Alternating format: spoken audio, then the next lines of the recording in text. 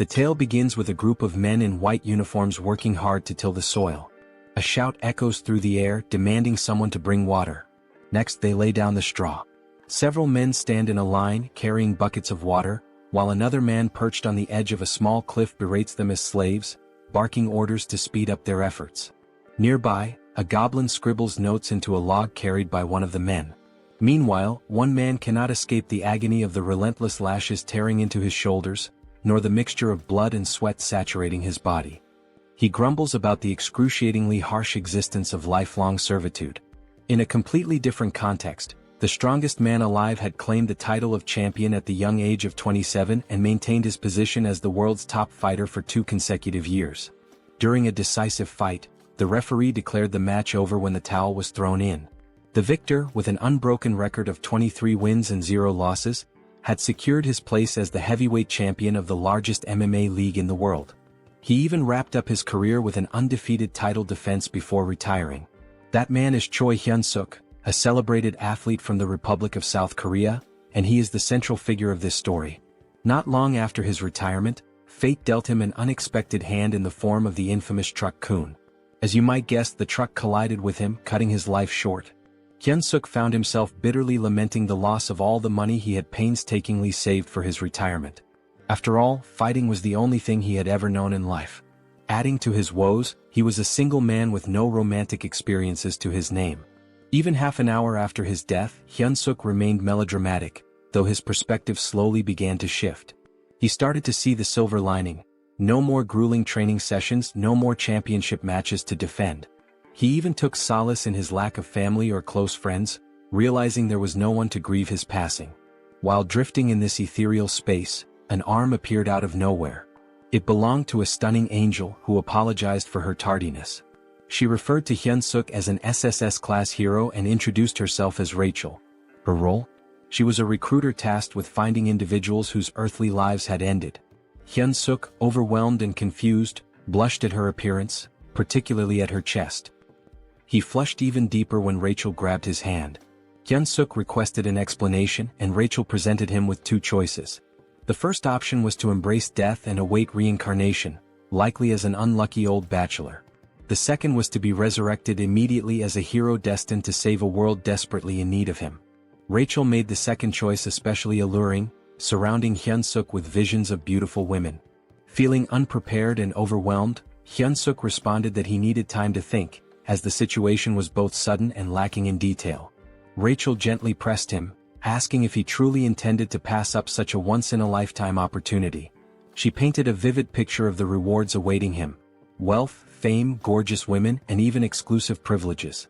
Yet, as Rachel continued her pitch, Hyunseok had already started tuning her out. He pondered his options.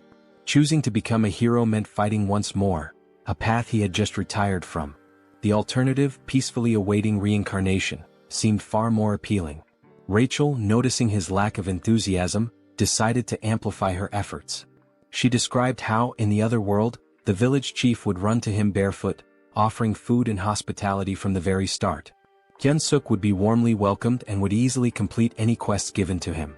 Rachel went on to say that the chief might even offer his daughter, renowned as the most beautiful woman in the village, to Hyunseok. However, Hyunseok's stoic expression remained unchanged, much to Rachel's growing concern for her recruitment bonus. Switching tactics, Rachel feigned defeat, suggesting Hyunseok simply accept his fate as a lonely bachelor. This caught his attention. To seal the deal, Rachel introduced a chilling thought: there was no guarantee that his next life would even be as a human. This realization struck a chord in Hyunseok's mind.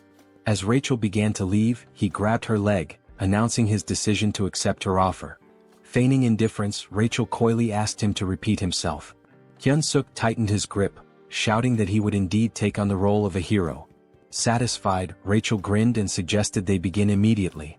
Bewildered, Hyunseok asked what she meant. A glowing magic circle appeared beneath him, signaling the start of his journey. Protesting his lack of preparation, Hyunseok realized there was no stopping what had already begun. Rachel insisted that the breathtaking world awaiting Hyunseok was already prepared for his arrival. She wished him an incredible adventure, though she couldn't help but complain about how difficult he made things, even though he ultimately agreed to go. Suddenly Rachel received a call. She picked up and reported that the prospective hero, Noam 137,421 Hyunseok, had just completed his transmigration.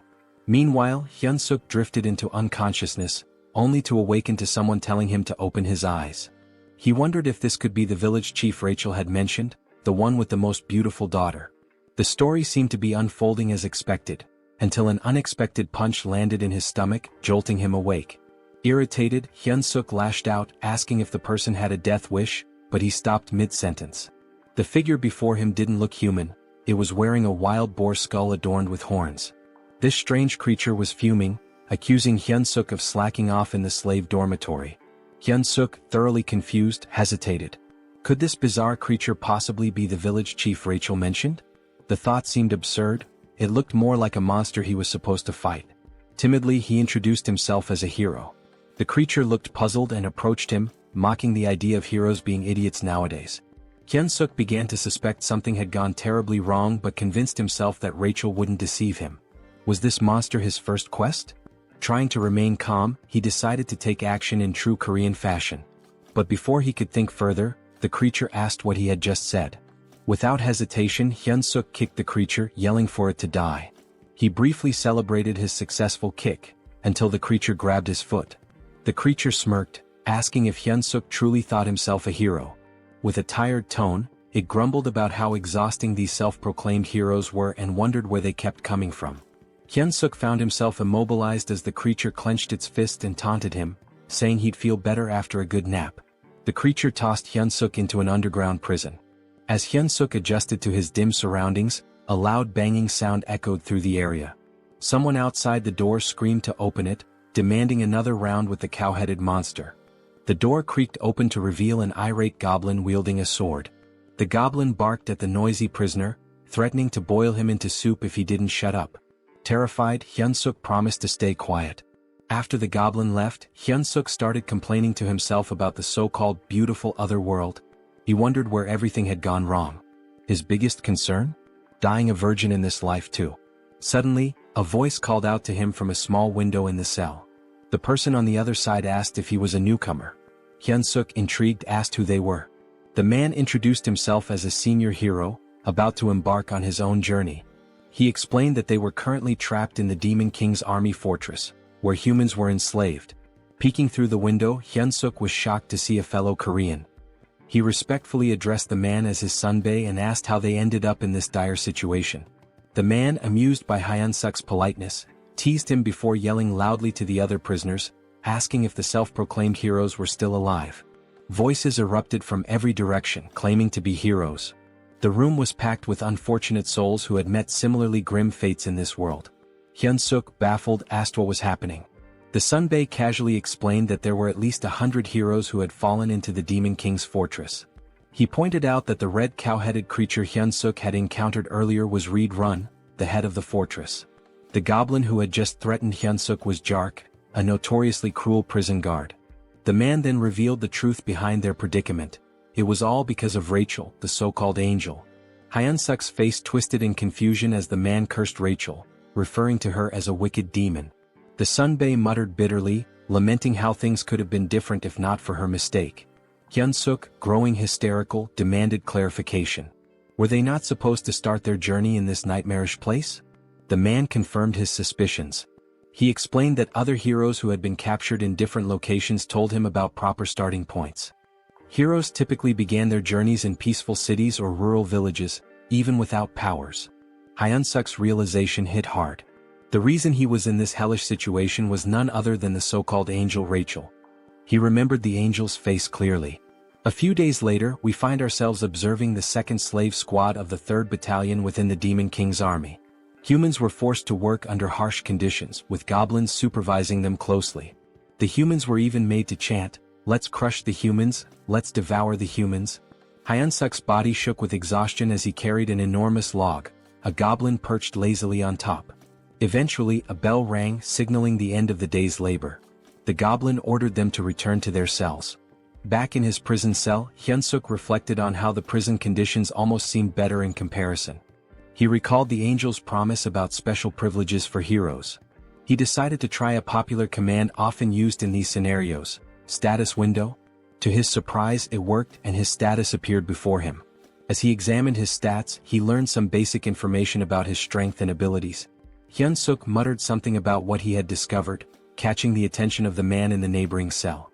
The man, overhearing him, was surprised to learn that Hyunseok already had stamina at level 1.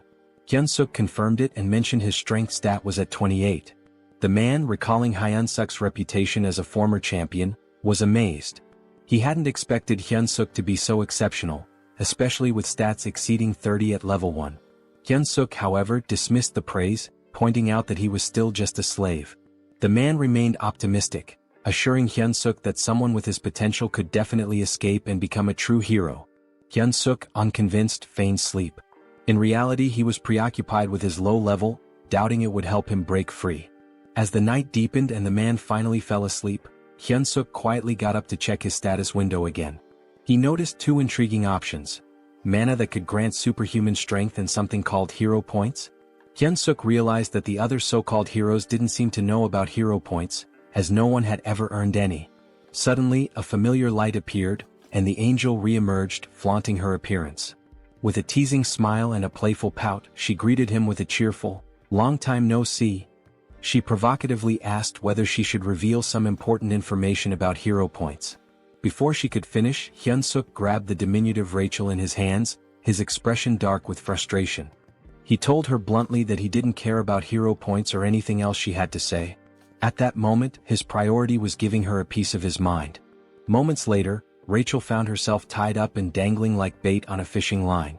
Apologetically, she explained that her magic circles had malfunctioned due to an unfortunate accident involving spilled coffee during a snack break. During her explanation, soundproofing magic was activated to ensure privacy. Hyunseok questioned whether she had been punished by being assigned as his manager. Rachel clarified that her role was to be his personal fairy, a guide to assist him until he defeated the Demon King. Hyunseok made it clear that he no longer cared about being a hero. Rachel, puzzled, asked him to elaborate. He explained that he had no intention of defeating the Demon King and would prefer to live a normal life. Rachel admitted that many prospective heroes chose that path, but she emphasized his extraordinary SSS-level potential. Hyunseok argued that his potential didn't obligate him to anything. He confessed that he never felt it was his destiny in the first place. Rachel tried to protest, but Hyunseok interrupted, saying he didn't want to live a life filled with endless battles as he had in his past. Rachel was startled by his words. She had always seen him as a foolish warrior driven only by fighting in women, but now she worried about her own fate. When she received her assignment as a personal fairy, Rachel had vehemently protested. She felt it was unfair for someone of her status to endure such a humiliating role. Nevertheless, she was ordered to stay by Hyunseok's side until he defeated the Demon King, and the decision was final. A personal fairy, she was told, must actively support and share both successes and failures with their assigned warrior. Despite her protest, she was teleported directly to the Demon Fortress. Back in the present, Hyunseok deduced that a personal fairy was obliged to obey their warrior's commands. Using this to his advantage, he instructed Rachel to contribute to his escape plan. Reluctantly, she agreed. A sudden noise from the door made Hyunseok act quickly, grabbing Rachel to conceal her presence. Goblins were waking the prisoners for the next day's labor. Rachel grumbled that she could use her stealth abilities without his interference. Even after roll call was complete, Hyunseok noticed that Jark, the cruel goblin guard, was still lingering by his door. The Jark informed Hyunseok that Raedran had summoned him to his office. Once there, Raedran brought up an unexpected topic. Apparently, Hyunseok had been working diligently these days. Hyunseok was utterly shocked while the Jark casually lounged on his shoulders. He couldn't believe that the foul-smelling goblin had actually complimented him. Raedran admitted that initially he had thought Hyunseok was just another lunatic human, but seeing his recent efforts had changed his perspective. That was why Raedran proposed a new role for him, head slave. Hyunseok was baffled and had no idea what Raedran was implying. Raedran elaborated, explaining that the workload had significantly slowed down recently, and someone needed to step up to manage the humans. Rachel anxiously hoped Hyunseok would refuse the offer outright. She whispered furiously, pestering him to decline, even yelling that a hero should never submit to officers in the Demon King's army. Both Raedran and the Jark heard the commotion and asked what the noise was. Hyunseok quickly shouted that he'd handle everything and ensure the humans worked harder. To distract them, he exaggeratedly bowed, slamming his head on the desk with a loud thud. Raedran was delighted. He confessed that, contrary to his first impression, he was beginning to like Hyunseok. He even promised to write him a special recommendation letter to join the Demon King's army, if he continued to perform well. Hyunseok was dismissed but felt despair deep down, watching his escape plans crumble. A few days later, the humans were chanting while working. Hyunseok strutted around, smugly scolding one worker for being too slow. He mocked, "Even my grandma could run faster than that." With such an attitude, he looked perfectly suited for the Demon King's army. The system window popped up, revealing that his hidden skill, charisma, had increased. Due to his leadership experience, Hyunseok exclaimed that being the head slave was the best. The other men exchanged worried glances, convinced he had lost his sanity. They whispered about him behind his back. Rachel, however, reprimanded him, warning that this behavior could land them in serious trouble. Hyunseok dismissed her concerns, telling her to trust his plan. He added arrogantly, "A sparrow like you can't understand the strategies of a phoenix like me?" When a man collapsed to his knees, Hyunseok scolded him harshly. The system window notified him that Reed-Run's favorability towards him had increased. Hyunseok saluted dramatically and thanked Reed-Run, declaring his loyalty. Rachel exploded in frustration, reminding Hyunseok of his desire for adventure and escape. Hyunseok scratched his head, explaining sheepishly that he was simply following the system's guidance. He reasoned that obeying the system was part of being a hero. Rachel argued furiously, insisting that boosting the Demon King's army officials' favorability was absurd and completely unlike any hero quest she had ever seen. Hyunseok stood firm, claiming it was the truth, even offering to read the quest description aloud. He read, "You who have found yourself trapped in the Demon King's fortress due to an idiot's mistake?" Rachel cut him off, arguing that the language was far too informal for a system message, which should always use neutral, precise wording.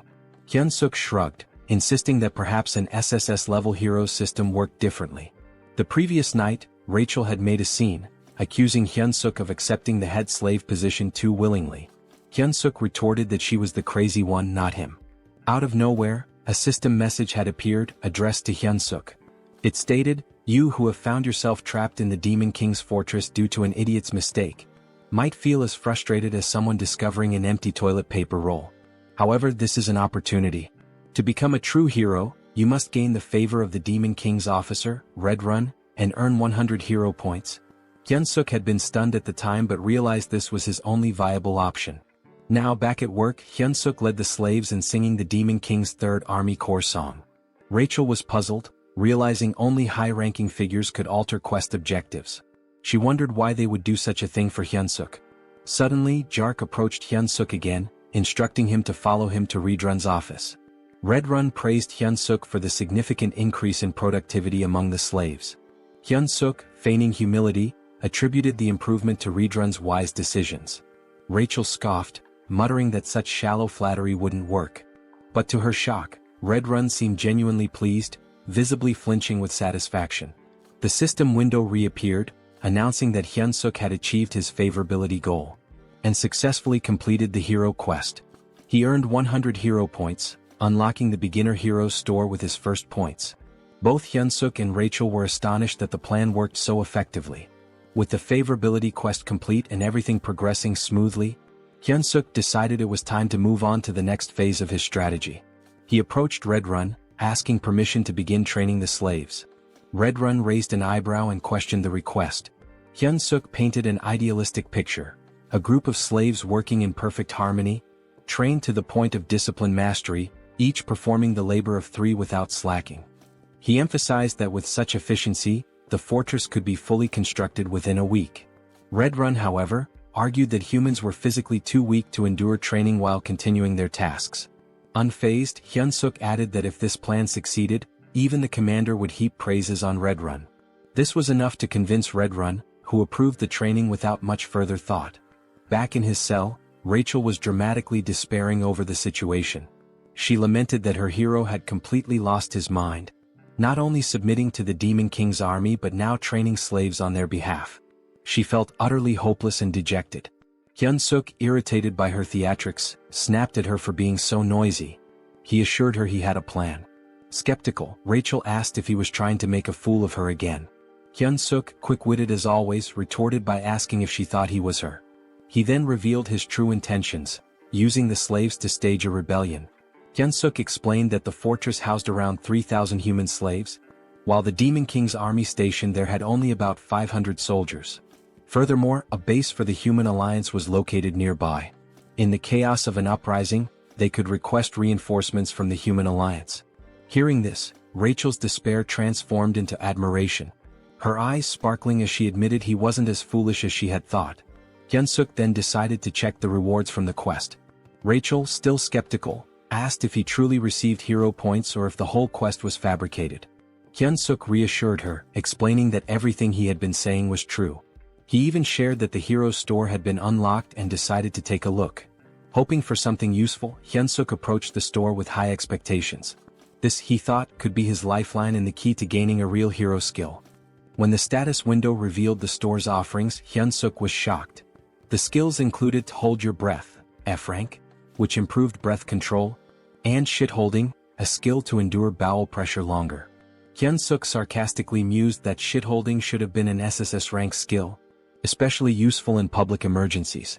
The other skills available were mundane, cooking, cleaning, and laundry. Confused and furious, Hyunseok questioned how these were hero-appropriate skills. Rachel, laughing at his frustration, explained that the store was still at level 1. She assured him that collecting more points and leveling it up would eventually unlock better options. Still fuming, Hyunseok lashed out, telling Rachel to shut up and calling her a swindling fairy. The next day, the slaves saluted the Demon King as Hyunseok commanded them to sing the Third Army Corps song.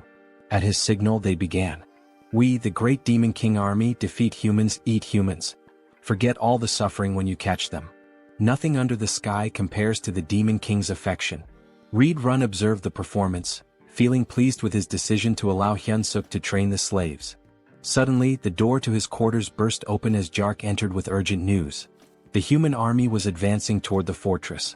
The 8th Division, the largest unit in the area, had already fallen into a trap and retreated. If the 8th Division had been defeated, Jark warned, it was only a matter of time before the humans reached the fortress. Despite the dire situation, Reed Run remained calm. He acknowledged Jark's suggestion to evacuate but insisted they wait a moment. He declared that since ancient times, wars were won or lost based on supply lines. The first rule of war, he stated, was never to lose a competent supply officer. With that, he instructed Jark to leave while he took care of Hyunseok before following. Meanwhile, Hyunseok scolded the slaves, asking if they were prepared to follow his orders. Hearing a commotion, he sighed, suspecting that combat training might once again be interrupted by Reed Run's constant surveillance.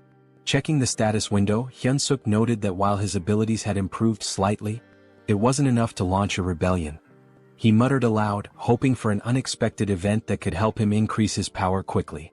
Before he could finish his thoughts, Reed Run landed abruptly beside him. Reed Run tapped Hyunseok's shoulder and called out to him, catching him off guard.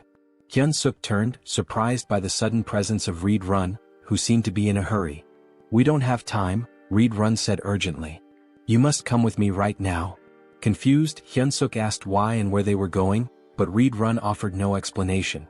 Just then, the commander of the human army bellowed an order to attack, declaring that victory was within their grasp. Human soldiers armed with spears charged forward, successfully striking several goblins in their path. Their advance, however, was halted by a terrifying sight, the Red Nightmare Reed Run. The commander shouted for the troops to retreat and let the knights handle the enemy. Despite the order, the humans continued their charge, emboldened by their momentum. As Hyunseok watched the chaos, a thought crept into his mind. Why were human troops here? He began considering the possibility of using the situation to his advantage. Perhaps this was his chance to stab the Demon King's commander in the back end. Return to human society as a hero. One of the humans yelled, "Die, Red Nightmare," and lunged at Reed Run. With unsettling ease, Reed Run grabbed the man by the head and crushed it, leaving Hyunseok frozen in shock. Reed Run then unleashed his combat arts, performing the 7th movement. He slammed the soldier's face into the ground, following it up with an area of effect attack, the explosive destruction wave. The ground shattered, sending human soldiers flying through the air. Turning back to Hyunseok, Reed Run asked, "Are you all right?" Hyunseok saluted reflexively, replying that he was fine and subtly adding that he'd be leaving soon. This moment reminded Hyunseok that he was still in the company of one of the Demon King's most formidable warriors. The battlefield buzzed with activity as the humans claimed the area. They raised 2 flags at the center and began organizing the citizens of Mariot Kingdom and Drasan Empire. A soldier questioned Hyunseok's prison mate, asking if they were warriors. The man replied affirmatively. The warriors were separated from the other captives and led down a different path. A figure appeared to greet them, Olivane Grimier, a middle-aged man with striking red hair and a beard. He was a duke of the Dresden Empire and commander of the Allied forces. A soldier approached Olivane, reporting that the evacuation had been completed. Olivane praised the soldier for his efforts. The soldier also mentioned that those claiming to be warriors had been drafted. Olivane gave the order to begin. "All soldiers to your positions," he commanded. Moments later he gave a chilling order, "Annihilate all the warriors before us." Meanwhile, a carriage traversed the forest. Inside, Hyunseok sat in sullen silence, bidding farewell to his dreams of adventure and his imagined second life. Across from him, Reed Run sat stoically. Hyunseok couldn't help but think about how Reed Run had effortlessly dispatched everyone chasing them. Their pursuers were no longer a concern. Rachel, attempting to cheer Hyunseok up, remarked that moments of crisis often present opportunities. She suggested they head to the headquarters and properly assess the Demon King army situation. Hyunseok, unimpressed, told her to shut up. Breaking the silence, Reed Run admitted, "I must have fallen asleep for a moment." He looked at Hyunseok and asked, "Did you say something?" Hyunseok quickly covered, claiming he was just mumbling about how honored he was to accompany someone like Reed Run. Reed Run, seemingly touched, expressed his appreciation. He informed Hyunseok that they were nearing the 3rd Corps headquarters and encouraged him to look forward to it. "Once we arrive," Reed Run added, "I'll officially enlist you in the Demon King's army." Hyunseok turned pale but managed to force out, "It's an honor." Rachel too panicked silently. At the headquarters, a guard announced Reed Run's return, prompting the gates to open. Reed Run gestured for Hyunseok to follow, stating that he would take him directly to the commander. "It's an absolute honor to meet the commander so soon," Reed Run remarked, though his body language hinted otherwise. He warned Hyunseok to be on his best behavior in the commander's presence if he wanted to live. Recalling an old saying about surviving even in a tiger's den by keeping one's wits, Hyunseok steeled himself and vowed not to give up. At the commander's door, Reed Run announced himself and was granted entry. As the door opened, Hyunseok heard a woman's voice, making him wonder if the commander was human. The figure before them was striking, a woman with long ears, claw-like nails, and her eyes obscured. Her jaw and neck bore a different hue, adding to her otherworldly appearance. She lounged in her chair, wearing stilettos, exuding an aura of command. "Welcome back, Reed Run," she said with a smile. She observed that he had gained even more muscle since their last meeting. This woman was Hemis, the commander of the Demon King Army's 3rd Corps. Reed Run responded with a compliment, remarking on how her beauty had become even more radiant. Hyunseok felt his cheeks flush. He couldn't believe that such a stunning woman was a commander. Hemis smiled graciously and thanked Reed Run for his kind words. Meanwhile, Hyunseok was panicking internally, unsure of how to respond. Should he also compliment her beauty? He wrestled with the thought as Reed Run shifted the conversation. Reed Run admitted his shame for failing to defend the fortress. Hemis dismissed his guilt, explaining that the blame lay with the 8th Division commander, not him. She added with a sharp tone, "I should have already made a bag out of his hide." Hyunseok felt his breath hitch. Hemis continued, noting that the 8th Division commander had returned alive, but as a disgrace. The pressure Hyunseok felt in her presence was overwhelming, far surpassing anything he had experienced before. He clenched his fists, doing his best to conceal his trembling. Changing the subject, Hemis turned her attention to the human Reed Run had brought. Reed Run introduced him as Hyunseok, the individual he had reported about earlier. He announced that he had brought Hyunseok to officially enlist him in the Demon King army. Hemis stepped closer, inspecting him. "He's cute," she commented casually. She expressed her anticipation for his performance, especially since he had been chosen by Reed Run. Hyunseok, though flustered, managed to stammer out that he would do his best. Hemis, however, remarked skeptically, "With that body you won't last long in the demon army." She turned to Reed Run, asking if he agreed. Reed Run nodded, adding, "He'll be eaten alive by the others." Reed Run then noted how rare it was for a human to join the demon army and requested permission to train Hyunseok personally. Hemis's response was swift and firm. "Absolutely not," she said. She explained that Reed Run's time shouldn't be wasted on a human. Then something startling happened.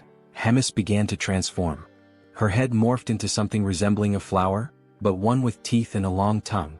Hyunseok's jaw dropped in disbelief as he watched her shove her arm into her own mouth. Moments later, her face returned to normal, and in her arms she held a black dog-like creature.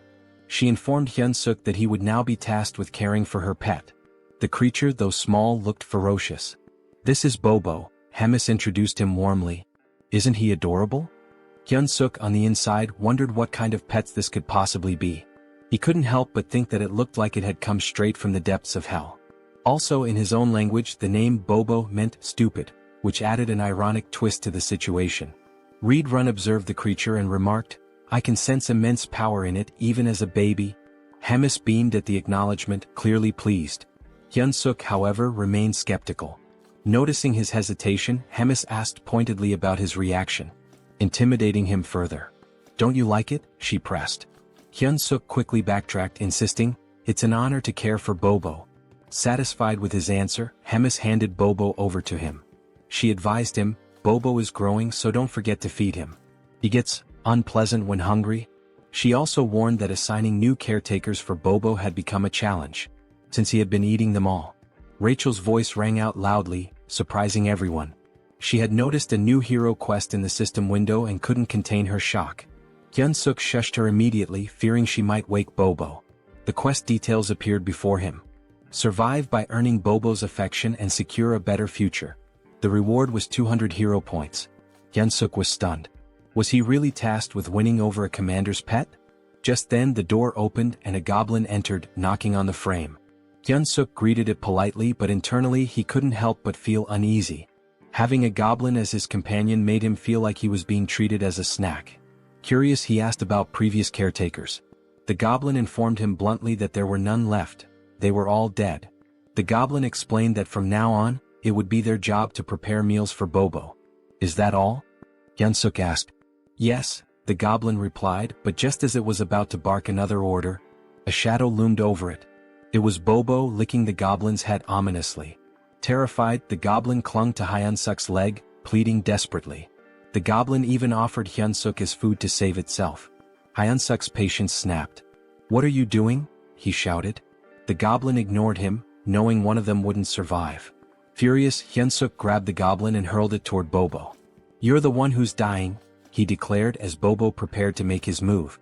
Hyunseok handed the snack to Bobo, who seemed delighted. Without hesitation, Bobo devoured it. Hyunseok and Rachel watched as Bobo happily enjoyed his treat. Later, Rachel found herself in a panic, running for her life. Bobo was chasing her. Desperate for help, she shouted at Hyunseok, but he casually replied, "You better not run too long. He'll get hungry again." Hyunseok's eyes caught something. A new item was available, an extra-large bone. This particular bone could attract Kennedy-type monsters and charm them. It was priced at 30 hero points. Acting quickly, Hyunseok called Bobo and showed him the bone. He threw it and Bobo's eyes lit up with excitement before dashing to fetch it. Meanwhile, Rachel, exhausted from all her flying around, grumbled, "You should have found that sooner." Hyunseok, smug, replied, "That's why my brain doesn't miss the small stuff." He thought the quest would be smooth sailing from then on, but he was wrong. Bobo suddenly lunged at him, narrowly missing and tearing only the hem of his shirt. That's when it hit him. The bone wasn't enough. Bobo needed fresh meat. Rachel asked if he was seriously considering taking Bobo outside. Hyunseok mulled it over, feeling the pressure as Bobo began baring his fangs. Frantically, Hyunseok blurted out the first calming word that came to his mind. "Walk." Bobo froze and immediately changed his demeanor. The feral energy vanished, replaced by a happy, tail-wagging excitement. Bobo even hugged Hyunseok, who sighed in relief. Now outside, Hyunseok searched for the kitchen, but he was utterly lost. Bobo, full of energy, was pulling him in all directions, making things harder. Rachel, scanning the area, admitted she couldn't smell any food. She spotted a goblin and suggested asking it for directions. Hyunseok approached the goblin, who looked puzzled to see a human. As Bobo reverted to his wild nature, the goblin froze in terror. Hyunseok tried to reassure the goblin, explaining it was just Bobo's walk time. The goblin, still horrified, asked why a human was walking Bobo. Bobo licked the goblin's face and Hyunseok firmly told him, "You can't eat him." Hyunseok asked where the kitchen was and the goblin, trembling, pointed to the left before sprinting away. Rachel and Hyunseok stared after him, stunned, before bursting into laughter. The goblin's terror was so over the top, it made them question if he really belonged in the demon army. Once the laughter died down, Hyunseok refocused. He was ready to search for meat in the kitchen. Rachel, however, questioned his long-term plans, asking if he intended to care for a dog forever. Hyunseok scoffed, replying that, of course not, he still had dreams to chase. But when he turned back, Bobo was gone. Panic hit him instantly. He turned pale and shouted, "Where the hell is that dog?" Hyunseok felt despair creeping in. Bobo was a walking disaster, and even looking away for a moment was a mistake. Rachel scanned the surroundings and pointed toward a direction. There they spotted Bobo trotting back toward them. Hyunseok exhaled in relief, scolding, "You scared me half to death." Bobo returned happily, but blood dripped from his mouth, and his stomach was visibly full. Suddenly they heard shouting, "Commander Regis is dead." A vow for revenge echoed through the air. Hyunseok froze in horror. Rachel pointed accusingly at Bobo, whispering, "He's the culprit." Goblin soldiers emerged, and Hyunseok and Rachel began running for their lives.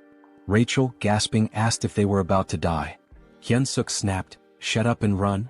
They reached a dead end, cornered by goblins shouting accusations. One goblin vowed to tear off Hyunseok's arms like chicken wings. Another lamented that the commander was already digested, wondering how he would have tasted. Yet another suggested ripping both Hyunseok and Bobo apart, dividing the spoils. Hyunseok forced himself to stay calm and shouted back, "How dare you?" Outnumbered, he needed a plan. Thinking quickly, he lifted Bobo and asked the goblins if they knew who the brave one was. Confused, the goblins stared at Bobo, who they had assumed was just a wild beast. When Hyunseok heard their words, his fury rose and he reprimanded the goblins. He declared that this adorable yet lethal creature was none other than Bobo. The goblins hesitated, recalling that Bobo was rumored to be Commander Hemis's pet, but they dismissed it. They assumed it was just another deceitful trick from a human. Still, some goblins began to worry that Hyunseok might actually be telling the truth. Hyunseok questioned how they could fail to recognize Bobo, calling it a disgrace. The goblins stared at him, baffled by his confidence. Hyunseok, maintaining his composure, commanded Bobo to unleash his beast mode. Without hesitation, Bobo obeyed, transforming into a ferocious predator, saliva dripping as if anticipating a meal. Hyunseok addressed the goblins again, reaffirming, "This is Bobo." He then ordered, "Bobo, bite him." Bobo let out a deafening roar and pounced on the nearest goblin. Blood splattered as Bobo's teeth tore into his target. Hyunseok watched the grisly scene unfold, casually remarking, "A dog without a muzzle sure gets messy." When Bobo finished, only the goblin's bones remained. Turning to the others, Hyunseok asked mockingly, "Anyone else doubt who Bobo is?" The goblins frantically apologized, claiming they had no idea it was really Bobo. At that moment, a system notification appeared before Hyunseok. It revealed that his extraordinary charisma had subdued numerous demons, increasing his hidden charisma stat. Hyunseok grinned, pleased with the recognition. Just then, a voice from behind interrupted him. A calm but commanding presence addressed the group, wondering aloud about the commotion. It was Commander Hemis. She surveyed the scene, amused, commenting that the cute newbie was causing quite the stir outside. Hyunseok felt his blood run cold. Standing in her office had been nerve-wracking enough, but now facing her here was even worse. Hemis chuckled, clearly entertained by Hyunseok's audacity in using her name and Bobo to survive. Hyunseok bowed deeply, admitting he had committed a severe offense. Hemis raised an eyebrow, confused, as she had actually intended to compliment him. She admired his resourcefulness and wit, contrasting him with the less clever demons she often dealt with. "You've got guts too," she added with a smirk. Hyunseok stammered out a hesitant thank you, unsure if her words were genuine praise or a veiled threat. Hemis elaborated, sharing how the demon army relied heavily on brute strength, often creating unnecessary chaos. When Hyunseok inquired what kind of trouble she meant, she cryptically replied, "You'll find out soon enough." She shifted the conversation, once again suggesting he consider becoming an executive in the demon army. Hyunseok was stunned, feeling entirely unqualified, but Hemis dismissed his self-doubt. "You can't keep using my name and Bobo forever," she declared. She explained that the army had a decisive duel system where one could claim their opponent's rank. She gave him 1 month to prepare for a battle. If he won, she would extend her protection for another month. If he continued to succeed, he might even rise to the rank of battalion commander and prove useful. Hyunseok hesitantly asked what would happen if he lost. "You'll regret surviving the battle," she replied coldly, implying that failure would lead to a fate worse than death. Left with no other option, Hyunseok accepted. Hemis even chose his opponent on the spot. Rachel, standing nearby, sighed dramatically, predicting she would be saying goodbye to him in a month. Hyunseok glared at her, reminding her that she was the one who had claimed he had SSS rank potential. Rachel shrugged, explaining that potential only indicated possibility, not certainty. "You're a fairy," Hyunseok snapped, "but you can't even be supportive." As he fumed, Hyunseok noticed something unsettling. The doors ahead were streaked with blood. He wondered aloud if it was truly the kitchen. Cautiously he pushed the doors open. Inside, a towering red-skinned ogre-like figure greeted him. "You must be the human our commander mentioned," the monster said, introducing himself as Kulkin, the demon army's chef. Kulkin asked what business Hyunseok had in the kitchen. Hyunseok remained outside the threshold, explaining he was just there to get a snack for Bobo. Kulkin's eyes narrowed as he realized that Bobo's caretaker had changed yet again. However, he refused Hyunseok's request outright, leaving him dumbfounded. Kulkin explained there was no reason for him to help a human. The only order from Commander Hemis was to spare Hyunseok's life. Desperate, Hyunseok asked if there was any way to negotiate, emphasizing that the food was for Bobo. After some thought, Kulkin proposed a solution. If Hyunseok truly wanted meat, he would have to hunt it himself like the goblins did. Hyunseok paled as he glanced at the goblins, who were busy chopping up what looked disturbingly like other goblins. He realized with a sinking feeling that Kulkin's idea of hunting was far more gruesome than he had anticipated. The next thing we knew, Hyunseok found himself standing before a colossal, ferocious wild boar. He had been informed that this creature would be his dinner tonight, if he managed to kill it. As he stood there, Hyunseok couldn't help but reflect on how he had ended up in such a precarious situation. This same boar had already claimed Morgan's life. Although they called it a hunt, the boar seemed to do nothing but charge relentlessly at its opponents. The cooks had sworn to avenge Morgan. Hyunseok, observing the chaos, quipped that it was unclear who would ultimately be having dinner. Rachel, ever the pragmatist, asked what their next move should be and even suggested they run. Hyunseok shook his head, pointing out that escaping from such a massive crowd wasn't an option. Still, he couldn't deny how perilous his position was. Resolving to act, Hyunseok began to move, but Kulkin's voice stopped him. Instinctively, Hyunseok responded, volunteering to go next. But to his surprise, Kulkin informed him that there was no need. The hunt was over. Hyunseok was taken aback. All this time he thought they were mindlessly charging at the boar. How had they brought it down so efficiently? A goblin reported to Kulkin, tallying 12 dead and numerous injured. In Hyunseok's mind, the cost was far too great. Kulkin, however, seemed unfazed, calling the results amazing and declaring a short break before they resumed hunting their next prey. Hyunseok noticed how little Kulkin cared about the casualties. As the cooks busied themselves, Hyunseok confided to Rachel that escaping was no longer an option. Rachel asked if he intended to join the monster hunts with the others. Hyunseok replied with a firm no, explaining he had no reason to. He mulled over his predicament and concluded that the only way to increase his stats was to level up, which meant he needed experience points. Rachel agreed with his logic but asked where he planned to find such experience in their current situation. Shamelessly, Hyunseok inquired if he would still earn experience points if he only landed the killing blow. Rachel confirmed that he would, though she called his plan disgraceful. Her confirmation fueled Hyunseok's determination. He thanked her and told her they should get moving. Hyunseok knew his options were limited. He had to grow stronger within a month, especially if Commander Hemis's threats were genuine. Approaching Kulkin, Hyunseok expressed his desire to participate in the next hunt as a member of the brave demon army. Kulkin stared at him, making Hyunseok nervous. Had he overstepped? But Kulkin grinned, declaring that he liked Hyunseok's audacity. Hyunseok, relieved, offered his thanks while slipping in a few compliments to appease Kulkin further. Much to his surprise, Kulkin assigned Hyunseok the role of leading the next hunt. Kulkin explained that for their group, the leader's position was the most honorable, reserved for exceptional cases. Hyunseok, feigning humility, protested that he couldn't possibly stand before the noble demons, adding that the other cooks might object to him taking charge. Kulkin, unbothered, simply gave him a thumbs up. Their exchange was interrupted by an urgent call for Kulkin. "What's wrong?" the chef asked. A cook reported a monster invasion, describing the sound of the monster's cry as a signal that an urn had arrived. Hyunseok, confused, asked if they were in danger. Culkin dismissed the concern, though he added that urn meat wasn't particularly good. Drawing a knife from his back, Culkin rallied everyone to arm themselves, announcing that they would hunt the urn and add its meat to the dinner menu. Hyunseok saw this as an opportunity.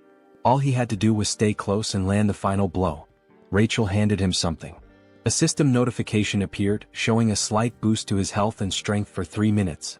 Rachel confidently brushed off his gratitude, but instead of thanking her, Hyunseok bonked her on the head, grumbling about why she hadn't used it on him earlier. Motivated, Hyunseok sprinted to position himself for the last hit. As he ran, he forced himself to focus on his goals. He pictured a noble blonde lady, no less than 5 children with bunny-like features and a peaceful retirement. He wasn't planning to die again as a defeated, loveless loser. With renewed determination, Hyunseok leapt into the fray, punching the urn with all his might. The monster fell, and with its death came a flood of system notifications. Hyunseok was stunned to see his level increase by 4 from a single killing blow. At this rate, he realized he could hit level 20 within a single day. Elated, Hyunseok felt empowered. Finally, he could grow stronger. Moments later, a trembling cook approached the dead urn, raising a butcher's knife. Before the cook could act, Hyunseok casually elbowed him, claiming his arm had slipped. He laughed maniacally, his grin wide and menacing. It was almost as if he had lost his mind when he declared that every last hit in the world was now his to claim. Time passed and more monsters were slain. Rachel, visibly drained, asked if they were finished now. Hyunseok smirked and praised his buff bot companion for her assistance. All the monsters had been dealt with, and it seemed like the cooks had wrapped up their butchering.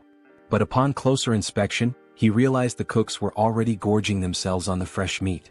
One of them even shouted for a larger serving, leaving Hyunseok utterly baffled. Culkin caught sight of him staring and called out, asking what had captured his attention. Hyunseok questioned whether it was acceptable for the cooks to indulge in the army's food like this. Culkin responded nonchalantly, explaining that it was one of the cook's privileges, especially since monster meat spoils quickly. He added that for common soldiers, having fresh meat was a rare and special opportunity. The chef even admitted that enjoying good food was the main thing keeping him going. A flood of questions raced through Hyunseok's mind, like what kind of privilege this was or how they managed without a labor union. Despite his skepticism, the chef offered him a portion of the meat, saying he had earned it as a warrior. Hyunseok hesitated, staring at the meat and contemplating how much the cooks had risked for it. Eventually he took a bite.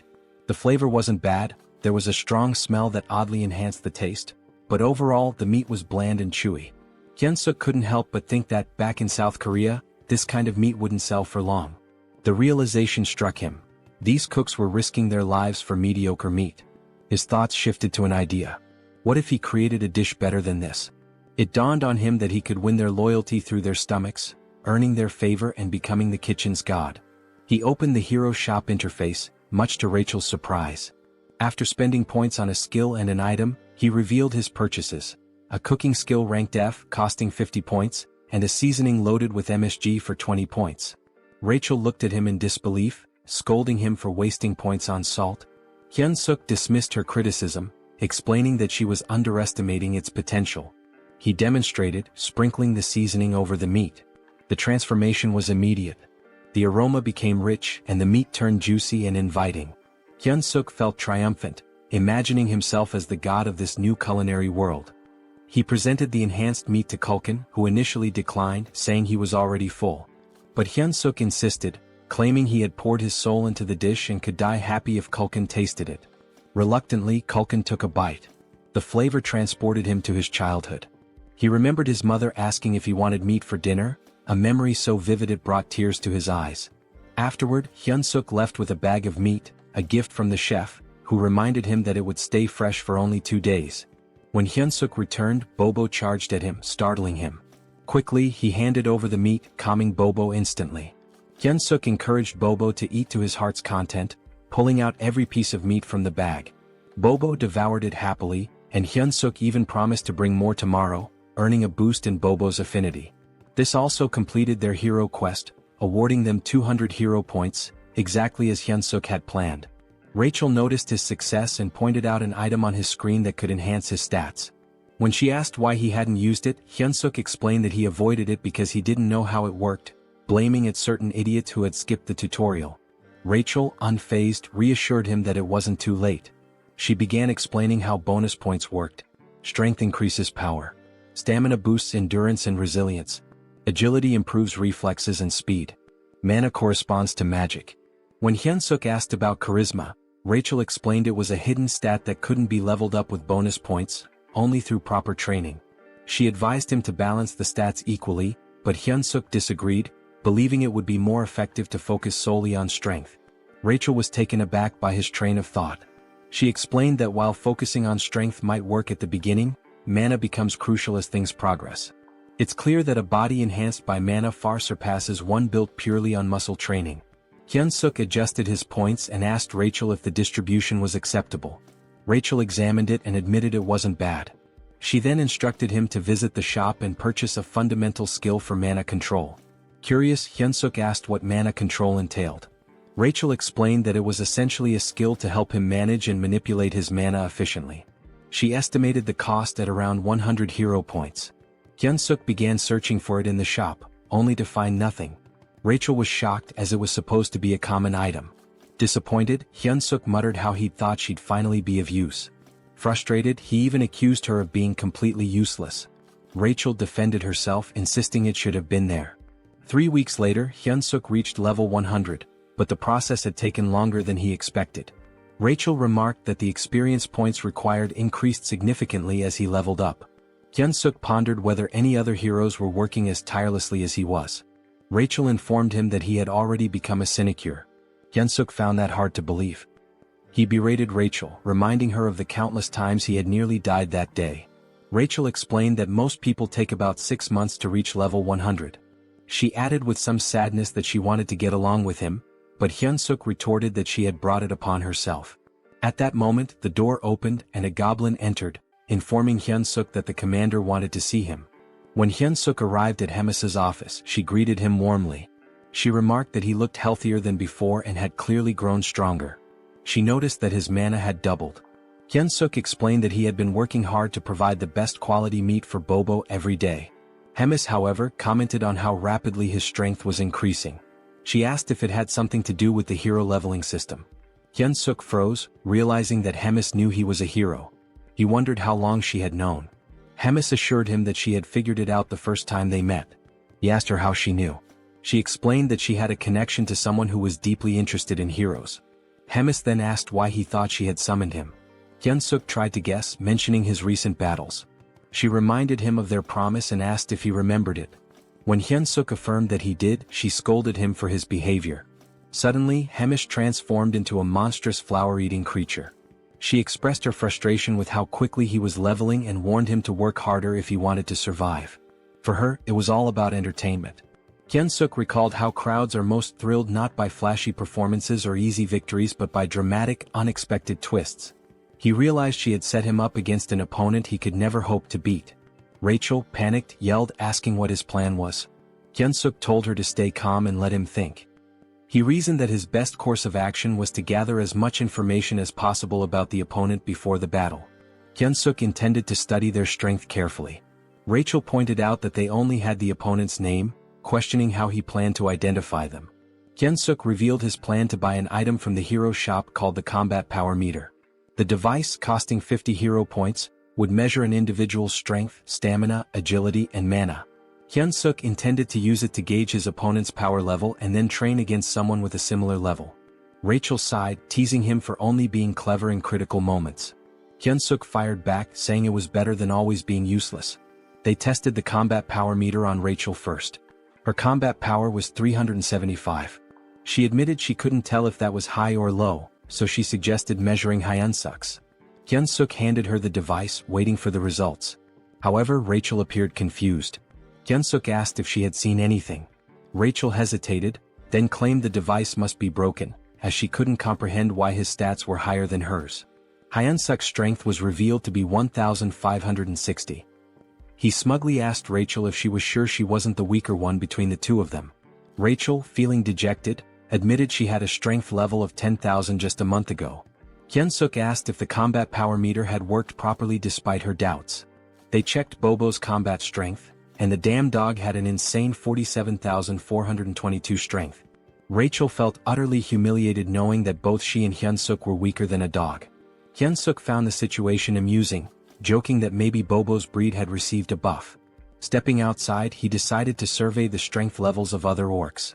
He noticed that goblins, who looked the weakest, had considerably lower stats compared to the other orcs, most of whom had numbers comparable to his own.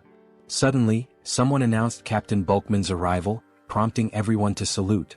As the captain passed by, Hyunseok used the combat power meter and discovered Bulkman's strength was an impressive 14,300. Hyunseok observed that individuals with combat strength over 10,000 typically held commander-level positions. He confirmed with Rachel whether his opponent was truly a platoon leader. Rachel affirmed this, adding that the opponent's name was Kirkin. Rumor had it that Kirkin was an orc with the intelligence of a pig. Hyunseok reasoned that a platoon leader should only have around 3,000 strength, meaning he might have a shot if he leveled up some more. Determined, he searched for Kirkin. When he found him, the combat power meter showed Kirkin's strength at 6,671. Rachel bluntly stated that the situation essentially meant Hyunseok was being sent to die. At that moment, Hyunseok received a hero quest. The system window displayed a notification, stating that his odds of defeating Kirkin were almost zero. However, because persevering through impossible situations was his defining trait, he was being given a chance. He needed to raise his combat strength to 3,000 within a week. The reward? 300 hero points. Hyunseok sarcastically commented on how perfectly timed the quest was, jokingly wondering if the system was spying on him. Despite the grim odds, he accepted the challenge, realizing it was a do-or-die situation. He resolved to outwit both his observer and Hemis to survive. The next morning in the kitchen, Hyunseok made his presence known. Kulkin greeted him and took note of the goggles Hyunseok was wearing, finding them intriguing. He asked where Hyunseok had gotten them. Hyunseok casually replied that he'd seen others wearing them and decided to get a pair himself. Kulkin speculated that it must be a trend among the younger generation before quickly changing the topic. He instructed Hyunseok to get ready for the hunt. Curious, Hyunseok used the combat power meter on Kulkin and discovered his strength was an overwhelming 35,230. This perplexed Hyunseok as it far exceeded the typical strength of a captain. Looking around, he realized that even the other cooks had high combat strengths due to their constant battles with demonic beasts. This gave Hyunseok an idea.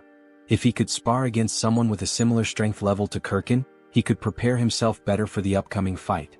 Hyunseok requested permission from Kulkin to spar with one of the cooks, explaining that it would help him improve and contribute more effectively. Kulkin initially dismissed the idea, stating that Hyunseok was already strong enough for a human and didn't need to rush things. However, Hyunseok subtly threatened Kulkin, saying he'd eat the high-quality meat for himself if he wasn't allowed to spar. Reluctantly, Kulkin relented and asked Hyunseok to choose his sparring partner. Later, as the cooks prepared for the hunt, they were surprised to learn that Hyunseok was planning to fight Golbachev, a cook with a combat strength of 2,620. Some wondered if this would be Hyunseok's last day alive. The goblins, however, voiced their discontent, as they didn't want to lose Hyunseok, who provided them with delicious meat. Hearing the commotion, Kulkin silenced the goblins and warned Golbachev not to kill Hyunseok during the sparring session. He instructed him to go easy and not overdo it. Golbachev, looking rather dim-witted, agreed. However, Kulkin clearly doubted his sincerity. The spar began. Hyunseok, brimming with determination, charged at Golbachev. Golbachev reminded himself of Kulkin's warning not to kill Hyunseok. When he swung a punch, Hyunseok skillfully dodged, observing that Golbachev's movements were largely instinctual. Capitalizing on this, Hyunseok launched a counterattack. The fight felt oddly familiar to him, reminiscent of battles he had consistently won in the past. In the blink of an eye, the match concluded, with Hyunseok declared the victor. The goblins were in disbelief. Golbachev had been taken down so quickly that some hadn't even registered what had happened. Hyunseok, equally shocked, realized he had defeated Golbachev with a single kick. This unexpected victory sparked a newfound confidence in him, making him believe he might have a shot against Kirkin after all. At the northern edge of the Black Fortress, near the Great Forest, Hyunseok replayed the spar in his mind. The fact that he had knocked out an orc with double his strength using just one kick reinforced his belief that combat strength was merely a number and not an absolute measure. He concluded that with a bit more improvement he could secure an easy win in his upcoming fight. Just then, a goblin approached Kulkin to report a large number of Talas appearing up ahead. Kulkin, visibly annoyed, asked if they were within Tala's territory. Hyunseok, curious, asked what the problem was. He questioned if it was because Tala's meat tasted bad. Culkin clarified that their meat wasn't too unpleasant. In fact, their bone marrow was considered a great delicacy. However, Talas lived in groups and had remarkably strong maternal instincts. If anyone harmed their young, it would lead to serious trouble. Hyunseok assumed the hunt would stop there, but Culkin, craving their flavorful meat, decided to proceed. He commanded everyone to attack, declaring that Tala's meat would be their snack for the day. He ordered them not to let any Talas escape and to slaughter them on the spot. The creatures resembled spiders with skull-like structures on their bodies. Hyunseok slyly shoved a goblin, feigning an accident, and seized the opportunity to land final blows to rack up XP. After some time, the group had amassed a collection of slain Talas. Hyunseok delivered the finishing blow to the last one, leveling up as a result. Rachel praised him for being a pro at stealing final hits. Accepting the compliment, Hyunseok explained that this was precisely why he enjoyed working in the kitchen. Suddenly, an overwhelming pressure enveloped the area, catching Hyunseok off guard. As he turned, someone screamed. The Talas queen had arrived. Her fury was palpable as she saw the pile of dead Talas. With a growl, she expressed her rage. Curious about her strength, Hyunseok used his goggles to assess her stats, only to find her power was immeasurable. The horrifying reality was clear. They had just mercilessly killed her children. Hyunseok spun around to ask the chef what to do, only to find him fleeing. The chef shouted for everyone to survive and meet again later. Hyunseok thought bitterly about the chef's irresponsibility when a loud noise drew his attention. Someone barked orders for everyone to scatter. Weak goblins were being torn apart as the enraged Talas queen screamed, her cry so deafening that Hyunseok had to cover his ears to endure it. Rachel alerted him to look behind, and when he turned, he saw hundreds of Talas charging toward him, led by the queen herself. Naturally, Hyunseok bolted as fast as he could, with goblins in the distance screaming for help. He knew that if he paused for even a moment he'd be dead. Eventually he stumbled upon a cave and hesitated, wondering if it was safe. Rachel reassured him it was empty, claiming she had scouted it earlier. Though Hyunseok didn't fully trust her, he figured the cave was safer than the forest, where he was vulnerable on all sides. The cave was surprisingly deep. He asked Rachel if it was a natural formation, but she didn't know. She did note how spacious it was, large enough for even the Talas queen to enter. An idea began to form in Hyunseok's mind as he spotted a gooey substance on the wall. Rachel dismissed the possibility of it being a Talas hideout, citing the chef's claim that no Talas groups were nearby. However, the sticky residue unsettled Hyunseok. Were these spider webs? Then he saw them eggs. Realizing the cave was a Talas nest, he knew it wasn't a safe place after all. Just as he decided to leave, glowing green eyes emerged from the shadows. A fully grown Talas charged at him. Hyunseok sprinted as fast as he could, with Rachel frantically asking if they were heading in the right direction. Hyunseok admitted he had no idea. This was his first time in the cave too. Suddenly he stepped on something, lost his footing and slipped. Panicked, he grabbed the first object he could find and hurled it at the Talas. The creature caught the object in midair, an egg. To Hyunseok's surprise, the Talas stopped attacking, seemingly distracted by the egg. He turned to Rachel for an explanation. Rachel theorized that the Talas might have found the egg appealing due to its round, smooth and moist texture, noting that it resembled a Talas egg. Inspired, Hyunseok grabbed another egg and taunted the Talas, declaring he wouldn't take any more of its nonsense. The Talas panicked, confirming that his strategy was working. Taking a firm stance, Hyunseok hurled the egg. The Talas scrambled to catch it, reacting almost desperately. Rachel observed the Talas's impressive agility and physique, likely enhanced by its monstrous nature. She questioned Hyunseok about his next move. Hyunseok, exasperated, asked what options he had left when there were still over 100 eggs scattered around. Despite the situation, Hyunseok even dared to taunt the Talas when one of the eggs cracked. He mockingly told the Talas that he could probably catch better than it could. Hyunseok ordered Rachel to fetch him another egg, but she informed him that they were down to the last one. Panic set in as Hyunseok turned pale, realizing he had seriously messed up.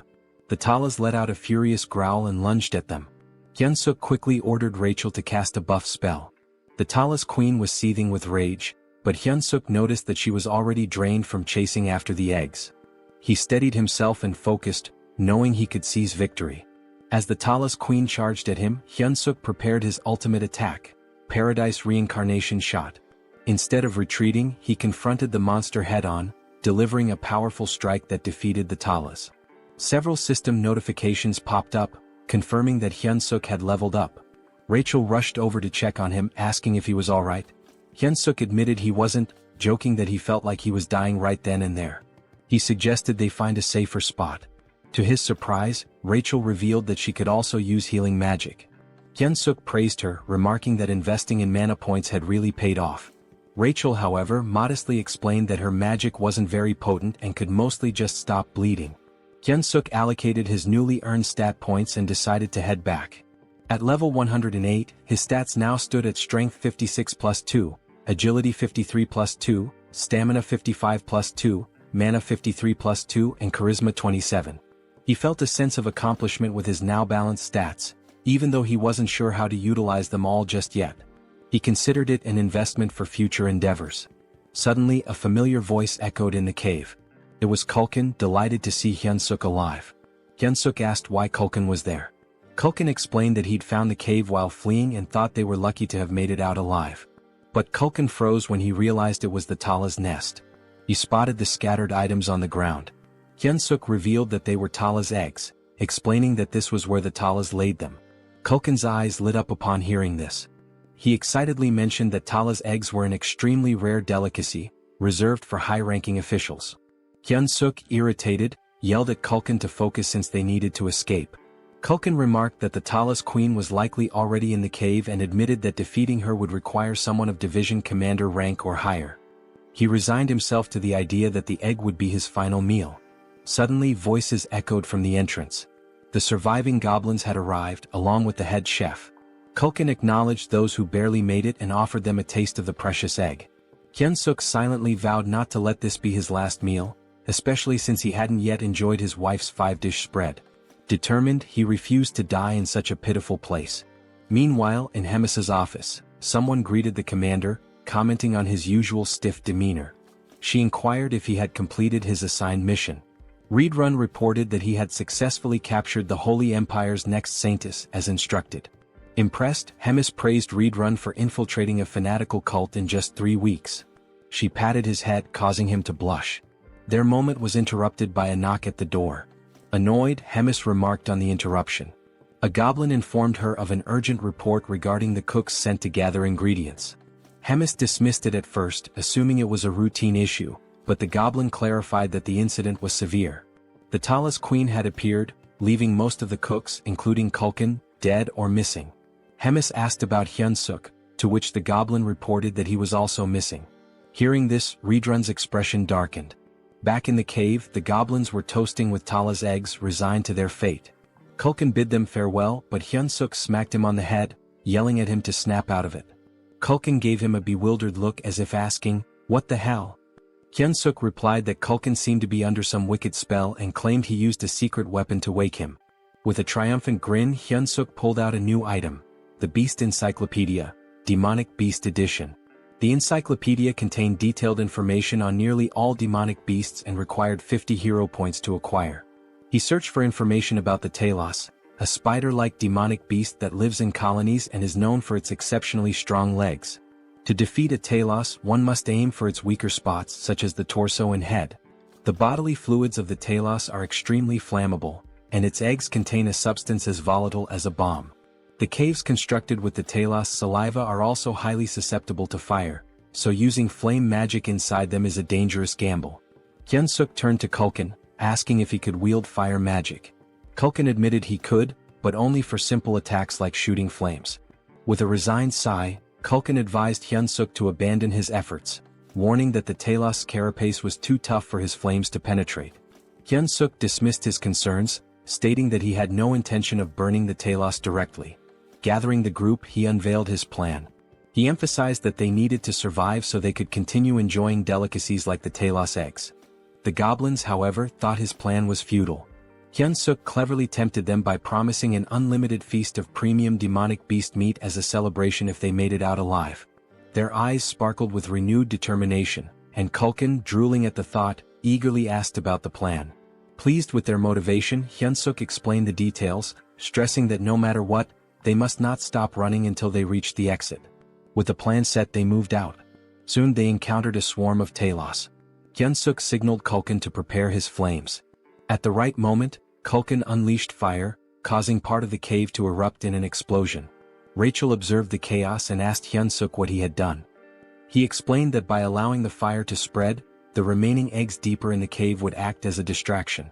This would keep the Talos occupied long enough for them to escape. Hyunsuk instructed the goblins to stay focused on surviving and to throw an egg as a diversion if needed. With only one egg left in his possession, they had to locate the exit before using it. As they pressed on, Rachel spotted light ahead. Hyunsuk guided the group toward it, urging them to keep running. Relief washed over them as they reached the light, but it was short-lived. Standing in their path was the Talos Queen. Hyunsuk's expression darkened as the massive creature blocked their way. Culkin, equally dismayed, whispered that the Queen had returned, believing their doom was imminent. But Hyunsuk refused to give up. He noticed the Queen wasn't attacking them outright. Sensing an opportunity, he addressed her directly. He instructed Culkin to ignite something, then held up the last egg, threatening to detonate it. If this explodes, Hyunsuk warned, we all die, your offspring included. The Queen hesitated, her gaze fixed on the egg. Hyunsuk intensified his demand, urging her to step aside. The Queen screeched loudly, causing tension to rise. Rachel anxiously asked what they should do next. Hyunsuk, out of ideas, lit the egg and hurled it toward the cave wall. The egg detonated, igniting a fire that spread rapidly. The ground trembled as the cave began to collapse. The goblins, terrified, scrambled to escape. Hyunsuk shouted for everyone to prioritize getting out alive. But as he fled, he suddenly froze, distracted by a system notification. He had leveled up. Rachel, exasperated, yelled at him to move before he was buried in the rubble. Glancing back, Hyunsuk saw the Talos Queen being crushed beneath the falling debris. More notifications flooded his vision. He had leveled up repeatedly. The realization hit him. All the Talos killed in the collapse had counted as his experience points. This was, without a doubt, speed EXP farming at its finest. Hyunsuk stood there, dumbfounded, before deciding to focus on escaping. He called out to Rachel for a buff, which she promptly provided. Emerging from the chaos, they faced one final challenge. The Queen Talos was still in their way. Culkin, desperate to create a diversion, pulled out an egg and shouted, "This is for you, Queen." He offered the Queen an egg in exchange for a way out. Hyunsuk recognized it as an opportunity. Determined to survive, he sprinted with all his might. The Queen spat a green fluid resembling spider silk, and Hyunsuk began to wonder if this was truly the end for him. Suddenly, red hands grabbed hold of a large trunk. A familiar voice asked if he was all right. Hyunsuk realized he was being dragged. To his astonishment, it was Reed Run. Reed Run was visibly pleased to find Hyunsuk alive, just as he had anticipated. He confidently declared he would handle the situation. Reed Run wielded the massive trunk and struck the Talos Queen with a devastating blow. The Queen emitted a deafening screech as Reed Run assumed a combat stance. Hyunsuk couldn't hold back his admiration and exclaimed how incredible Reed Run was. He couldn't believe what he was witnessing. Later, at the Demon King's Black Castle, they discovered grim news. Out of the 105 goblin packs in the Demon King's army, only 6 had survived. 99 were either dead or missing, including Culkin. In Bobo's room, the enormous beast whimpered and clung to Hyunsuk, straddling him like a child. Hyunsuk consoled the emotional Bobo, teasingly saying he had returned from the dead just to see him. Rachel commented on how fortunate they were to have survived, crediting the cow-headed figure. Meanwhile, Bobo kept licking Hyunsuk's face affectionately. Hyunsuk replied to Rachel, saying they should cherish their moments of peace, as the looming finals could very well get them killed. Rachel asked for clarification. Hyunsuk explained that finals were approaching fast. Rachel observed that Hyunsuk had matured significantly, and she wasn't wrong. Thanks to the collapsed cave, Hyunsuk had gained a staggering 75 levels in one fell swoop. His current level stood at 200, but Rachel remarked that it still felt inadequate. Hyunsuk shared her sentiment, especially when faced with an opponent boasting over 6,000 battle power. Rachel tested him with a question. Would attaining 6,000 battle power make him as strong as an orc? Hyunsuk replied that it wasn't solely about power level. Rachel confirmed his answer, explaining that such strength also relies on magic. She urged him to master magic if he hoped to confront such adversaries. Hyunsuk admitted it wasn't as simple as it sounded. Rachel reminded him of a moment when he had inadvertently used magic in the past. Hyunsuk, puzzled, was unaware of having done so. Rachel confessed that it was far too basic to be called magic. Hyunseok finally understood. The surge of power he had felt back then was indeed magic. Their conversation was abruptly interrupted when the door swung open. Both were caught off guard as Reed Run entered. Hyunseok asked why someone like Reed Run would visit such a modest room. Reed Run informed him that he was there to summon him to meet the great commander at Hemis's office. When Hemis saw Reed Run, she inquired about his unusual presence. Reed Run explained that he had a personal matter to discuss. He requested permission to teach Hyunseok the art of battle. Hyunseok was shocked. Hemis asked for the reasoning behind this. Reed Run explained that Ork Harkin, a platoon leader, had been exhibiting extraordinary potential and seemed suited for the position of deputy battalion commander. If things continued this way, Hyunseok was certain to lose. Reed Run expressed his belief in Hyunseok's immense potential and his desire to witness what Hyunseok could achieve in the future. Hyunseok was dumbfounded, certain the commander would reject the proposal. To his surprise, Hemis approved. Reed Run expressed his gratitude and Hemis dismissed them, stating she had work to attend to. Before they left, she noted how much stronger Hyunseok had grown since their last meeting. While she admired his rapid development, it also irritated her as it posed a threat to Kirkin. She resolved to grant Kirkin something to even the odds. Reed Run led Hyunseok to his personal training ground, a vast space that amazed Hyunseok. He reflected on how much respect Hemis had for Reed Run. Reed Run, observing in silence, noticed Hyunseok's body was brimming with mana, yet he couldn't utilize any of it. He realized Hyunseok's rapid growth left little time for mastering the basics. With the battle only 4 days away, there wasn't enough time. Reed Run concluded there was only one solution. He clenched his fist and declared that pain was an integral part of growth. Advising Hyunseok to stay alert, he delivered a punch directly to his face. While crashing onto the ground, Hyunseok couldn't help but question if this guy was completely out of his mind. Here he was supposedly training him, yet he was beating him to a pulp. Hyunseok shouted at Reed Run to focus. Otherwise he'd die if he didn't learn to block with mana. Determined, Hyunseok tried to shield himself from Reed Run's incoming kick by raising his forearm. He quickly leapt backward to create some distance. Gathering his strength, Hyunseok launched a counterkick. Reed Run found it peculiar. Although Hyunseok's physical strength was nothing remarkable, his reaction speed and perceptiveness rivaled those of a seasoned knight. Reed Run recognized that Hyunseok's fighting spirit was extraordinary. It became clear to Reed Run that it wasn't by sheer luck that he couldn't dodge Hyunseok's kick. Hyunseok's combat instincts were refined to an astonishing degree. Deciding to trust Hyunseok's innate sense of battle, Reed Run planned his next move. He reminded Hyunseok of the wager with the commander, emphasizing that without mastering mana, he had no chance of defeating Kirkin. With a cold resolve, he added that it was better to die here than suffer defeat in front of everyone. Then with a powerful punch, Reed Run hurled Hyunseok into the air. Hyunseok realized in that moment that Reed Run wasn't bluffing. Another hit like that might actually kill him. His mind wandered to his unfulfilled dream of getting married and having adorable children. But Reed Run wasn't giving him time to reminisce. He was already pursuing Hyunseok mid-air, leaving Hyunseok with only two choices: die or block the attack. Praying to God, Hyunseok clenched his fist and prepared to retaliate. The next moment, the ground trembled from the impact of someone crashing into it. That someone was Hyunseok. The force of his landing shattered a significant portion of the terrain. Rachel, standing nearby, was visibly alarmed. Reed Run approached Hyunseok's motionless body, observing him carefully. He declared that Hyunseok had just managed to control his own mana for the first time and asked if he had noticed. Raising his hand weakly, Hyunseok gave a thumbs up, joking that God had answered his prayers. His ridiculous expression made Reed Run chuckle. Reed Run reassured him, saying he'd win if he continued progressing like this. He grabbed Hyunseok's arm and instructed him to stay still so he could heal him. But as soon as Reed Run began, Hyunseok let out a groan of pain, clutching his neck. Reed Run had forgotten an important detail. Dark mana was akin to poison for humans. Realizing his mistake, Reed Run apologized profusely, scooping Hyunseok into his arms and urging him to stay alive.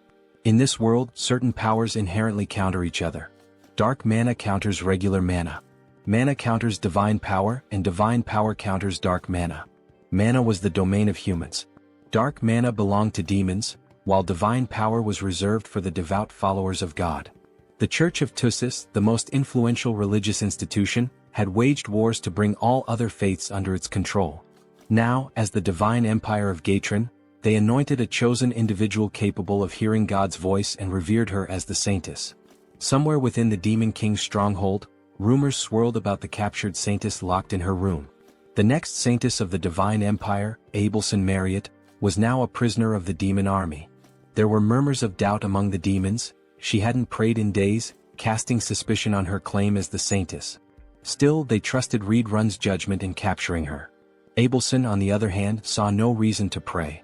She believed her current circumstances were preferable to her time in the church. Suddenly, the door burst open and Reed Run barged in, carrying Hyunseok in his arms. Abelson immediately chastised him for his rudeness. Ignoring her, Reed Run demanded that she heal the human. Hyunseok's head throbbed, and he began to wonder what Reed Run had done to him. It was almost comical. His last thought was regretting that the last hand he held belonged to a man instead of Rachel. When he opened his eyes, he was greeted by the sight of a silver-haired beauty. His immediate thought was that he had died again and ended up in some random place. Hyunseok began lamenting loudly, claiming he would never forgive the angel for this. He dramatically declared he'd rather become an archmage by the age of 30 than go through this again. Praying fervently, he cursed Rachel, accusing her of being a demon disguised as an angel, and demanded eternal torment for her. Finally, he muttered one last wish.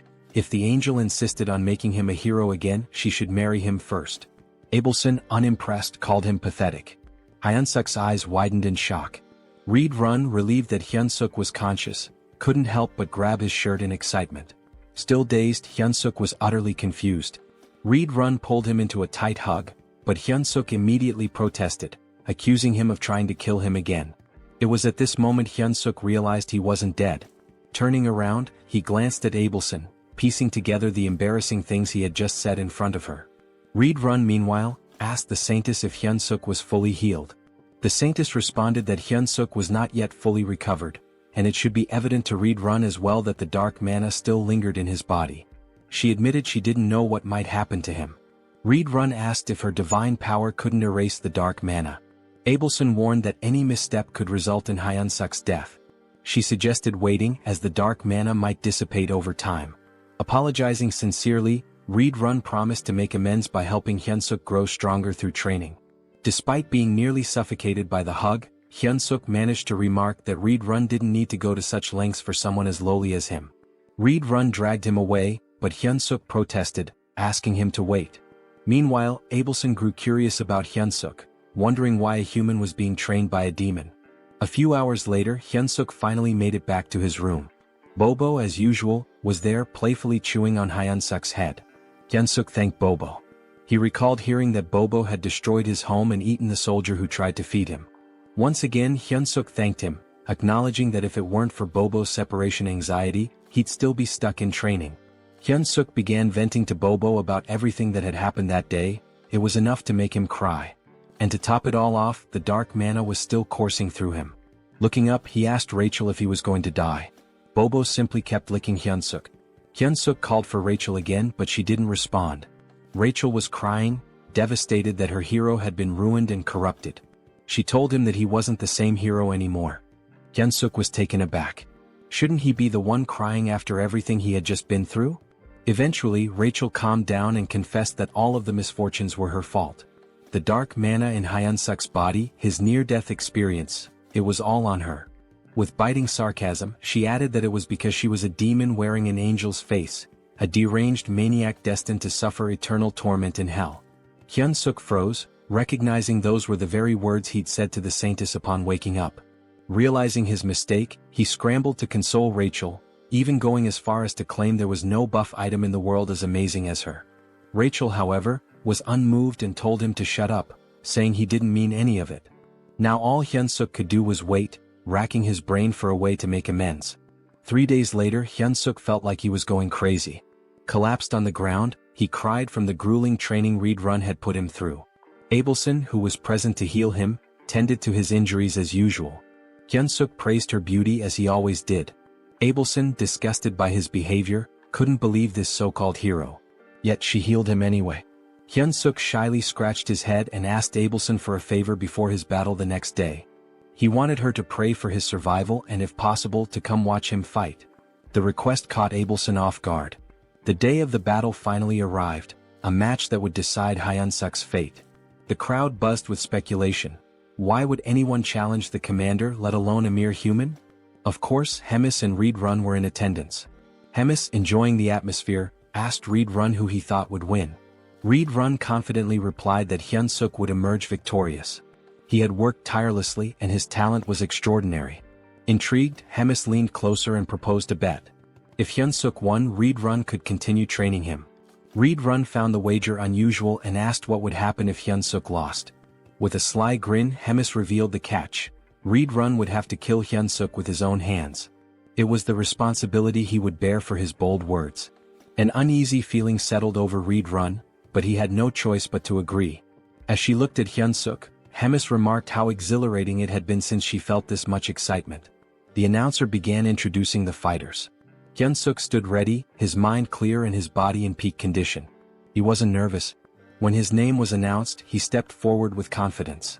Hyunseok reflected on how much he'd grown. His stats had improved significantly, he'd gained a new skill and trait. The intense training had paid off. Reed Run's unique combat style, composed of 10 distinct forms, was now a part of Hyunseok's arsenal. Though his proficiency with it was only at 8%, he believed it would suffice. Our boy was determined to win this fight and hoped that, after the battle, he could go on a date with the silver-haired saintess. But his thoughts were quickly interrupted when Rachel shouted, demanding to know what he was thinking. On the other side, his opponent was introduced. This beast, named Korkin, was here to punish Hyunseok for his arrogance. Both Hyunseok and Rachel immediately noticed that something was different about Korkin. He didn't look the same as when they had seen him before. Reed Run was also caught off guard as soon as Korkin appeared. Hemis wasted no time in reminding Reed Run that there was no backing out of their bet now. Korkin let out a roar so loud it sent shockwaves through the area. His combat level now stood at 10,573, which Hyunseok confirmed with his goggles. Hyunseok couldn't believe it. Korkin had surpassed 10,000 in just a few days. Rachel too was in disbelief. She suspected that Korkin must have done something underhanded to increase his strength so rapidly. However, Hyunseok clenched his fist and muttered to himself, of course, nothing was going to be easy. As soon as the fight began, Hyunseok charged toward Korkin. Korkin, already anticipating the move, raised his weapon in preparation. Hyunseok knew that if that massive club landed even once, he was done for. Korkin swung his weapon, but Hyunseok managed to avoid it. The swing was large and easy to predict. Hyunseok knew that he just had to stay calm, dodge and wait for the right opening. Hyunseok landed a solid blow, and the announcer remarked that it must have hurt even Korkin. Hyunseok readied himself for another strike, landing it once more. The impact was tremendous, but Korkin didn't even flinch. Hyunseok immediately realized he had messed up when he saw something blurry coming toward him. The object hit the side of his body with a powerful force. He quickly created distance between them, only to notice that his left arm had been broken by that single blow. Korkin, however, seemed unfazed by the damage he had taken earlier. Hyunseok observed that Korkin appeared normal, and his movements were still predictable. In his mind, Hyunseok reminded himself that he had endured worse before. He steeled himself, telling himself not to be afraid and remembering the lessons he had learned. Combat arts involved using mana with martial arts, allowing someone to smash the ground or break a rock with a single punch. Reed Run had explained this to him. He added that combat arts weren't just about raw strength. The crucial point was that combat arts are techniques meant to kill your opponent. Back during their training, Hyunseok had been told he couldn't beat Korkin with his current abilities. The reason? He lacked the intent to kill. Without a clear intention to kill, his attacks were meaningless. As the present moment unfolded, Hyunseok recalled Reed Run's words. Korkin was about to strike again, but this time instead of dodging, Hyunseok surged forward as if he was about to counter. This time his attack was fueled by killing intent. Hyunseok's punch landed and he shouted, "Fucking die." Unlike his previous attacks, this one pierced Korkin's muscular body. This was the first form of Reed Run's combat style, instant obliteration. And as the name suggested, the arena was obliterated in the process. As the dust clouded the arena, Abelson wondered who had won. When the dust finally settled, Korkin's body was revealed, a massive hole torn through his chest. "Welcome to the Donut Club, ugly ass," Hyunseok thought to himself as he raised his fist in victory. It was official, the weak human Choi Hyunseok had won. Despite his victory, Hyunseok's body trembled, and he realized that if he used Reed Run's technique again, it might just kill him. Meanwhile, Rachel was celebrating. She told Hyunseok that he had pierced straight through Kurkin's heart. Hyunseok could hardly believe they had won. But then a dark red aura surrounded Kurkin's body. Something wasn't right. The announcer too couldn't believe his eyes, exclaiming that it was a miracle. But Hyunseok knew this wasn't a miracle. He watched as a red object began to emerge from Kurkin's body. Twisting in pain as something strange happens to his body, it's clear that the blow wasn't fatal enough. Kurkin remains standing, almost miraculously, despite a massive hole where his heart should be. Kurkin has now literally become a walking meat donut and will be known as Mr. Donut. Choi, surprised that Kurkin can still fight even with his heart torn apart, realizes it must be the commander's doing as he stares at Mr. Donut's gaping hole. Meanwhile, the commander watches the fight with a smile, enjoying how events are unfolding. Beside her, Reedrun wonders what she was thinking by sharing her dark mana with Mr. Donut. She also cast a curse that turned him into an undead when he reached a fatal state. The commander, impressed by Choi's quick learning and talents, smiles, though her expression carries a hint of frustration for having expected more from him. Back on the battlefield, Choi wonders if Donut is still alive as he looks at the heartless monster still standing. Rachel clarifies that he isn't, it's actually a curse causing this effect. However, she notes that the curse won't last long. Suddenly, Donut charges at the hero, preparing a strike with a murderous gaze. Choi laughs, joking that this move is already well known and easy to dodge. Famous last words. In the blink of an eye, he is struck. Donut's fist is already at his neck, and apparently the blow wasn't as avoidable as Choi had thought. Mr. Donut, holding the hero's neck in one hand, strikes multiple times with the other, only stopping when Choi, in a desperate response, grabs the monster's arm with both his arms and legs, causing a surge of energy. This prompts Donut to throw him away, sending Choi crashing into a wall. As Choi reflects on the gentle meeting between his body and the wall, he recalls the near-death sensation he experienced, comparing then to now. It seems like all the bones in his body are broken. With no time to dwell on his misery, he notices someone willing him to stand and continue. Choi then realizes Abelson's presence, gesturing encouragement, telling him he can win. The hero hesitates to believe her, but the doubt doesn't last long. He rises, realizing the fight isn't over until it's truly over. His newfound courage stems from one thing: the fear of embarrassing himself in front of a girl.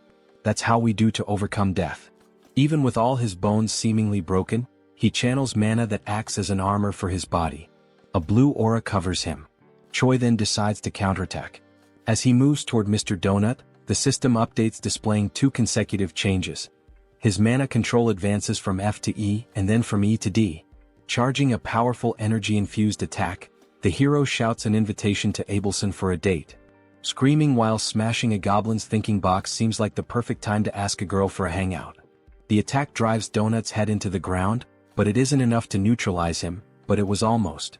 Realizing his attack was highly effective, Choi continues his assault, repeatedly striking Donut's meat coconut. The audience watches in stunned silence, unable to process what's happening in the arena.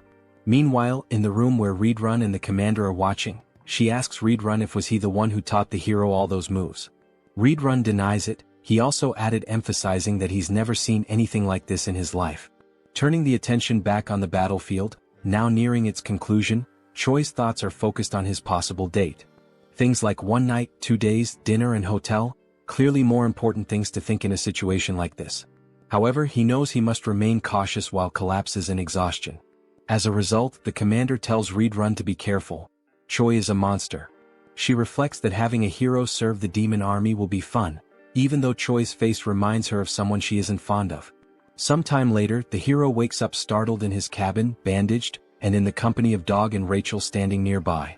Before he can ask where he is, Rachel informs him he's obviously in his cabin. Choi, concerned about the outcome of the fight and his experience, is quickly reassured that he won and that Abelson tended to his injuries. Eager to check the system, he looks at his stats. Hero candidate Choi, now level 212, has seen significant increases not only in his level but also in stamina, mana, charisma, and unlocked mana control skill. As he reviews his stats, Rachel mentions she could have healed him too. Choi ignores the comment, focusing solely on the absurd number of levels he gained. Noticing the mana control skill, Rachel reacts with exaggerated surprise. She defends her reaction, explaining that she's right, it's extremely rare for anyone to achieve mana control.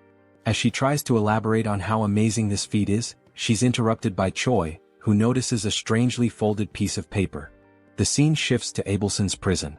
She's gazing at the stars and muttering to herself that it was unnecessary. In her thoughts, the hero is strange. He discovered mana and learned about combat in just 3 days, which isn't normal. This hero certainly has unknown potential. Unfortunately, his personality is inversely proportional to his abilities. Abelson wonders if her prayers were answered or if Choi is simply pure talent. In the end, it doesn't matter. To her, he's the hope she needs.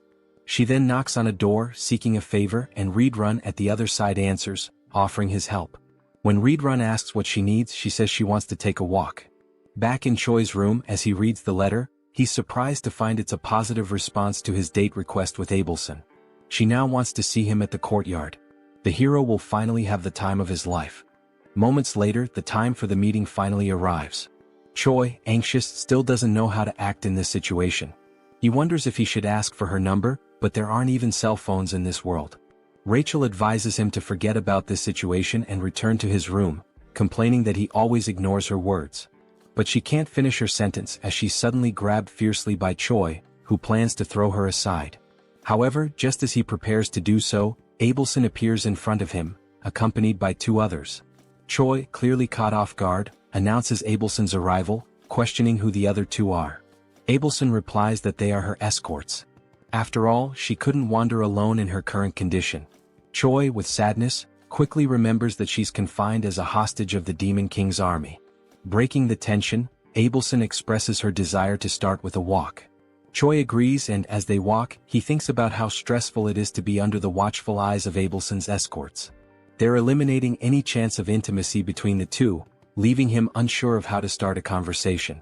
Abelson, on the other hand, knows exactly what to say. Without hesitation, she fires her question. "Are you a hero, Mr. Choi Hyunseok?"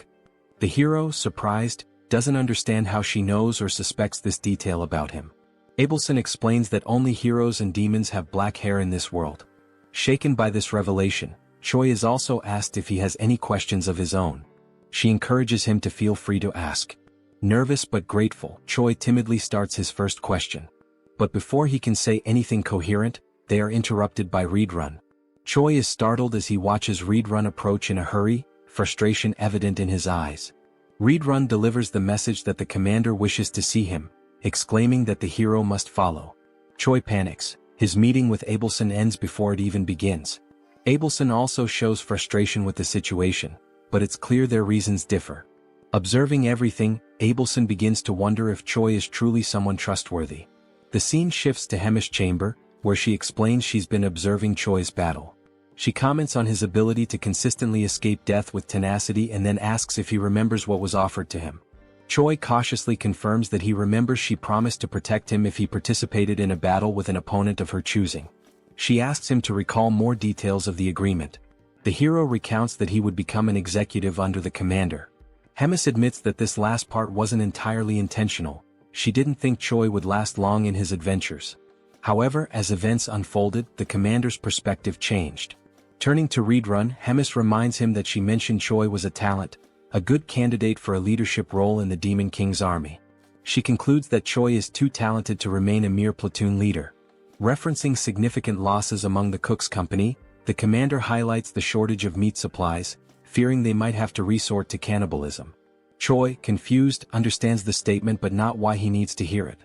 Hemis then declares that he will lead the Cook's squad. Choi is now free to take any initiative needed to restore order to the kitchen. Hemis ends by asking if he will be able to accomplish this task. Hesitant, Choi responds that he will do his best. The scene changes again. Now alone with Rachel, Choi is sarcastically asked how it feels to be a Demon King squad leader despite being a hero on paper. Choi, matching her tone, declares he's so happy he could die. As he heads to his new workplace, the hero tells Rachel he notices her lingering bitterness. Rachel just grunts. Adopting a new attitude, Choi arrives at his destination and begins his duties by confronting a suspicious creature in the kitchen. The creature, one of the servants, mocks him by referring to Choi as a slave. Determined to assert his new position, Choi shouts at the servant as he approaches him. The servant looks confused and suddenly Choi strikes him with a blow to the chin, knocking him out while declaring himself the new commander. Choi then shouts for everyone to gather in the kitchen.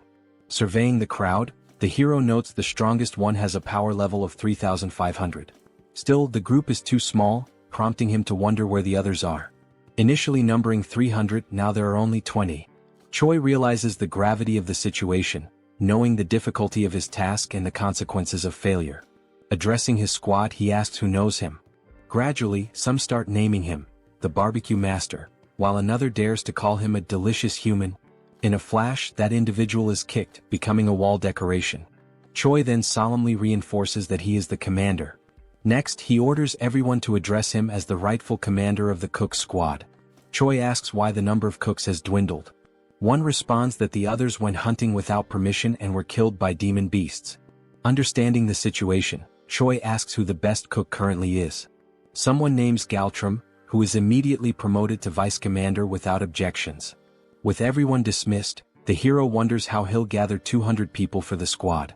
However, he quickly comes up with an idea. The next day, the fairy, the dog, and the hero set out to recruit cooks with a plan in mind. Searching high and low, Choi reflects on how some are easily replaceable while others are irreplaceable. Then he finds someone. With a kick as his greeting, Choi invites the individual to become a chef. The individual, irritated by the treatment, attempts a counterattack but is swiftly knocked down again by the hero, who begins persuading him with arguments. Informing him that he'll be the first of the day, Choi promises him a high-ranking position if he accepts. As a senior, he won't be bothered by many, on the contrary, he'll do the bothering. The future senior begins to waver, especially after learning that his first mission will be to recruit 5 juniors. Thus, it becomes clear what Plan A is, a pyramid scheme. Meanwhile, somewhere else, someone is feasting on a large and succulent steak. His name is Doris, and he is a commander of the 3rd Battalion in the Demon King's army. As he eats, he mentions that the place is more peaceful than usual and that this elegant meal is proof of that peace.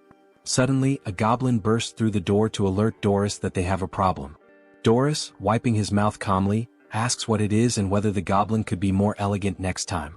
The goblin, still catching his breath, reports that most of the battalion members have left.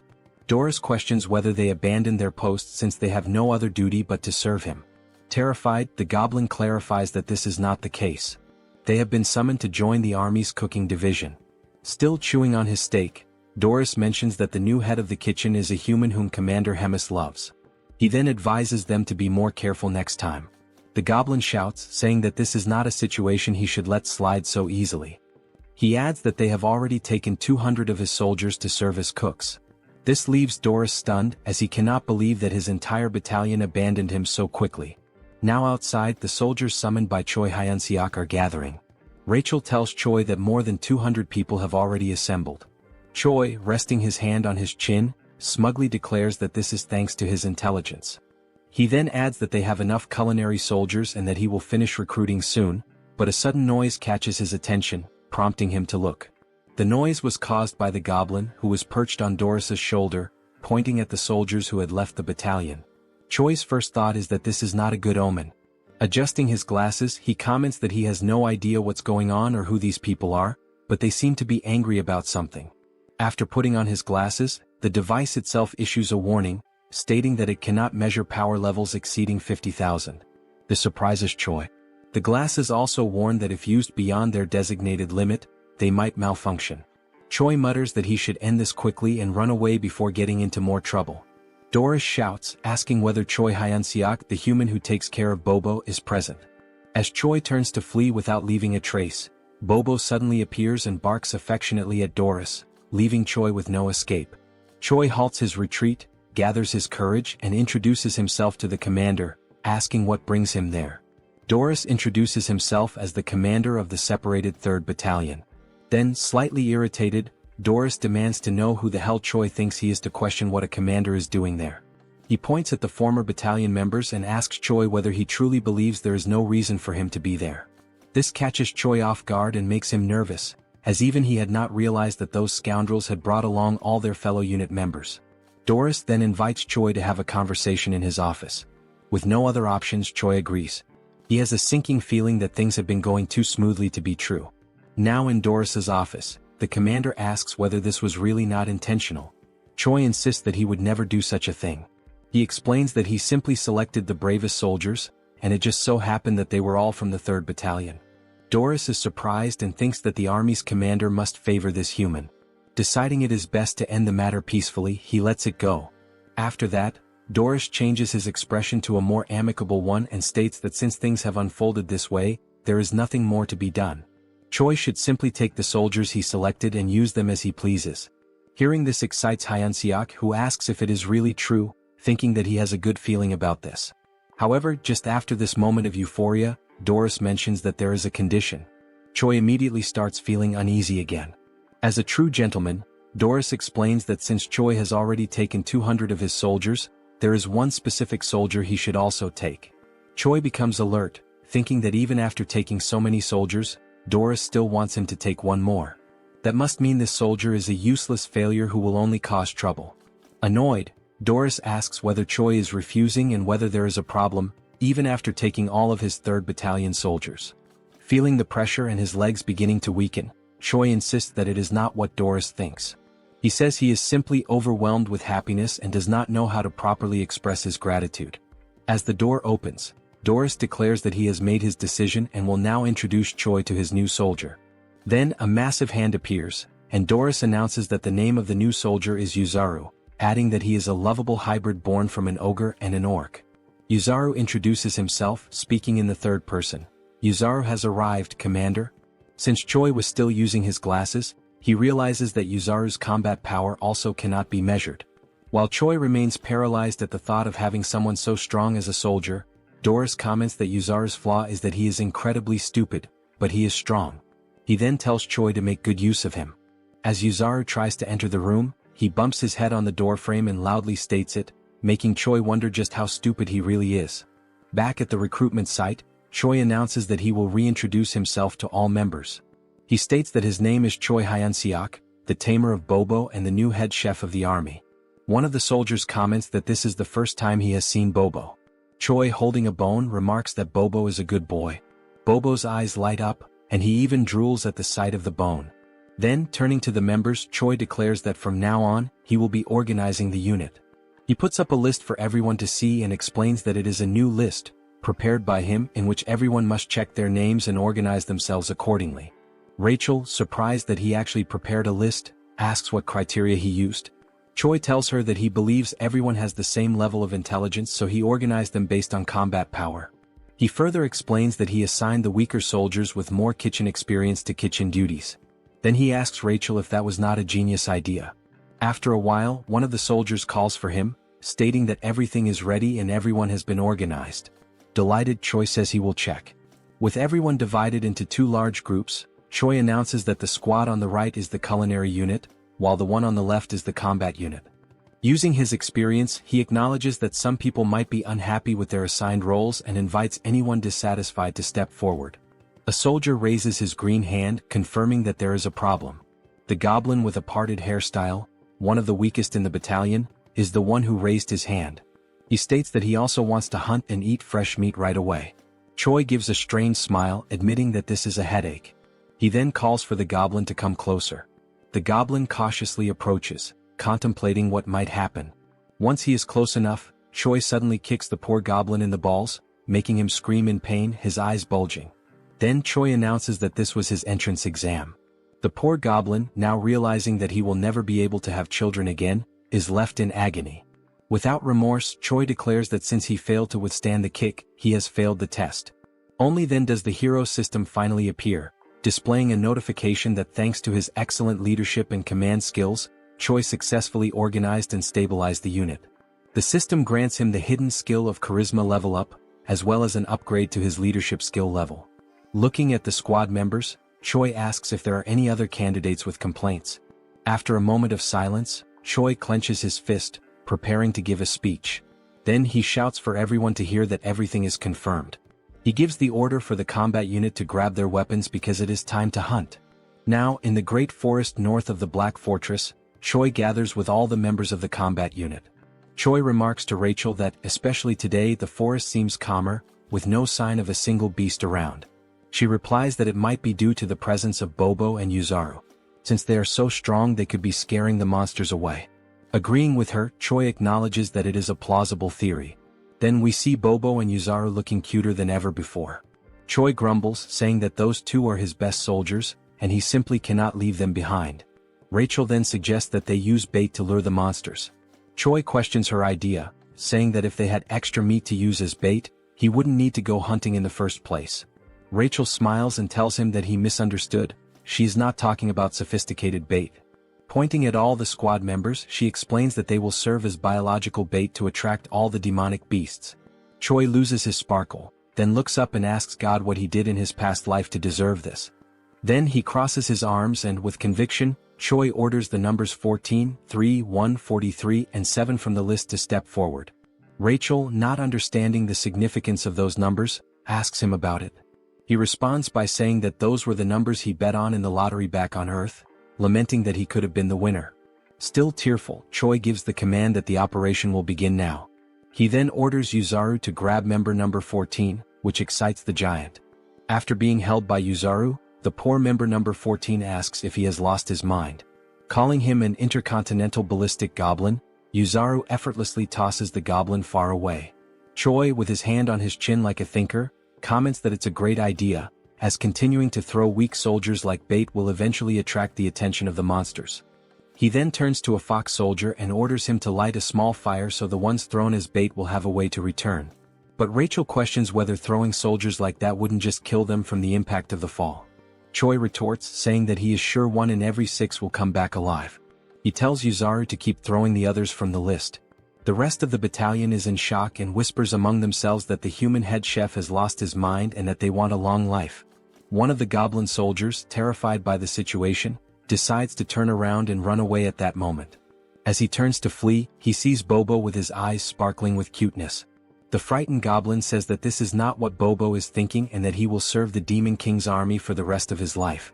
But it seems Bobo doesn't believe him, as Choi mentions that the ones he threw earlier are late and should have returned by now. Meanwhile, in the background, the poor goblin is crying for help. At the same time, one of the goblins who had been thrown is running back, desperate and calling for help while being chased by several monsters. Choi smiles, saying it was about time for him to return and let the soldiers handle things now, but only if he needs to land the final blow on the monster to count for XP. But before he can finish his thought, Yuzaru takes off running ahead. He is simply too strong to leave the last hit for anyone else. As Yuzaru takes down the monsters one by one, he shouts that he loves fighting, leaving nothing for Choi. Frozen and speechless, Rachel looks at Choi and asks what last hit he's talking about, since there's no monster left alive. After everything, while Yuzaru celebrates his success with Bobo, Choi is left crying because he didn't get any XP, and worse, he can't even use the monsters as food since they were all torn apart. Rachel, shocked, points out that both Yuzaru and Bobo only need 1 hit to defeat the monsters. Still in disbelief, Choi says he needs to go back tomorrow but without those two. Rachel asks if he is sure about that, since there's only 1 more day before the main commander's duties return to normal. Back at the battalion, Choi orders a retreat, telling everyone to gather tomorrow at the same place, earlier than usual. Back in the kitchen, Rachel asks why he went there right after returning, and Choi responds that he needs to see if the mashed meat works in any way. Kicking the door open, Choi yells asking where the lazy ones are, ordering them to gather. One of the kitchen soldiers runs towards him and asks if something happened. Choi asks if he tried the meat from today's hunt. This soldier is Galum, the vice chef. Galum confirms that he did, but the results were not as good as expected. Choi is uncertain and says that the craftsman isn't very demanding and asks if Galum understands. Galum, in tears, says that he does. Mockingly, Choi asks if, despite all of his experience as a vice chef, Galum still doesn't know how to make minced meat. Galum responds that the main role of the kitchen army is to bring the ingredients, and he is not a personal chef for the commanders. He explains that the commanders care about taste, while the others just want to eat and don't care about flavor. Choi tells him that the members are also struggling and orders Galum to be quicker. Galum quickly runs off, telling the others to gather to light the firewood. Reflecting on what Galum had just said, Choi realizes that everyone with a rank below that of commander survives on tasteless meals, so he has a good idea and smiles as things may be easier than he thought. After a while, he decides to pay a visit to an old acquaintance. He knocks on Abelson's door and introduces himself as Hyunseok. She hears him and tells the hero to come in. Feeling awkward and blushing, he says that it's nothing special, he just wanted to see her. Rachel then says that now she understands the real reason he went to the kitchen. It was to see this woman. He then pulls out the beautiful and delicious dish and asks if she has already had dinner.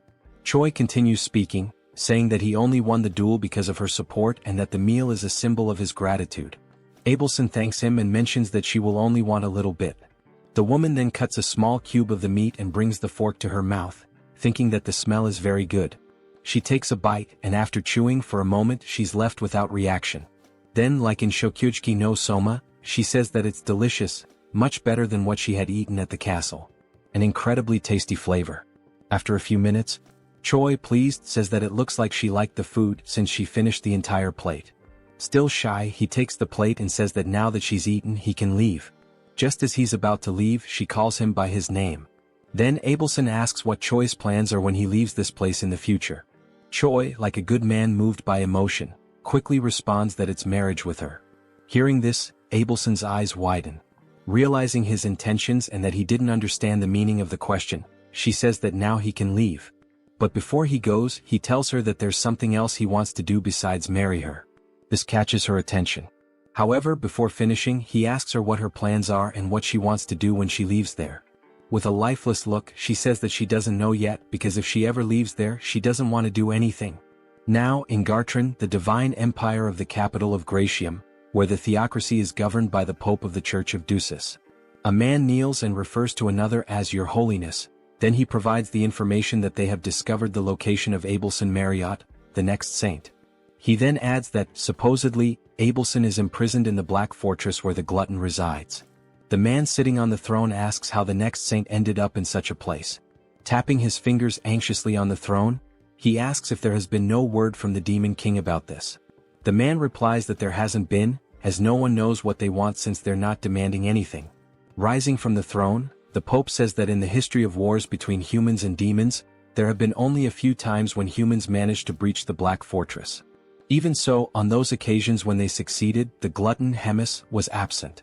So, attacking directly now would be very reckless. Opening the curtain to the window, he says that he will send a secret rescue team. Then, Pope Orvan IV gives the order for the man to summon their hero. Back in the hunting grounds, Choi organizes the kitchen battalion soldiers into 2 blocks, literally. However, something keeps nagging at him. He can't stop thinking about what the hell Abelson meant when she said that she didn't want to do anything else. Walking to a suitable spot, he stops and says that this should be enough. While rummaging through his backpack, he calls the platoon commander forward and tells him to step up. He takes something from his backpack and tells the platoon commander to eat. What he pulled out were 2 steaks of meat, and while the soldiers look on in disbelief, they think it's some new type of bribe or some kind of leftovers. Choi asks if they're not going to eat, and the soldiers apologize and quickly begin eating.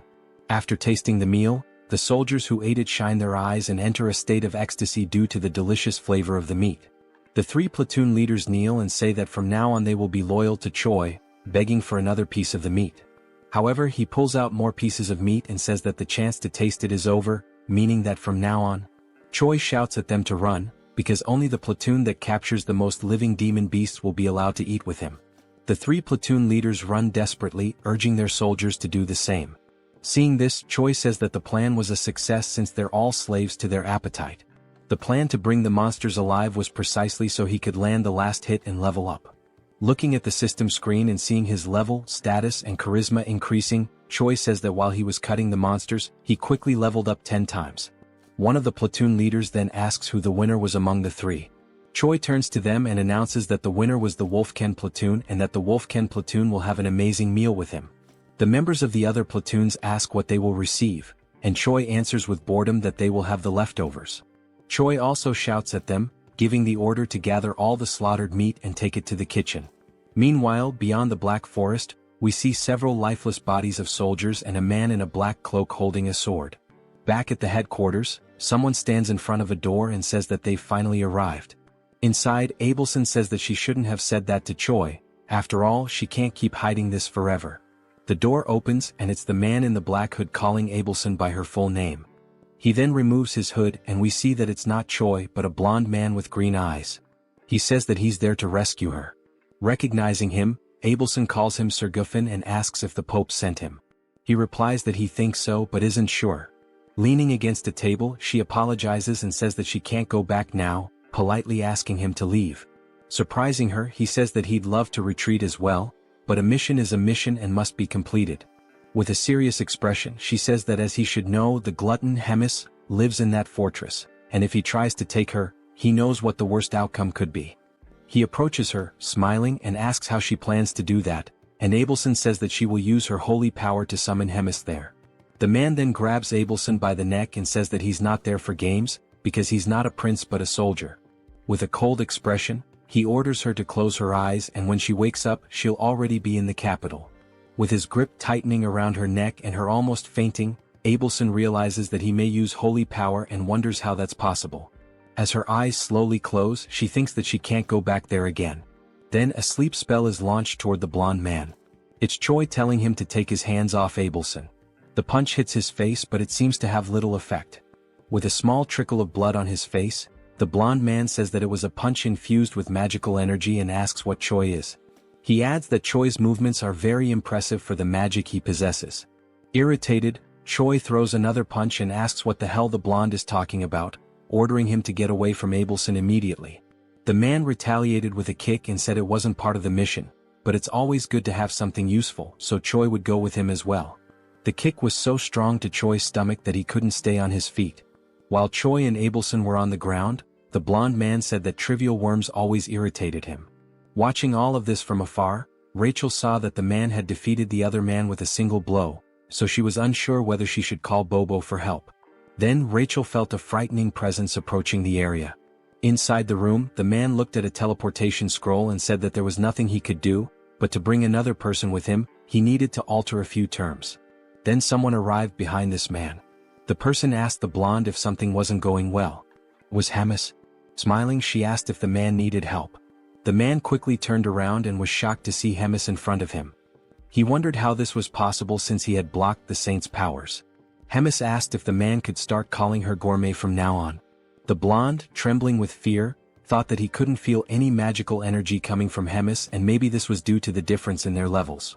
Placing the contract in his mouth, the man thought that maybe the story about Hemis, the glutton devouring thousands of soldiers in a single day, could be true.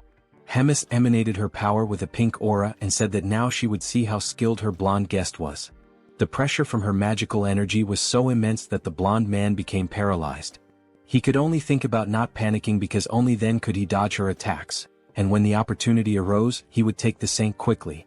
Then the blonde man felt a strange dizziness and realized it was due to the punch he had received from Choi, and the dizziness effect came late.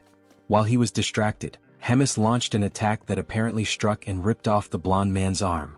The glutton said she liked him and asked if he could entertain her a little more. The blonde man thought that, with the state of his body, it was better for him to leave on his own. Then the blonde man declared the mission a failure, activated the teleportation power, a golden explosion occurred, and he disappeared from there. Hemis was surprised that the man fled even after she had asked him for a favor. Then, with a devilish expression, she said that it was fine because the truly fun things were about to begin now. Then a brief description of Hemis is shown. The glutton is an ancient monster and an ageless witch. All of these were insults to Hemis, the commander of the third corps of the Demon King's army. Through the endless flow of time, countless demons were born and appeared. However, the Demon King and Hemis, these two remained unshaken like enormous mountains. Yet, the infinite passage of time has numbed many things, and this is too cruel for any sentient being to bear. A few days later, Choi is training and is struck in the same spot with an attack. Lying on the ground and crying, he was training with Readrun, who tells Choi that his attacks and how he uses magic are still too direct.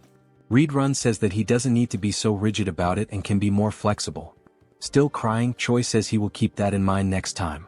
In an ironic tone, Readrun says that there's one more thing to mention.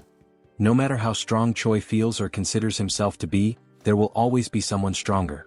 Helping Choi up, Readrun tells him not to forget that a fair victory is a privilege only for the truly strong. Then Reed turns to Choi Hyunseok and says that's all for today, telling him that he did a good job.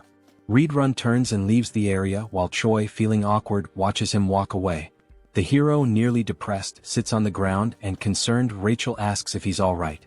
He responds that no, he's almost dying and asks her to heal him. Rachel begins the healing and Choi says that at least he can breathe now. This makes the fairy ask if she is now just a healing potion for him. While he's being healed, Choi has several thoughts in his mind.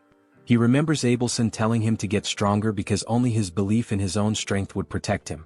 Then he tells Rachel that Abelson said he needed to be stronger. Rachel gets angry because he's already talking about that woman again, and because of her, he almost lost his life.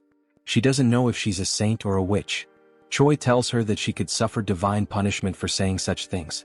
While still using the healing, Rachel remembers that the assassin used sacred power, so she questions why, if she is really a saint, he attacked her. Choi, thinking, says that she's right because the next saint should be a valuable existence, and that's not what happened. Choi becomes frustrated thinking about it and says that, in any case, he's done thinking about it. Then Rachel asks why he's so fond of her. Choi ignores her and says she's just jealous. Rachel yells that he's a woman-crazed moth and asks if he really wants to die. Shortly afterward, there was Choi, head down and sad, while Rachel and Bobo looked at him. Choi says that it's over for him and asks to be reborn as a rich family's cat in his next life, leaving their eyes confused by the situation. Rachel asks if Bobo is concerned and if he would accept someone like that as his master. Bobo still doesn't understand, so Rachel says she will tell him what happened. 30 minutes ago in Hemis's office. Hemis calls Choi Hyunseok and tells him that she has a big dilemma. She quickly says she's been bored for a long time, which surprises both Rachel and Choi with this sudden revelation. Sitting on her throne, Hemis says that because of this she should see something fun, and Choi just agrees. Hemis then says that he will have 1 month to train and defeat the battalion commander, which leaves him incredulous and nervous, asking if she really said that. With her aura emanating from her claws, she asks if something is wrong or if he can't do it. She asks if he wants her help, like she did with Mr. Donut in their fight against him. Remembering what she did, he bows, hitting his head on the table, and says that he doesn't need it and will handle it himself. Rachel then finishes recalling the events and Choi cries in the background. The fairy tells Bobo to say goodbye as he won't be seeing him for a long time. And now, I believe Bobo understands the situation. Rachel then turns to the hero and tells him that it's about time he accepts the fact that he's a hero, asking if he intends to defeat the battalion commander with only 9,000 power. Choi says he's already crying because of it and asks if Rachel wants him to die right now. While he laments, Rachel remembers that indeed Choi became strong quickly, but it's not enough because the battalion commander is on another level. Hyunseok remembers that the average battalion commander has a combat power of over 40,000 and he laments because there's no way to reach that number in such a short time. He looks at Bobo and thinks it would be wonderful if Bobo could replace him and fight in his place, as Bobo could fight on equal terms or even win against the battalion commander. While Bobo consoles him, Rachel says that the fight should be a duel and Choi confirms that. Only then does Choi have an idea, remembering what Hemis actually said. He then asks Rachel what Hemis had said, and Rachel replies that he has 1 month to defeat the battalion commander. He gets excited again because he realizes that at no point did Hemis mention a duel or a main fight. Rachel is left speechless, her eyes wide open. Choi then comes up with a plan because, no matter how he does it, he just needs to do it. The idea is to use anything to defeat the battalion commander, whether alone or not. Rachel asks if he's sure he should interpret it as he wishes. Biting his fingers nervously, Choi says that the only way is to lure the battalion commander out and set up an ambush with Bobo. Upon hearing this, Rachel asks what he is, as she doesn't know whether to consider him very intelligent or just a coward. Then Rachel asks how Choi will lure the commander out. She wonders if someone as careless as the hero has any way to persuade the commander. Holding a spice and smiling, Choi says yes, because he met the commander recently and knows that he enjoys savoring elegant meals. So Choi begins preparing the best recipe for grilled ribs. He selects the best ribs and goes through the entire process to make them incredible, soaking them in water with honey to remove the blood. Once the blood is removed, they should be left in a pot to cook quickly. While it's boiling, Choi chops the mushrooms and green onions, adds gushing fish, and stirs to combine the flavors. Then he adds everything into the pot with the meat and lets it boil. After at least half an hour of boiling, we see Bobo dragging Choi through the fortress corridors so fast that his body seems to separate from his soul. Upon arriving at the location, Choi can't bear it and collapses, questioning how it's possible for him to lose in terms of endurance if he's just a human. Quickly, Rachel stops the hero and tells him that it's burning, which leaves Choi terrified. Then we see the plate of ribs and stew complete and it looks delicious. Carefully, Choi places it on a plate, and with a smile he sprinkles finely chopped green onions on top, saying that the best stew, the key to unlocking the heart of Commander Doris, is ready. The table was full of delicious food, and Doris leaned back in satisfaction, a rare moment of peace washing over him. He took a deep breath, savoring the ambience, and reflected on how infrequent such refined, tranquil moments were in his position. The decision to pass Yuzaru on to Choi had been a stroke of genius, easing a burden he hadn't realized was so taxing. As he pondered this, a subordinate entered, bowing with measured respect. The air in the room shifted slightly as the servant cleared his throat before delivering a message. The cooking squadron had arrived to see him.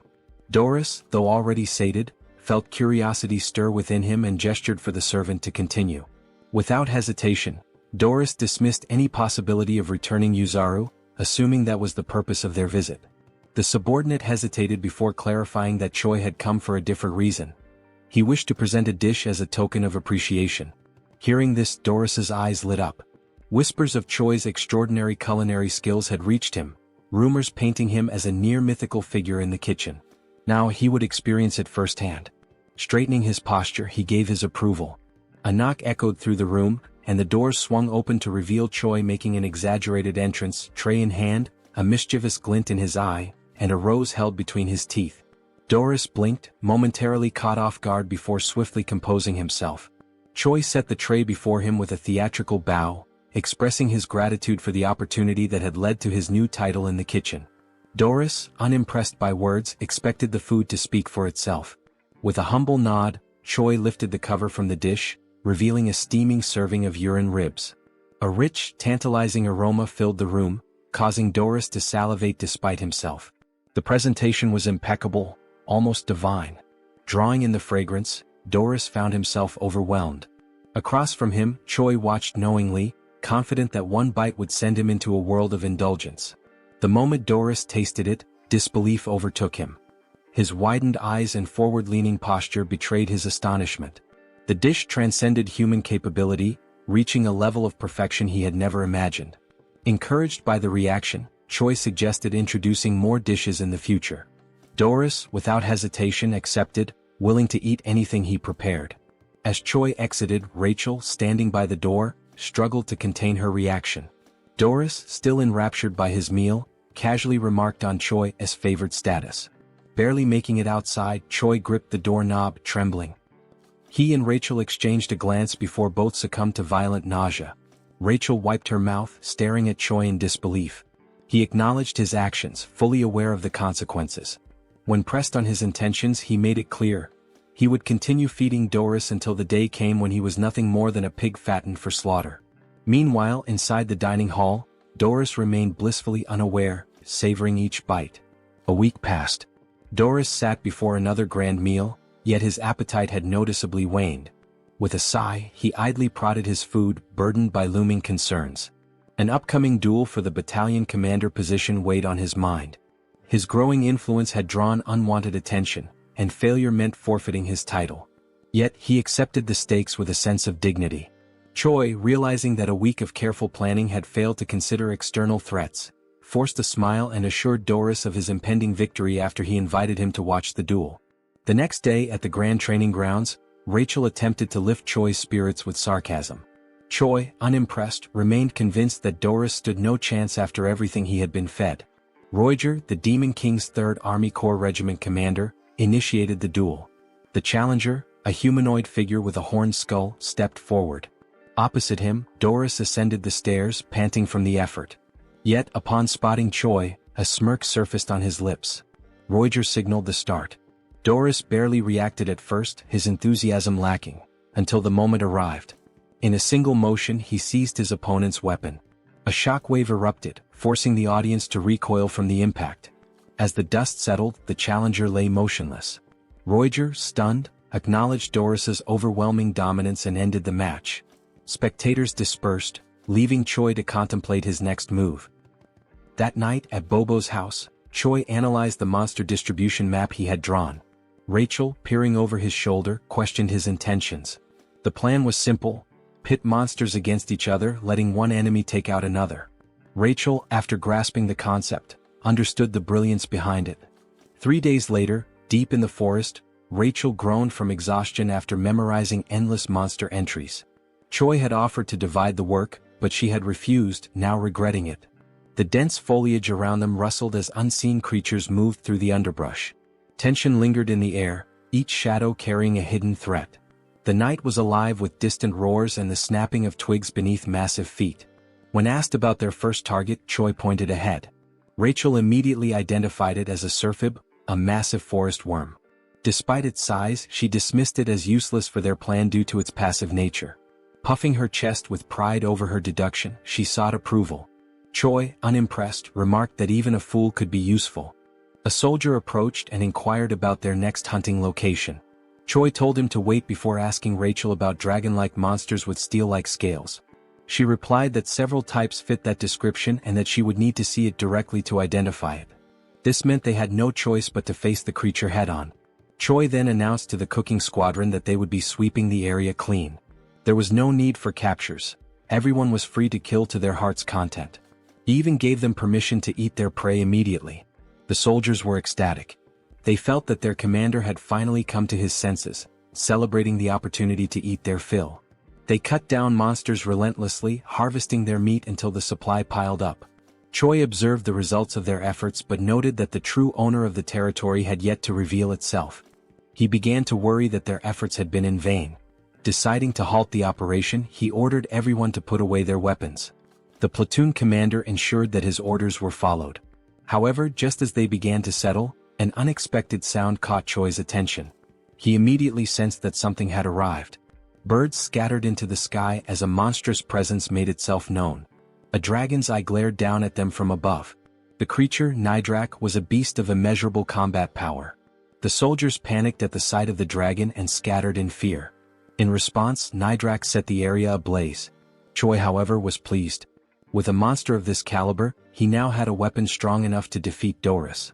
At Hemis's office, she spoke to Reed Run about her growing concerns. 3 weeks had passed without any news from Choi. She speculated that Reed Run might have been training him for something extraordinary. He dismissed the notion, stating that their training was nothing out of the ordinary. Hemis then asked for his assessment of Choi's chances against the battalion commander.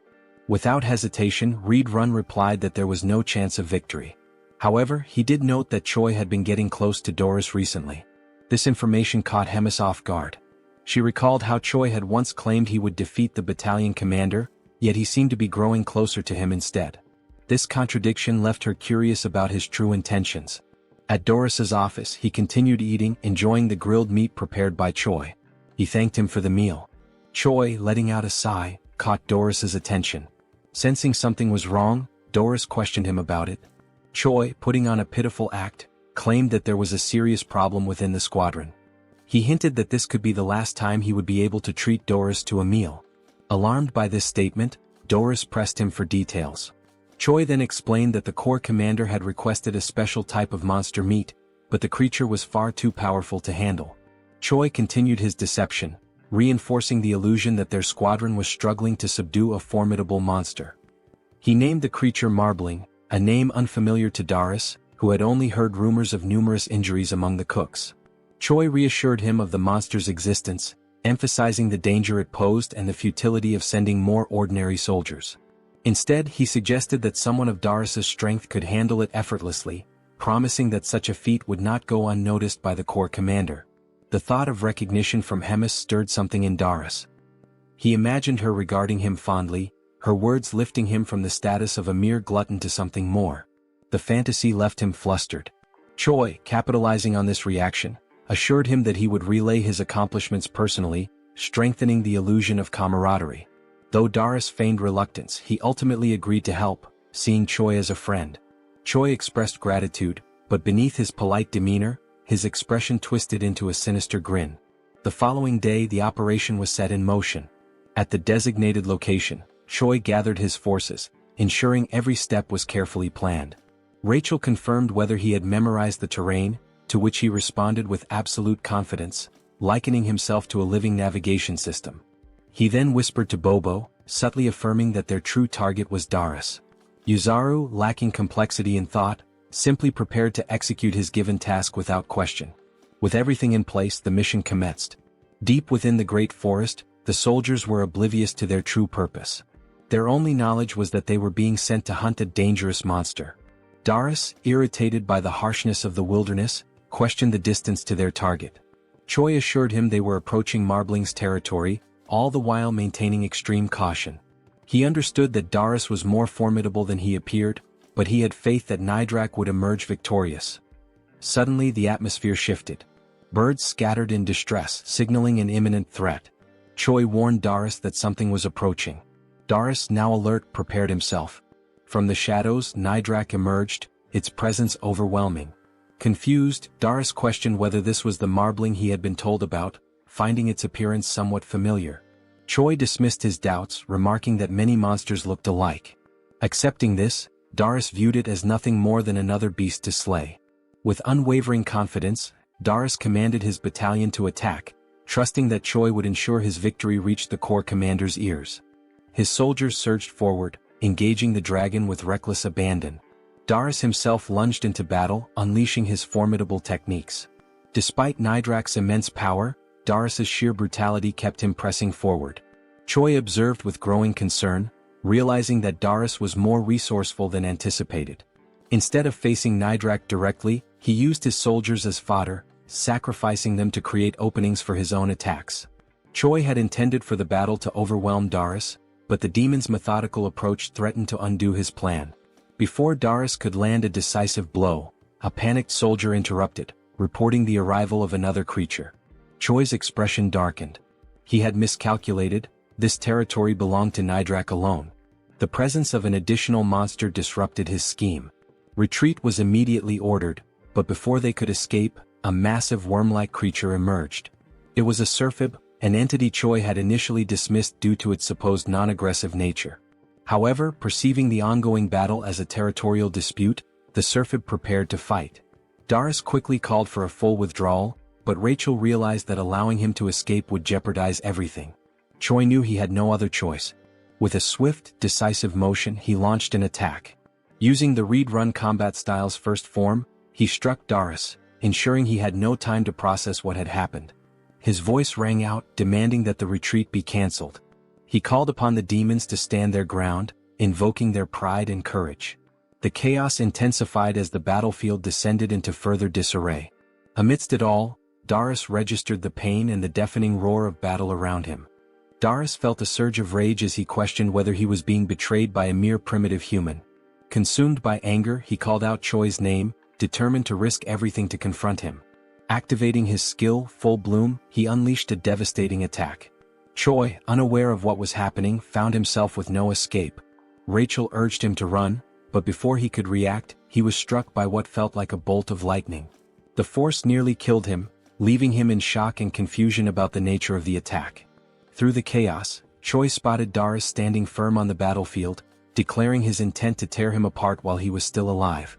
Realizing the imminent danger, Choi quickly assessed the situation, wondering about the whereabouts of Bobo and Yuzaru. Meanwhile, Rachel scanned the battlefield and noticed that Surfib's attack had caught everyone in its range. Choi felt as though he had been left alone to face Darius, who was seething with rage. Despite Darius' overwhelming fury, Choi saw him coughing up blood, recognizing that his opponent was pushing himself beyond his limits.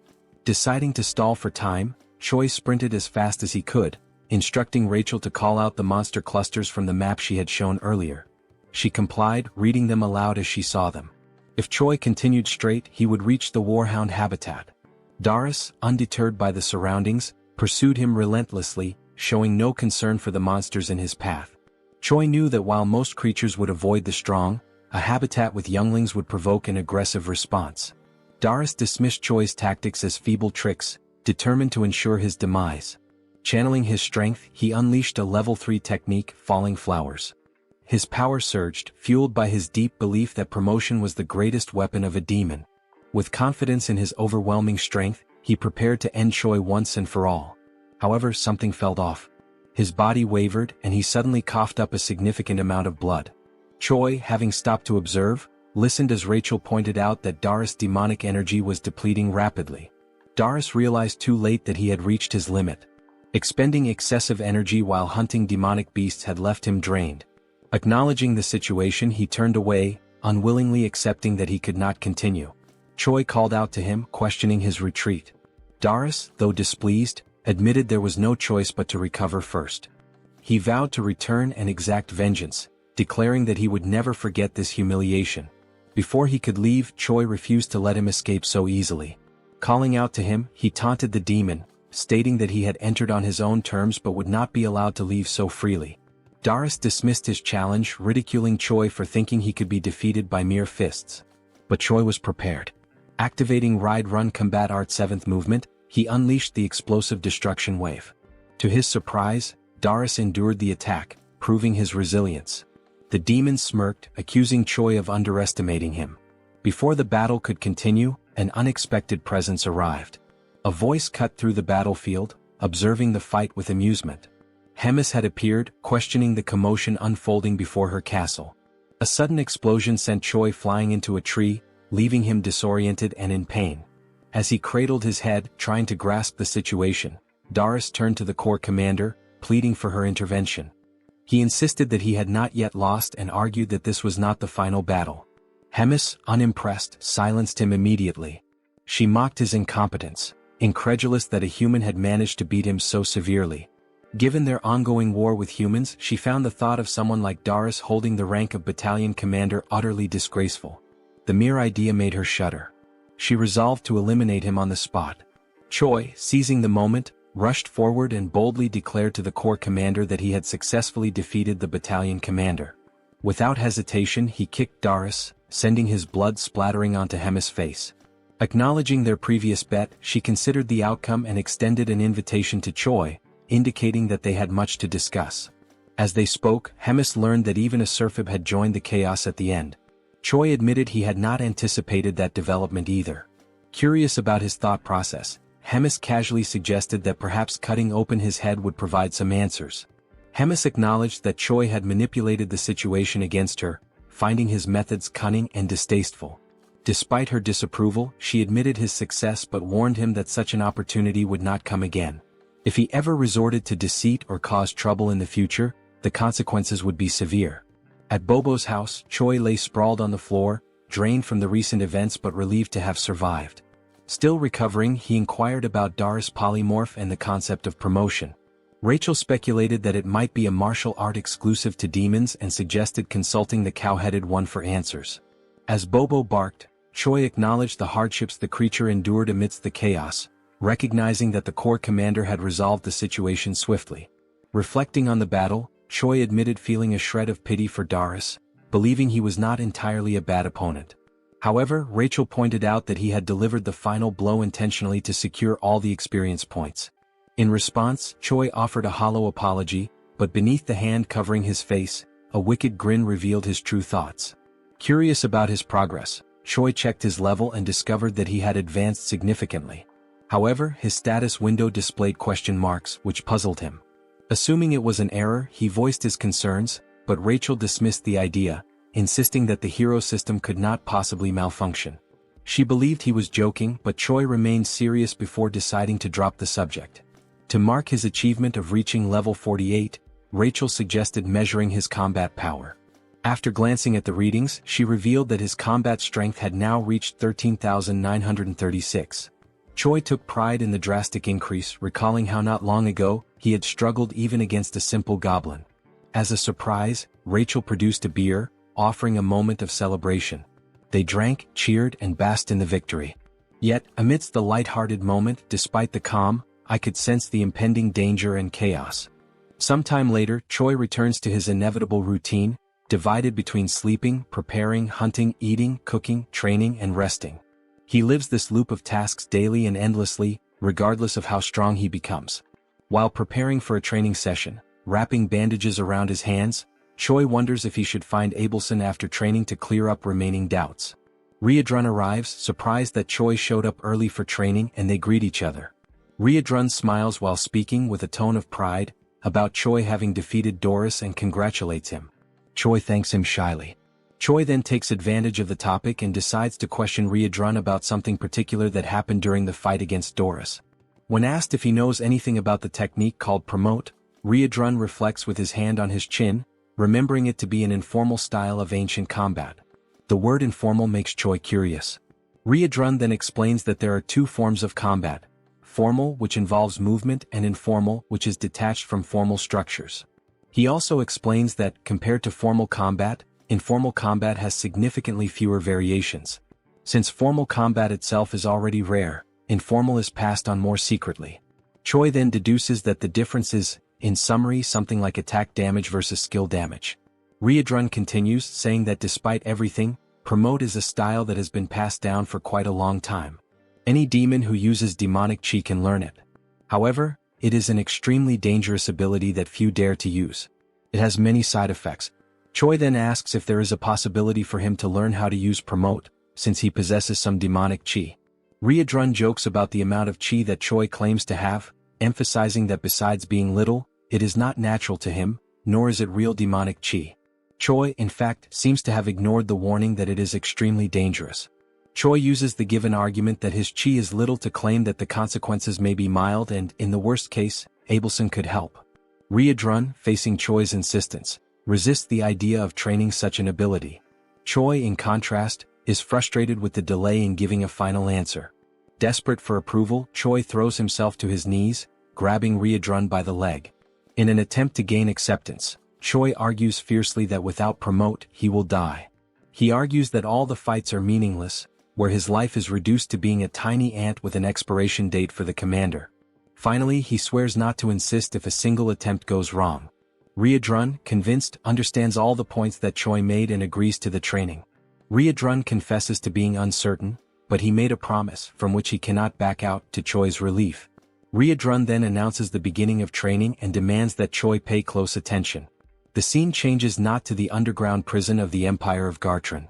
There, a shackled prisoner receives a visit from a man in white robes. The man in white greets the prisoner, whose name is Geffen. Geffen replies that he was wondering who was coming, surprised that it is the Pope. Geffen then asks what the Pope wants, since he had said he had no more business with him. The Pope responds that he brings an opportunity to make peace. Geffen then asks what he needs to do. The Pope, with a malicious look, responds that the mission is to eliminate Abelson. Geffen is surprised by the mission, asking why not a rescue and why the orders suddenly changed. He also asks what the church will gain if the goddess dies. The Pope responds with irony that it is not something Geffen needs to know. Geffen shows concern as there is a glutton there. The Pope reassures Geffen. He replies that he will place 4 warriors with him and that the glutton will be out for a while. The Pope then finishes with a threat, telling Geffen to succeed, stating that failures will not be tolerated. Back at the training field, Choi agonizes as a red energy emanates from his body and foam comes out of his mouth. Abelson is beside him, worried, asking Choi to try to control himself. Riadrun just watches without reacting. Meanwhile, Abelson scolds them for practicing demonic combat techniques, saying it's a madness considering that Choi is human. Riadrun argues that at every moment Choi claimed to be fine, and after so much time training there shouldn't be much demonic QI left. Abelson, enraged, disregards Riadrun's words and retorts, asking if they are healers. There's no way they could determine that Choi was fine since they're not specialists in that. Abelson explains that she had controlled and sealed Choi's demonic QI, but during the training it was undone as they thought they could handle it. Riadrun then asks what's going to happen to Choi, and Abelson replies that she won't be able to hold the situation as it is. She says it's too late to try to seal the demonic QI. Instead of sealing it, she decides to try to make Choi's body adapt to the energy flow. Abelson tries to compress the demonic QI and suppress it with divine energy to spread it out so that it stops being concentrated, and that way Choi's body can endure it. Riadrun is surprised by the idea and questions if it's really possible. Abelson shows that she's not completely sure because she's never done anything like it before, nor has she ever heard of another deity doing it. There's even a chance that the demonic QI will rebel against the divine power and get even more out of control. Nevertheless, she decides to insist on the idea even if it results in the worst. In the end, time is passing and there's no other choice but to try. Sometime later, Choi wakes up in his room startled. He tries to get up, wondering what must have happened, as if a lot of time had suddenly passed. Suddenly he is hit by Rachel and Bobo, who throw themselves on Choi, happy that he finally woke up. Rachel doesn't hide her joy as she fervently repeats that Choi finally woke up after 3 days. Choi is shocked by how long he slept, which leads Rachel to ask if he doesn't remember anything. Choi replies that he remembers trying to learn Promote and tries to check if anything changed in his system window. Upon checking, Choi notices that something has changed. He finds a new status called Demonic QI accompanied by question marks in the system window. While calmly checking it, he is interrupted by someone's arrival. Riadrun and the commander enter the room, and the commander jokes, saying she knew Choi would wake up. Choi tries to get up to greet the commander, staggering. However, the commander says he doesn't need to strain himself in his current state as he can barely get on his knees. The commander then points out that she heard from Riadrun that Choi was practicing the use of demonic QI. Choi gets nervous when questioned why he didn't tell them about it. The commander approaches Choi, evaluating his condition, knowing that the goddess was the one who healed him, stating that it was worth having been revered as a saint. After all, she did a good job. Choi gets confused by the mention of the saint. The commander turns to Choi, conjuring dark energy from her mouth, saying that the demonic QI training isn't over yet. This time, she herself will give a special help. After all, as Choi himself said, he is a little ant that belongs to her. The commander strikes Choi on the neck with her magic like a snake, biting him and instantly putting him into shock. Riadrun tries to ask what's happening. The commander responds that it's nothing to worry about Choi, he will just need to rest a bit more. Choi watches them leaving for a meeting with the Demon King in his last conscious seconds. Days later, at Bobo's house, the saint finishes another day of healing Choi's body. Abelson has been treating Choi since the day of the incident during training. After she finishes, Choi thanks her for always helping, and internally, he's grateful for the chance to see her every day. Abelson mentions there's no need for thanks, since it was Choi's willpower that helped stabilize the crisis. She also murmurs that thanks aren't necessary because he is her hope. Choi doesn't understand Abelson's murmur and asks her to repeat it. She ignores the request and says goodbye, saying she's done everything she had to for the day. Choi is left confused, thinking about other times the saint said things he couldn't understand, and how many strange things are happening in this world, leaving many questions. The only thing left for Choi is to wait for things to unfold. Later that night, Choi and Riadrun are together, with the hero receiving lessons on the theory of demonic chi manipulation. Riadrun, however, warns Choi not to overdo it. Choi says he's fine, as it's already been 3 days since he woke up and he'll be okay as long as he doesn't use that type of magic again. Riadrun then recalls that it's been exactly 3 days since the commander left. As Choi continues talking, Riadrun gets lost in his thoughts. He reflects that even though the meeting is an annual and recurring event, this particular year feels like there's something strange involved. Choi notices Riadrun is distracted and calls his attention, prompting an apology from him. Choi mentions that Riadrun has been very busy in recent days. He offers to help if necessary, as Riadrun has been handling command duties alone. Riadrun replies that everything is fine and the commander will return soon. Even if she was summoned earlier this time, it won't change much of the routine. He ends by telling Choi to focus on himself, and Choi accepts it as an order. Riadrun observes that Choi is getting stronger over time. He also notes that now that he has demonic chi, his strength should develop even more. Choi will only need to remain stable in his current state to achieve tremendous results. As he watches Choi, Riadrun senses an unusual movement. He quickly realizes its divine power and becomes alert. Standing up, he surprises Choi with his sudden change in behavior. He then explains that he sensed the presence of someone with divine power in the castle who isn't the saint. Before Choi can process it, Riadrun confirms it's an intruder.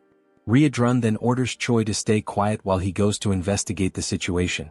The scene shifts to the castle's hallways, where 4 men in black cloaks are gathered. They discuss how entering the castle was relatively easy. One of the men comments that this ease came from the commander being away. Geffen, instead of responding, demands silence. He knows and warns that even without the commander, there's still an opponent they must be wary of. When Geffen mentions the name Red Nightmare, Riadrun appears in front of the group, demanding to know how they knew about Commander Hemis's absence. Realizing they're facing the one they feared, one of the men panics, confirming it is Red Nightmare, while Geffen tells the group not to lose composure as they assume battle positions.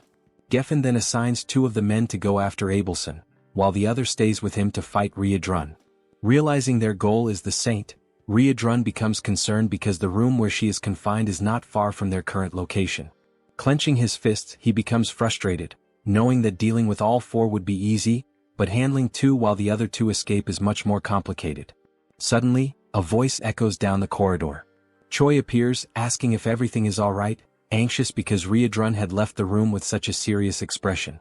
Riadrun scolds Choi, saying he was very clear when he ordered him to stay in the room. But internally he is grateful that Choi showed up. He then asks Choi to pay attention to a new command. Explaining that the intruders are after Abelson, Choi must reach her before they do and escape with her. Riadrun throws his necklace to Choi, who is confused about what to do with the accessory. Geffen charges at Riadrun before he could finish the instructions, and even so, while defending himself, Riadrun explains that the necklace will serve to convince high-ranking officers of the situation. Choi promptly follows his path at full speed. Geffen, irritated, orders his companion to go after Choi and stop him. Meanwhile, Riedrun finally decides to attack, making it clear that Abelson will not leave the castle without the commander's permission by anyone's hands. Riedrun activates his combat-style 7th movement, attacking Geffen with powerful strikes. He also launches a blow called Explosive Destruction Wave, his eyes glowing red with determination. Meanwhile, Choi runs as fast as he can to reach Abelson's room. As he runs, a mission window appears. The mission this time describes that evil men are trying to kill Abelson and Choi must protect her, and who knows, maybe after that a romance might arise with a reward of 1,000 points. Knowing that the humans are actually trying to kill the saint makes Choi anxious. Another detail in the message that confuses him is the large amount of points awarded if he manages to complete the mission. Upon arriving at Abelson's room, Choi urgently announces that they need to get out of there immediately because humans are attacking. Abelson is caught by surprise and does not understand what is happening, so Choi explains that it is an attack from the same people who attacked previously. Meanwhile, in the nearby corridors, Riedrun's troops delay the intruders' advance. The comrades warn Choi not to waste time and to flee with the saint. Choi immediately grabs the saint by the hand and in a swift motion places her on his shoulder. With no time to apologize for the lack of courtesy, he runs carrying Abelson. The scene shifts to a room where a meeting is being led by the 3rd Commander Roiger. He comments on Doris's defeat by a low-level human with a tone of disappointment. The memory of the commander asking him to take care of correcting everything while she's away takes over, and Roiger wonders why he was chosen for such a task. Focusing on the meeting, he decides to end it as there's nothing more to be discussed and asks everyone to follow the orders. Suddenly, a goblin interrupts with an urgent report. He explains that Choi has arrived carrying Riedrun's necklace, and Roiger tries to understand the situation. The goblin then explains that other humans are attacking the castle trying to find Abelson. Roiger receives the message and becomes irritated with such inconvenience. Moments later, Roiger encounters Choi accompanied by Abelson in a corridor, who intends to explain the situation in more detail. Choi then begins to tell that Riedrun detected divine power within the castle, and promptly went after the intruders who turned out to be humans seeking to put an end to Abelson. Roiger does not believe that humans would attempt on the saint's life, and asks Choi to calm down, thinking it must be some mistake. In a brief moment, Roiger senses something strange approaching, and before he can react, with only enough time to tell everyone there to protect themselves, a devastating attack hits the corridor windows, signaling the arrival of another enemy. Now, with no more doubt about the human's objective, Roiger is stunned by the reality he is witnessing. Roiger, seeing that the enemies are approaching the saint, casts a restriction spell to try to stop them. However, the distance is too great, being insufficient to stop both attackers. Choi decides to act, preparing to use the 7th movement of Riedrun's combat art. Before one of the enemies could reach Abelson, Choi hits him from behind with a powerful punch, knocking him out instantly. Choi shouts as he attacks, declaring that he will protect Abelson. Meanwhile, in Riedrun's battle, one of the invaders has already been defeated, while Geffen mocks the loss of his companion after having used him as a shield. Riedrun already expected Geffen to be a strong opponent, but even so, the level of Geffen's strength is surprising, equating to that of a commander. Besides strength, divine power and demonic IQ are natural enemies. Such points are essential to classify warriors like Geffen as heroes of humanity. Geffen laughs while belittling Riedrun, considering his struggle against the 2 invaders as proof that he is just another ordinary demon. Riedrun keeps his composure, questioning how someone with no chance of victory can be so arrogant. Geffen asks who could possibly stop him now that the commander is not present and Red Nightmare is not all it was believed to be. Confident in his strategy, Geffen only needs to keep Riedrun occupied while his comrades deal with the weaker henchmen. Riedrun takes on a more serious stance as the enemy has demonstrated deep knowledge of the castle's defense strategies. Determined to end the clash, Riedrun declares he no longer has time for talk and will finish this quickly. Geffen smiles and asks how Riedrun plans to end the fight quickly, considering their powers are incompatible. Riedrun responds that pure brute force can overcome any incompatibility. Meanwhile, in Choi's fight, after knocking out one of the invaders, Choi hears the other one say he didn't know there was another hero in the Demon King's army. The man laments that he didn't expect 3 corrupted humans to be on the Demon King's side. Choi ignores the enemy's concern and warns that the invasion plan has already failed and that all castle allies are on their way. Choi also declares that no matter how strong this enemy may be, there's no way to fight an entire army and the best strategy is to surrender. The man scoffs at the hero's statement, asking if he's sure the invasion has actually failed. Nearby, Roiger wonders when the hero learned Riedrun's combat arts, but also feels grateful that it allowed them to capture one of the invaders. The captured invader mutters something inaudible which soon reveals itself to be an incantation, a spell to use his own body as a sacrifice and quickly spread flames. He used sacred magic to burn himself completely, creating fire as a last resort, forming a wall of fire, a blaze that creates a kind of flaming arena. These flames are capable of killing a person with just a single touch. The man, now more confident, raises his sword while stating that not even the highest-ranking demons will be able to easily pass through the wall of fire, giving the hero the only option, which is to hand over Abelson. Choi is caught in distress, desperate, not understanding why the humans are interested in killing the saint. Choi desperately wants to know why they want to attack someone who is on their side.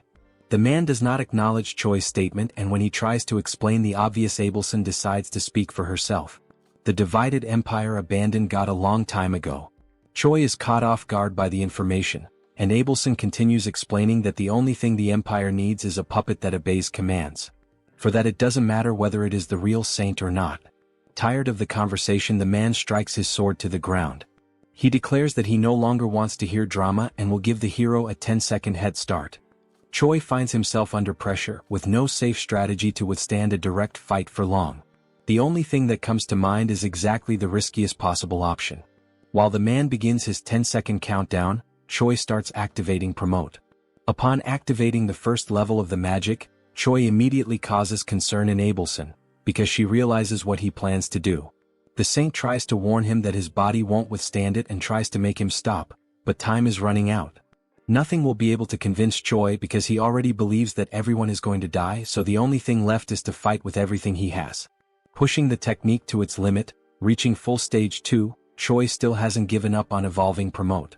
He recalls Riedrun's instructions, who explained that Promote has 3 stages named Bloom, Full Bloom, and Falling Flowers. Each step taken increases the risk to the user, highlighting that Choi should never think of going that far. Although he must master the previous level before moving on to the next, reaching the 3rd level is too risky. But Choi saw no choice in the face of certain death. So he decides that if he manages to do it, this will be the only time. After 7 seconds, Choi finally reaches the peak. His heart feels like it's about to explode while his body screams for him to stop this madness. Rachel, desperate, cannot believe that even with the situation so dire, using Promote is the only solution. Choi, however, is completely focused, ignoring any contradiction. He has only one step left to take, which is to act. Because Promote has already reached level 3. With his body completely transformed, crimson eyes and dark aura, Choi asks Rachel to use her buff abilities. Time is up. The man is surprised to see a human using Promote, recognizing that Choi is not just anyone. Choi ignores the dialogue and announces the start of his offensive. He then dashes forward at high speed toward the man, who decides to defend against Choi's blows. He recognizes the level 3 of the ability, opting to defend because, being human, Choi will soon run out of stamina to keep attacking. Choi once again ignores the man's words, throwing even more punches against the sword. The enemy is confident that his victory will come simply by waiting, but Choi suddenly repels the sword with his fists, leaving the enemy disarmed and open to attacks. Before the invader could even react, Choi lands a precise, powerful punch right in the enemy's chest. The blow was enough to destabilize the man, who complains about the tricks Choi used. He watches as Choi prepares, astonished at a human who allowed himself to be corrupted by demon arts. Choi knows he's reaching the limit of what his body can endure from the technique, but he cannot fall, because he is the only barrier between the assassin and Abelson. Remembering that Promote, if pushed to the limit, can bring irreversible consequences, Choi finds a reason to go even further. There's a beautiful woman crying in front of him, and that is unacceptable. Dying for her to stop crying is undoubtedly a good deal. Now, with his body doomed to perish, Choi's only option is to move forward, surpassing all limits. There is no turning back. Choi decides to give his all to protect Abelson. The saint, witnessing Choi's unshakable will in his pursuit to neutralize the threat, reflects on the danger of using holy power on Choi, who is taken over by demonic chi. That would cause Choi's body to explode immediately. All that remains is for Abelson to pray for him. Choi, determined, advances toward the enemy, activating his combat arts. The man realizes that Choi is stacking attack types and laughs, considering it self-mutilation. Choi ignores the enemy's provocation and charges a jump, attacking with his instant obliteration strike. The enemy keeps intimidating, saying Choi will regret it when facing death. As he delivers his blow, the enemy counters with his sword, declaring it was a very weak attack, but Choi continues charging a much more powerful strike. Not just one more blow but a combo of attacks. This time there was no room for the invader to utter a single word. The overwhelming power of Choi's simultaneous strikes left him stunned. All that was left was to wait for the barrage of attacks to annihilate him. The violence of the strikes was so great that it destroyed part of the castle's structure, sending a massive beam of red energy into the sky. The enemy finally perished. Choi briefly observed the damage he had done to the invader before finally freeing himself from the promote. Rachel immediately noticed that Choi had succumbed, while Abelson panicked and rushed to try and help. Before Choi collapsed unconscious, the saint held him, keeping him seated while checking the hero's shocking physical condition. Abelson noticed that Choi could barely breathe. She tried to talk to the hero to give him strength, but suddenly, a scream startled the saint. The defeated enemy stood up again, furious, declaring that Choi would become a threat to the empire. The enemy managed to gather strength just to end Choi's life. But a massive hand grabbed his head, foiling his plans. Riadrun arrived on the scene, apologizing for the delay, and finally putting an end to the invader. The saint watched while caring for Choi as Riadrun wiped ketchup from the enemy's head. Riadrun quickly noticed that Choi had used, again breaking the promise, the arts they had trained. He then asked if the saint could take care of Choi, and she promptly replied that she would once again do her very best. Worried about how far the hero went to save her, Abelson prayed that he would not perish. The scene shifts to the waiting room in the Demon King's castle. It's the 5th day of the commander's meeting. There, Hemis is complaining about the food and is promptly confronted by a woman who tells her to stop whining and eat what was given, calling Hemis a big mouth. The woman is Park Hyuna, the 4th commander of the Demon King's army. Hemis mocks Hyuna's affront, calling her disrespectful and pointing out that if it weren't for the non-aggression pact between commanders, Hyuna would have died many times already at Hemis's hands. Such a statement made the 4th commander very irritated. Before a bigger argument could break out, a humanoid hamster enters the room yelling. He brings information to Hemis, saying there's something urgent coming from the Black Fortress. Hemis asks what's going on, and the hamster replies that the Gartran Empire attacked the fortress. The attack was carried out by 4 knights, one of them at hero level. The assault resulted in many casualties and injuries. Hemis hears the details and then turns her gaze to Hyuna, smiling and sarcastically pointing out the change in the regular meeting schedule, coinciding precisely with the attack on the fortress. That attitude left Hyuna in an awkward position. While finally enjoying the food, Hemis mentions the given coincidence, thinking about the Demon King. Meanwhile, in Choi's room he wakes up again after using promote, this time surprised that he managed to recover. Rachel quickly approaches, grabbing Choi by the hair, irritated by the hero's recklessness that almost got him killed. Choi begs for mercy, saying he's still a patient. Choi jokes that, considering the pain he felt from Rachel's blow, he's definitely alive, even though he thought he had been defeated. Rachel then explains that he was indeed defeated because, even after using all the combined techniques and hitting the enemy directly, the villain still managed to remain standing in the end, while Choi was unconscious. But before the enemy could strike back, Riadrun arrived and ended the game. The cowhead guy saved everyone with just one blow. Choi listens to the explanation in awe. Rachel continues narrating the events, explaining that after the battle, Riadrun and Abelson took care of Choi, giving him the necessary treatment to recover. Finally, she and Bobo also took part in the care.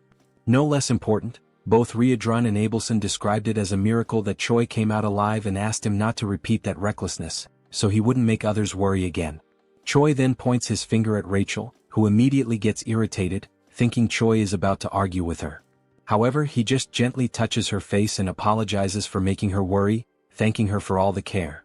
Rachel lets her guard down and the two are fine again. A few hours later, Riadrun and Commander Hemis go visit Choi.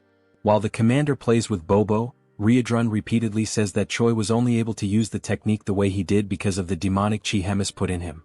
Riadrun also asks if Choi thinks he has 9 lives to keep acting recklessly, reminding him once again that he's only alive because of Hemis, and Choi states that he's already gotten the message. Hemis, while playing with Bobo, gets annoyed by the conversation. Choi asks how the meeting went, and Hemis says she doesn't care about what happened there because what matters more is taking care of the headquarters. That's why she simply abandoned the meeting and returned to the fortress. Choi is shocked by Hemis's attitude, since it was a meeting with the Demon King. Hemis smiles as she notes that the Demon King might have gotten a little upset. Meanwhile, Choi and Riadrun get chills thinking about what that could lead to. Hemis has more interesting matters at the fortress. Choi's performance after she put her own demonic chi in him behaved as if it were his own. While Riedrun and Choi fear the wrath of the Demon King, Hemis is delighted by how interesting Choi is. The scene then focuses on the moment when Hemis meets the Demon King. In the memory, she emphasizes that even during all the battles from the first to the last fought by the Demon King, she remained by his side, following his purpose. Hemis believed that all of the king's actions were with the intention of protecting. The Demon King Tigrad tries to move things along, asking what she means after all. Hemis then gets straight to the point and explains that if the Demon King's plans go against her, they will have a problem. Tigrad responds that Hemis's attitude is insolent and that what she's saying basically means she will no longer obey him. Additionally, Tigrad asks if the fact that Hemis has lived for a long time made her bored, as he sees it as a way for her to kill time. Hemis replies that she already knew that would be Tigrad's reaction and that she doesn't plan to fight him, which is why she will leave. But before going, Hemis looks at Tigrad once more and asks who is really getting bored as time goes by, and tells him to think carefully as this is her final warning as a longtime companion. And after that farewell, Hemis goes to meet Choi, and the scene returns to the moment when Hemis and Riedrun leave. Choi shows respect as the duo walks, and Hemis turns to Riedrun, congratulating him, which makes Riedrun curious about the reason for the congratulations. Hemis explains that he managed to handle a hero-class human on his own and asks if it wouldn't be time for him to evolve into a higher hierarchical position. Riedrun thanks her for the compliments but replies that he doesn't think it's the right time for that. Hemis asks why not, and Riedrun promptly responds that he's still interested in training and following Choi's growth, and with that he also wants to learn more from Hemis's own teachings. That will be good for his personal growth. Hemis briefly smiles, and after a moment she decides to go straight to the point, confirming whether the castle turned into 3 chunks due to the human invasion. Riedrun confirms that yes, and he has no excuse for it. Hemis then says she thinks everyone has gotten lazy, as she didn't even arrive at the front lines. So she gets the idea to start a tournament to select a commander for the Third Army. The scene then cuts back to Choi, who is viewing his shop through the system. He notes that even after upgrading the hero shop to the intermediate level, he still has 950 points left, and it would be a waste to let them sit unused. He wonders if there's anything interesting he could buy. Rachel questions if, since he finished another quest and gained another 1,000 points, that was to be expected. Choi focuses on browsing the shop, excited that after evolving the shop level, there are way more things to explore, seeing all kinds of items and even cosmetics. When asked by Rachel if he's actually going to buy something, Choi reflects that even though there are countless options, all of them are very basic and don't even offer bonus stats, considering their high cost. Rachel agrees, pointing out that all those items could be destroyed like paper by Hydro. Taking another look at the shop, Choi notices that some accessories have different options, but they're hard to understand. So he decides to first upgrade his combat power gauge. Before proceeding, Choi notices something and asks what this item called Wrath and Magic Creation is. Rachel then explains that it's not an item, it's more related to something like a unique skill from the creation system, where Choi can, for example, turn his kick into a skill and then level it up. Even though they're the same kicks, they'll probably hit harder. Choi reflects on Rachel's words. After proceeding, deducting 500 hero points, the system begins the creation process, analyzing the hero's mana and physical movements for a period, with the duration of the analysis being manageable by Choi himself. The countless pieces of information leave Choi confused, and as soon as he understands how the system records movements, he becomes amazed by the skill. With that, he stands up and prepares to record his new skill. While the system records the movements, Choi chooses to start with his kick, performing the motion for the recording. Once it's finished, the system will generate the alteration, optimizing his physical balance and mana control. Choi simply watches as the system operates, and suddenly, a warning message catches him by surprise, while he thinks that his life is finally becoming a real Isekai story. The system's warning message comes with a failure during the creation process and a suggestion for Choi to perform the movement correctly. Choi then gets irritated, asking what the hell is going on, since he did exactly what the system asked him to do, not knowing why the hell it's not working. Rachel speculates that the system might not be recognizing Choi because he's a bug user, since he possesses demonic chi, clarifying that the hero's security system is the most secure in that world. Therefore, it's not Choi's fault that he wasn't able to use the skill the way he did. Choi, even more annoyed, grabs Rachel with his hands and shakes her violently up and down, leaving her desperate. While he explains that he's already pissed and her explanation made it worse, something catches his attention. A new hero quest has appeared, and even before reading it, Choi gets even more irritated by a new mission, having spent a bunch of points for nothing, demanding that the system return his points. In the mission, it informs that it's too early for him to despair over the points spent, stating that he can always earn more points and now it's time to forget the past and move on. The mission is precisely to create a new skill using his strength. Sometime later at Riedrun's training field, Choi begs his master once again on his knees to help him. Riedrun confirms Choi's request, saying that he needs help to develop his personalized wrath, and Choi confirms it. Riedrun takes a moment to analyze, then responds to Choi saying he'll help him. Choi, with teary eyes, is left speechless by the answer, and Riedrun adds that he was already planning on giving Choi some training anyway. Riedrun turns and informs that the training has just begun, and Choi promptly follows him. Moments later, the two are sitting in a moment of concentration, marking the beginning of that training. The session continues with more strikes and some physical exercises, which may be the ones that leave Choi quite exhausted. At the end, Riedrun and the saint observe Choi resting in his room again, with some bandages and his feet positioned in a bizarre way. Marking day 1, Choi smiles, grateful for having completed the day, and after getting up to pull himself together, he checks the system window informing that he completed a mission. Choi's combat power increases, and he then reflects on having managed to create his personalized wrath. It's a modified version of Riedrun's martial arts style, and the name Choi gives to this new style will be Nobilis. On the day of the tournament, the host greets everyone, introducing himself as Jark, explaining that this time's event will be to select 1 company commander and 13 battalion commanders. The host also states that the number of expected tournament participants exceeds 1,000.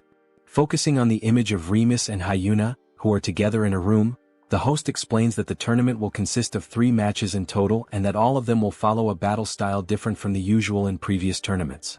All participants will have 1 hour to prepare for the beginning of the first match, and during that we already see some participants gathered, including one with a goat head and a weird smile.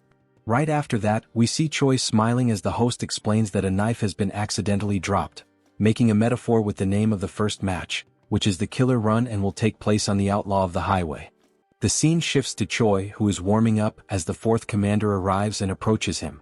She states that she has been observing him for some time, asking if he is human in a rhetorical tone.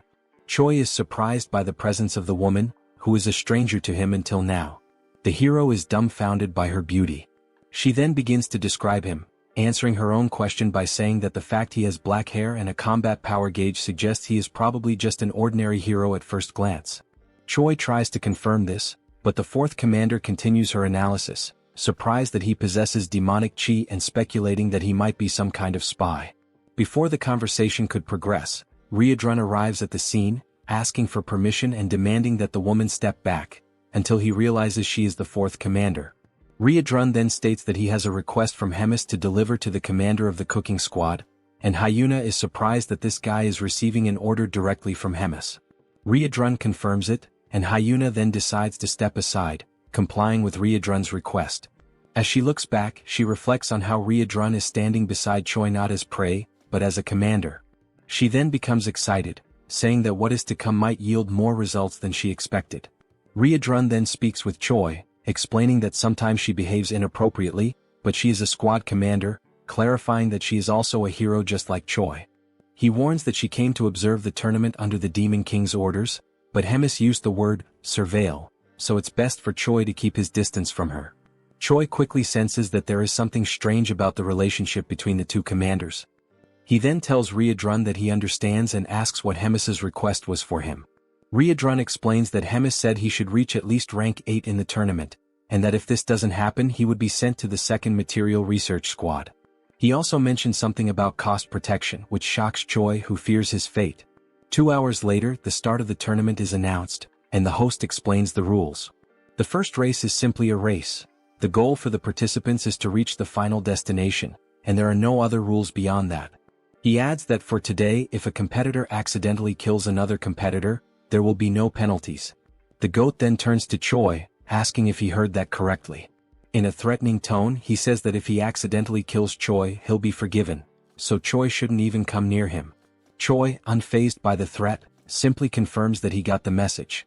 The host then gives the command for everyone to begin, and the competitors promptly start the race, with Choi leading a small group, but still far behind the front runners. One of the competitors who can fly mocks those who cannot, and soon launches a magical attack directly at the group Choi is in, prompting Choi to ask Rachel for a shield to protect him. While running under Rachel's protection, Choi asks her to update him on the condition of the front line of runners. She then tells him that if he keeps the same pace, he'll barely be in the 100th position. Suddenly, the goat appears beside Choi, surprised that he's still alive even after the aerial attacks, and he charges an energy sphere to launch directly at the hero. Upon receiving the attack, Rachel's shield works perfectly, and Choi thanks her for it. The goat, dissatisfied, charges a stronger energy and then throws it at our hero. However, before the attack can land, the energy begins to split into countless fragments and falls like rain, hitting several other competitors. Choi doesn't understand why the attack got weaker, questioning whether it was smart to divide it into waves. The answer comes when the goat starts acting as if it was Choi who launched the attack with the intent to hit multiple other runners, leaving Choi furious at the false accusation, since now all the competitors want his head, driven by fury and resentment against our hero. The goat then picks up the pace and mocks Choi, who is falling behind. While running to escape the crowd and seeing the goat just ahead, Choi curses him, saying that as soon as he catches him, he will kill him. He then asks Rachel how many are still ahead, and Rachel informs him that he has passed 76 and there are still 24 left in front. As soon as Rachel gives the information, Choi is hit from behind by an attack strong enough to break Rachel's barrier. While feeling the attack and about to fall, a memory comes to Choi's mind about his training with Ryudrun, where he was confused about what to do regarding having multiple combined styles, where each of them was made exclusively for demons incompatible with humans. Both the Promote and Ryudrun's combat skills needed to be used as a base to create a new skill completely compatible with Choi, and thus Noblesse was born. As soon as he activates the skill back focused on the race, the system informs him that his magic power evolved from rank D to C, and also that the level of demonic chi evolved from rank E to C. The Noblesse skill then appears in the system, explaining that it was created through the merging of the two forces, thus creating a unique combat style that emanates a purple aura of magical and demonic power, with a proficiency of 0.06%. After fully charging while defending himself from the attacks of other runners, Choi then starts a fast sprint, warning everyone to get out of his way, and in moments, the only thing the runners can see is a flash of purple light passing everyone at an absurd speed. He quickly overtakes several competitors, but then the information appears that 95 runners have already reached the destination, leaving only 5 spots available for qualification. Determined, Choi accelerates even more, fast enough for Rachel to barely hold on to keep up. Suddenly, the goat looks back, noticing Choi's approach, surprised that he is already so close. As he approaches, Choi enjoys the situation, grateful for finding the goat right at the end of the race. He then activates Rachel's third combat form, charging an attack, getting even closer to the goat, and as soon as he reaches him, he hits him from behind, saying for the goat to accidentally die. The goat then flies at an absurd speed toward the wall, completely destroying the structure. Meanwhile, observing both amidst the confusion, the host explains that the 99th and 100th positions were filled by Choi and Whole Goat. Choi then sits, relieved for having qualified, while the goat is unconscious behind him. Choi gives thanks and the goat quickly gets up, enraged, cursing Choi and threatening him with death. But before anything could happen, the host intervenes, saying that the race is over. He then explains that the 100 people who passed the first round will have the second stage in 3 days, and everyone else is dismissed. Meanwhile, that night, in a forest near the Dark Fortress, Hemis and Park Hyuna are in a forest location, and the fourth commander asks Hemis if she is really going to release a certain thing inside the tournament. Without answering, Hemis only focuses on what is ahead, greeting Modem, saying how long it has been since they last saw each other. The creature, emanating a red aura, explains that indeed it has been a long time, exactly 97 years, 3 months and 11 days, and asks what can be done for Hemis. The creature is Modem, Hemis's familiar, with a strength of 198,532. Hemis then explains that what Modem needs to do is capture all the participants' flags. Modem confirms he understands, and then Hemis asks him not to be reckless with the task, because if there is a decent participant, Modem needs to go easy on him. Hyuna, hearing this, says that the big mouth is getting too soft. Hemis questions why she is being seen as soft by the fourth commander, and then asks if she knows why demons are losing to humans. Before receiving any kind of answer, Hemis justifies the question by answering it herself, saying that demons are fighting too fairly. They try to solve everything through brute force, and if they lose in strength they do not retreat, and in the end they end up dying. And this is accepted very simply. But unlike demons, if humans are at a disadvantage, They avoid the fight and manage to return later with schemes to unbalance the battlefield. And that is why the Demon King's army keeps losing to weak humans, ending the explanation with a finger pointed at Hyuna's face, who is perplexed by the situation. To break the tension of the moment, Hemis adds that the fourth commander needs to study a bit more, leaving Hyuna irritated by the provocation.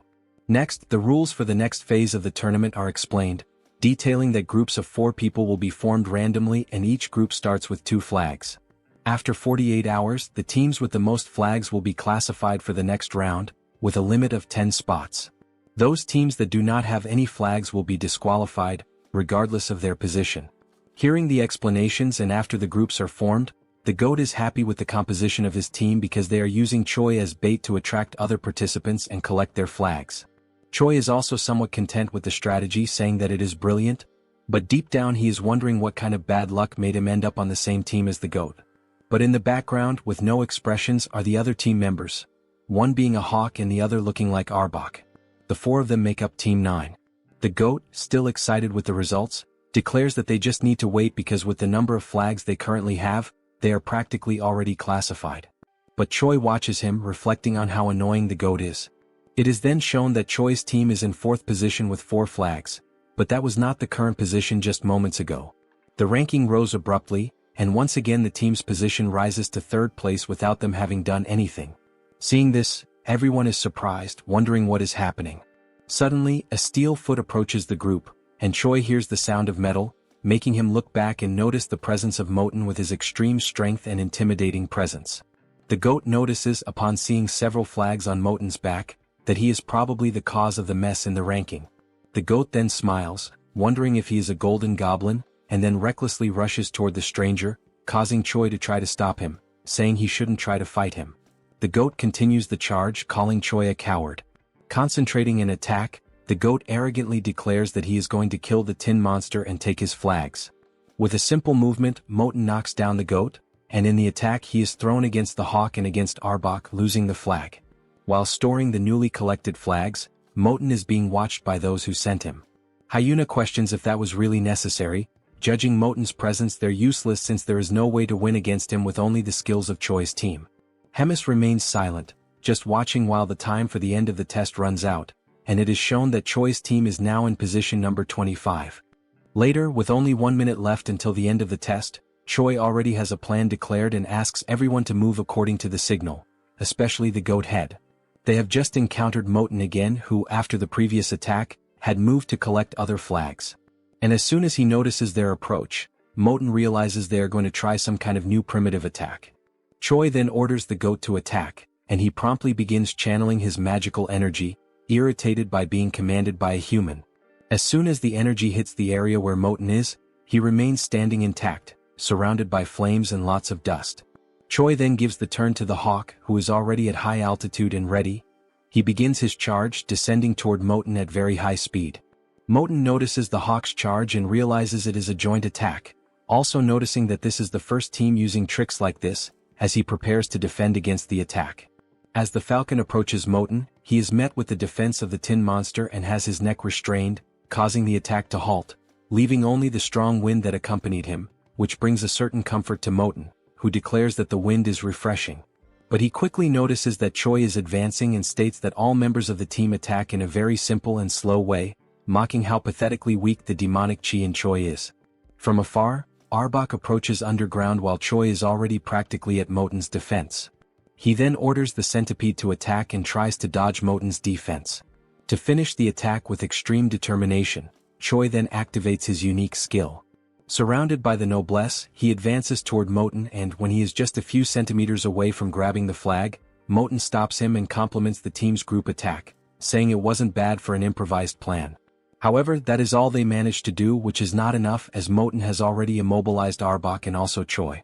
With only 15 seconds left before the end of the test, the 3 team members are already completely immobilized by Moten, and the tin monster then decides to ask Choi what that purple energy he just used was.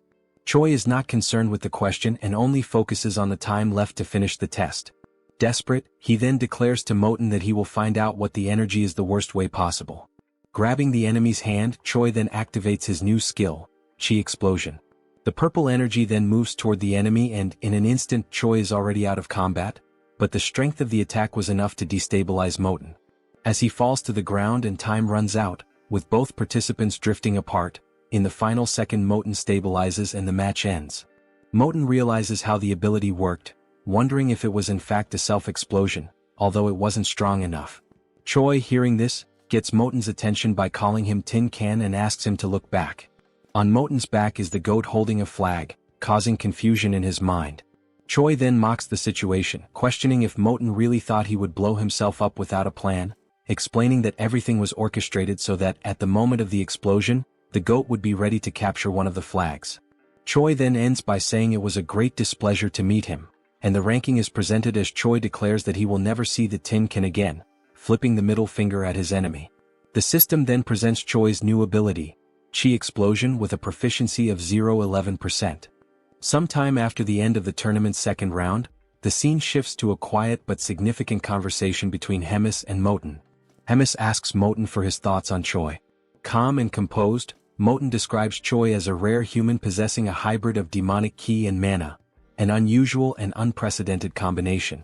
He states that he has never witnessed anything quite like it before in all his years.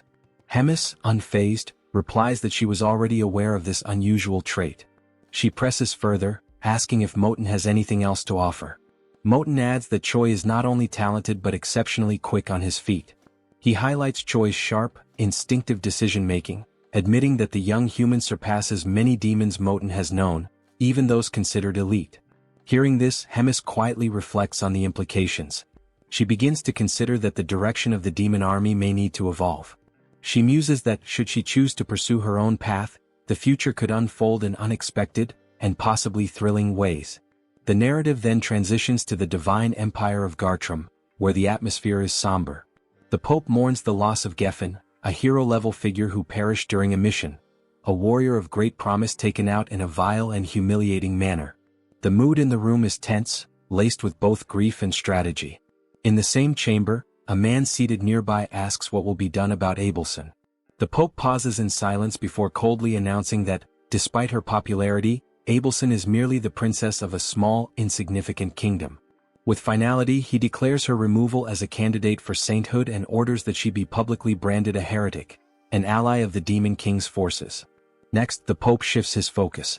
He asks if Hemis is causing trouble again. The man replies that she has begun restructuring the military command, planning to select new officers through a skill-based tournament. The Pope, ever calculating, inquires if there's any way to sabotage these plans. The man, now revealed to be Elrond, explains that he attempted to contact the Demon King for assistance, but was met with clear resistance. It seems that interfering with Hemis's efforts could risk provoking the Demon King himself. The Pope suggests sending a hero to disrupt the structure directly, proposing Kinley as a potential candidate.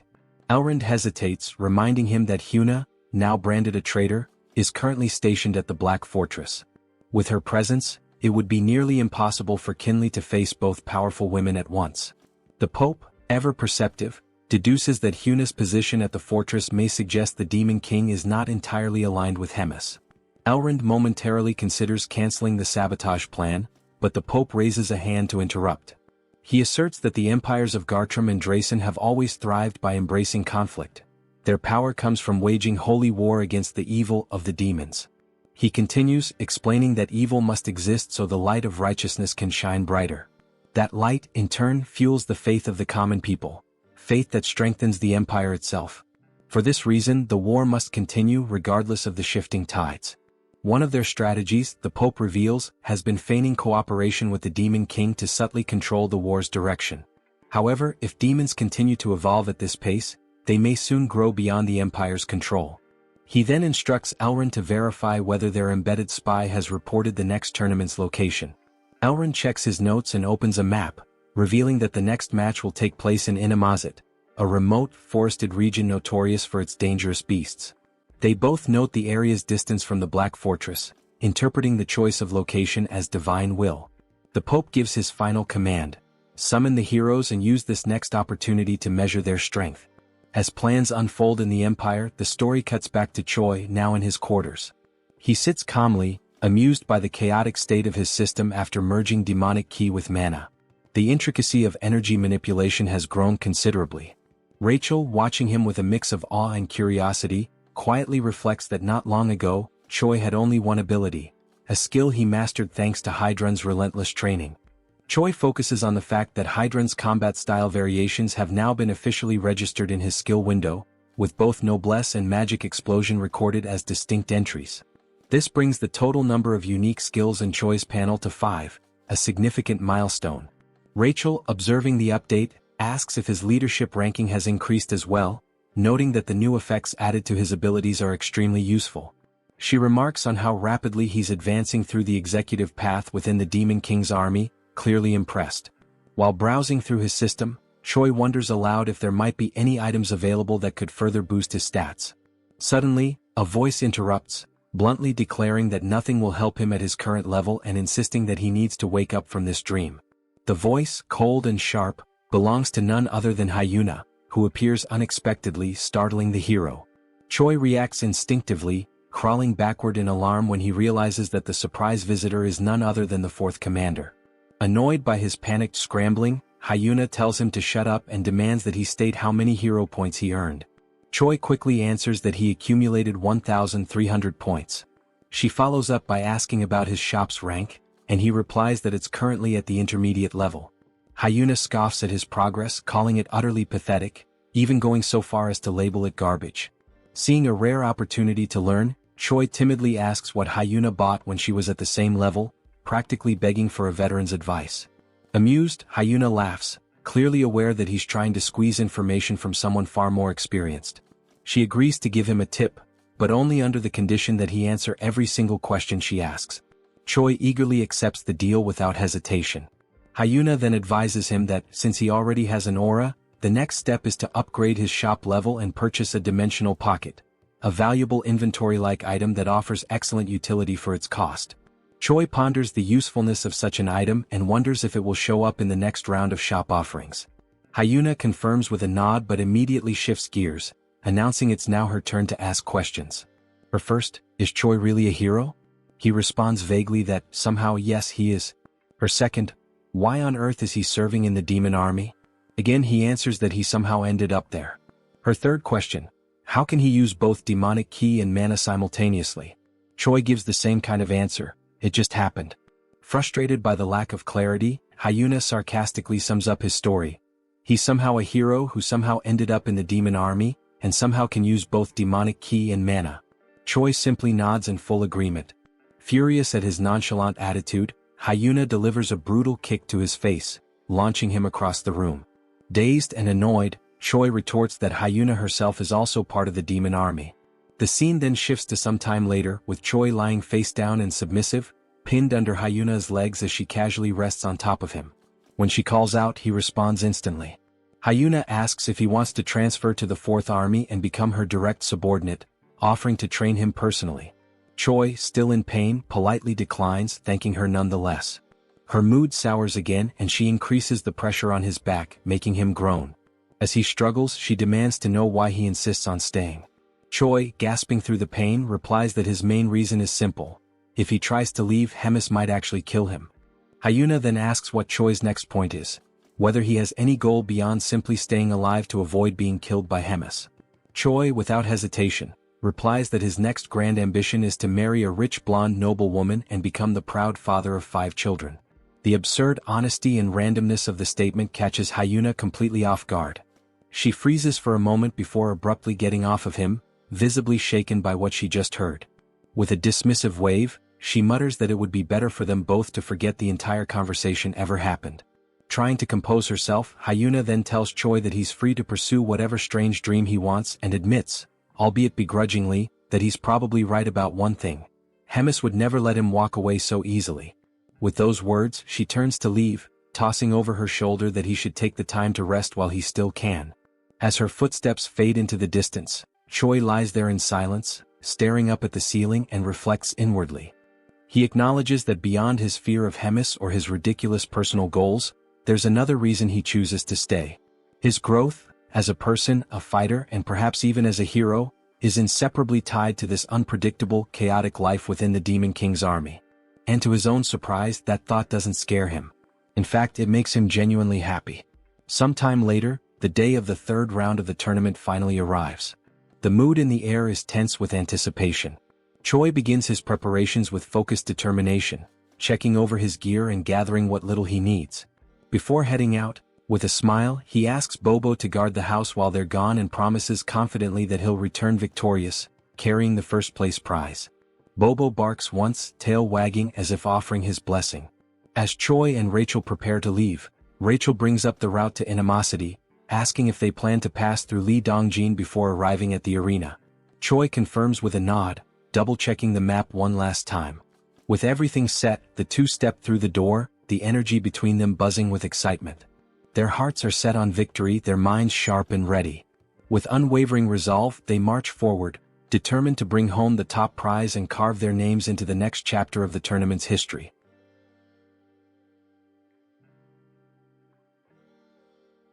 The scene moves forward to the beginning of the third day of the tournament, where Choi is hunting monsters. He notices that he is gaining 1 level for each monster he defeats. At this point he has already leveled up 4 times and wonders if it is actually real. The monsters he is defeating are dryads, generally female individual creatures, classified as plant-type demonic beasts. These monsters typically serve to assist in the reproduction of other monsters by exchanging pollen. While holding the body of one of the defeated dryads, Choi questions why he is gaining so much experience. During this moment, a purple sphere floats above him as part of the current training round. On this third day, the challenge is for participants to survive in the demonic beast forest, and the event will continue until 10 out of the 24 participants are eliminated. Each participant has been given a magical item for the day. This item is the same purple sphere that Choi is suspicious of. The sphere is used for military tracking, made by Hemis and composed of demonic energy capable of locating individuals. Its main function is to inform the organizers of the position of everyone in the tournament, essentially acting as a GPS. Rachel approaches the sphere, astonished by the magical skills of the Demon King's army, impressed by their ability to create such complex spells. Choi decides to move on quickly before someone comes and steals the monsters he has defeated. Suddenly, he is struck on the head by an object thrown by someone, causing him to fall to the ground and lose possession of the monsters he was carrying. The attacker expresses joy at finding him and Choi tries to recover from the hit. The attacker is revealed to be the goat, who is now furious and determined to defeat Choi once and for all. Meanwhile, elsewhere, the tournament host seems bored, finding the task of overseeing the event annoying. He questions why he is always assigned to jobs he compares to guarding a doghouse door, while other guards assist in watching the portal to Inamazet. One of the guards tries to motivate the host, saying he shouldn't talk like that because guarding the portal is important. It is the only one connected to the main gate, and if it breaks, something bad could happen. The host agrees but insists that it is unlikely anyone would show up in such a remote location. Far away, a presence appears, and the portal guardian quickly senses strange creatures. He channels his energy to scan them and identifies a group of humans, guessing they might be monster hunters. However, he chooses to ignore the potential threat since he doesn't sense any special magic from them. The Guardian considers that it would be troublesome if he took the initiative to attack and they ended up finding the portal. He decides to wait, reasoning that Inamazet is very large and they probably won't encounter the tournament group. Despite sensing something odd, he continues with his farewell and chooses to leave the strangers alone for now. Back at the confrontation between Choi and the goat, the new enemy tries to intimidate the hero, claiming to have immense power and that Choi should beg for mercy.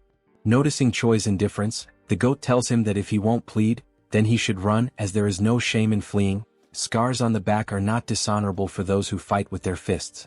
Choi, annoyed, asks Rachel if it wouldn't be better to just kill the goat already. Sensing the shift in Choi's demeanor, the goat immediately changes his own behavior to one of submission, begging Choi not to kill him, warning that he would regret it. This confuses Choi, who doesn't understand the reason behind the threat of regret. The goat then reveals that he possesses very valuable information, prompting Choi to ask what it is. The goat explains that all demons currently have Choi at the top of their target list. Choi is skeptical and asks why, if that's true, they aren't all after him already, since he is supposedly the common enemy of them all. The goat suddenly begins a countdown, leaving Choi confused. As the countdown ends, all the other tournament participants approach a dominating chair, and Choi is startled, while the goat laughs at his situation. Meanwhile, at the Black Fortress, the scene is being magically transmitted to Hemis and Hyuna, who are observing the events of the tournament's third day. Hemis admits she didn't expect everyone to target Choi and laughs, calling it shameful. Hyuna reprimands her, saying this is not a moment to laugh. The transmission is abruptly interrupted by the Guardian, who reports that humans are attacking and attempting to destroy the gate. He explains that the enemy group is composed of highly equipped humans using stealth devices, and somehow they know the exact location of the gate. The transmission ends, and Hemis immediately assigns Riadrun to take action. Riadrun quickly understands the gravity of the situation and offers to act at once. Hemis notes how well prepared the attackers are and declares that information must be leaking from somewhere. As she speaks, Hyuna watches in shock. Hemis then raises her voice, demanding to know where the leak is coming from, while Hyuna reacts again, visibly shaken. Back in the forest, having escaped the other participants, Choi is distressed, questioning why the contestants are breaking tournament rules and why those monitoring the stage are doing nothing to stop it. Rachel urges him to remain silent so as not to compromise his hiding spot. 2 participants are seen nearby, searching for Choi.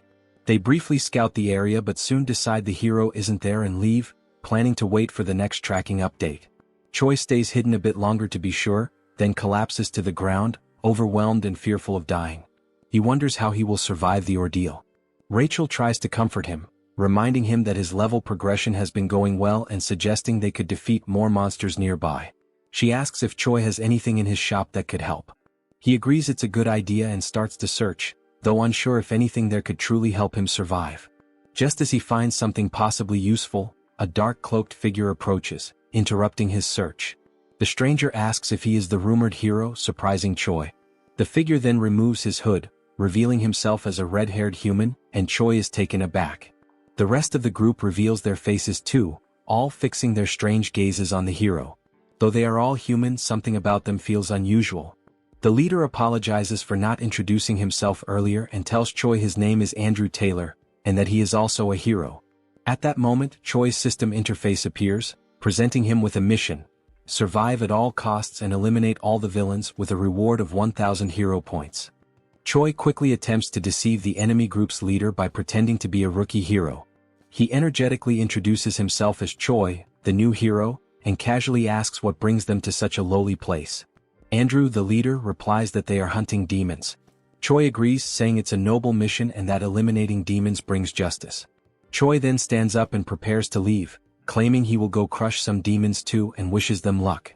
Suddenly, Andrew draws his sword and slashes at Choi, narrowly missing. Choi is startled by the sudden attack. Andrew then declares that they are also there to eliminate the traitor human. As Andrew readies another strike, the tournament participants arrive at the scene, also searching for Choi. The goat mocks Choi, claiming there's no way he can escape. Some of the participants behind the goat notice another human nearby and speculate that Choi may have the ability to duplicate himself. Andrew becomes confused by the statement, while Choi quickly analyzes the situation and begins to unfold an emergency plan. He boldly calls on everyone to recite the chant of the Demon King's army's third command. Everyone is surprised and doesn't quite understand what Choi is doing. Andrew is also confused by his actions. Choi then loudly begins a speech, declaring they are the mighty army of the Demon King. As he speaks, a blue aura begins to radiate from him. As he continues, the goat and the other competitors are unsure of the next step and ask if they should devour the humans ahead. Choi confirms and urges everyone to eliminate the enemies of their father, the Demon King, as true warriors. At that moment, the system announces the activation of a hidden status called Charisma and Leadership, and notes that morale among allies has increased. Choi raises his voice and commands the group to charge. The participants begin discussing among themselves, and the goat comments that Choi isn't wrong. Another participant agrees, saying they are an army either way. The goat then reinforces Choi's words, proclaiming that they should all advance and destroy the humans. Empowered by Choi's blue aura, the group charges into battle. In the midst of the crowd, Choi is thrilled that his plan is working and vows to remember their bravery. As they rush forward, Choi runs in the opposite direction, joyfully declaring that they will all meet again in Valhalla. As he flees, Choi reflects that they probably won't last long and that fleeing is his only option. Suddenly, someone grabs his scarf. It's the commander who was guarding the gate. Choi recognizes him and asks what's going on. The commander explains that the gate linked to the castle was destroyed during the humans' ambush. Choi asks about the fate of the gate's guards, and the commander says they were likely wiped out, adding that he barely escaped alive himself. Choi questions how that could happen, recalling there were only about 40 enemies, The commander explains that all of them were at least battalion commander level, with 3 at regimental commander level, and 1 nearly at division commander strength. Choi then asks what they should do to survive. The commander replies that survival may not be possible. He then reveals that Choi has a tracking spell on him and that, being of high rank in the Demon King's army himself, both of them are top priority targets for the enemy. Choi then asks the commander if there is any way to remove the tracking spell. The commander replies that it would not be possible, as the process takes too long and they do not have enough time. Suddenly, the tracking spell alerts them to the presence of a nearby creature of extremely high-level demon beast class. Choi realizes that this monster might somehow be useful. He turns to the commander, who waits to hear what Choi has in mind. Choi then announces that he has an idea that might help them escape the situation. Sometime later, the invading army has already wiped out all the tournament participants and realizes that the traitor hero has fled, prompting a full pursuit using the spell to track him. Andrew notices that besides Choi, something else is being sensed and he wonders if it could be Flowclad. He explains that Flowclad is a monster with a combat power between 250,000 and 300,000, known as the top predator of Inamazet, a massive plant type being classified as high risk, which typically requires at least a fighter-class hero to subdue. Andrew comments that while defeating it is not impossible, the damage it could cause will be significant. It doesn't take long before chaos breaks out with the encounter between the monster and the invading hero group. Andrew instructs his team to keep the monster distracted while he goes after the traitor hero. At this moment, the system announces the use of an item called pheromone perfume, which mimics the scent of a demon beast. However, the wider the area of use, the weaker its effect. It simulates beast affinity towards humans at the cost of 10 hero points. Choi then combines the item with Promote to attempt his survival plan, even if it means disguising himself as a female tree. Andrew soon spots the pair's strange outfits and is visibly surprised. Without hesitation, he charges at them and Choi sees the incoming attack, calling out for the commander to intervene.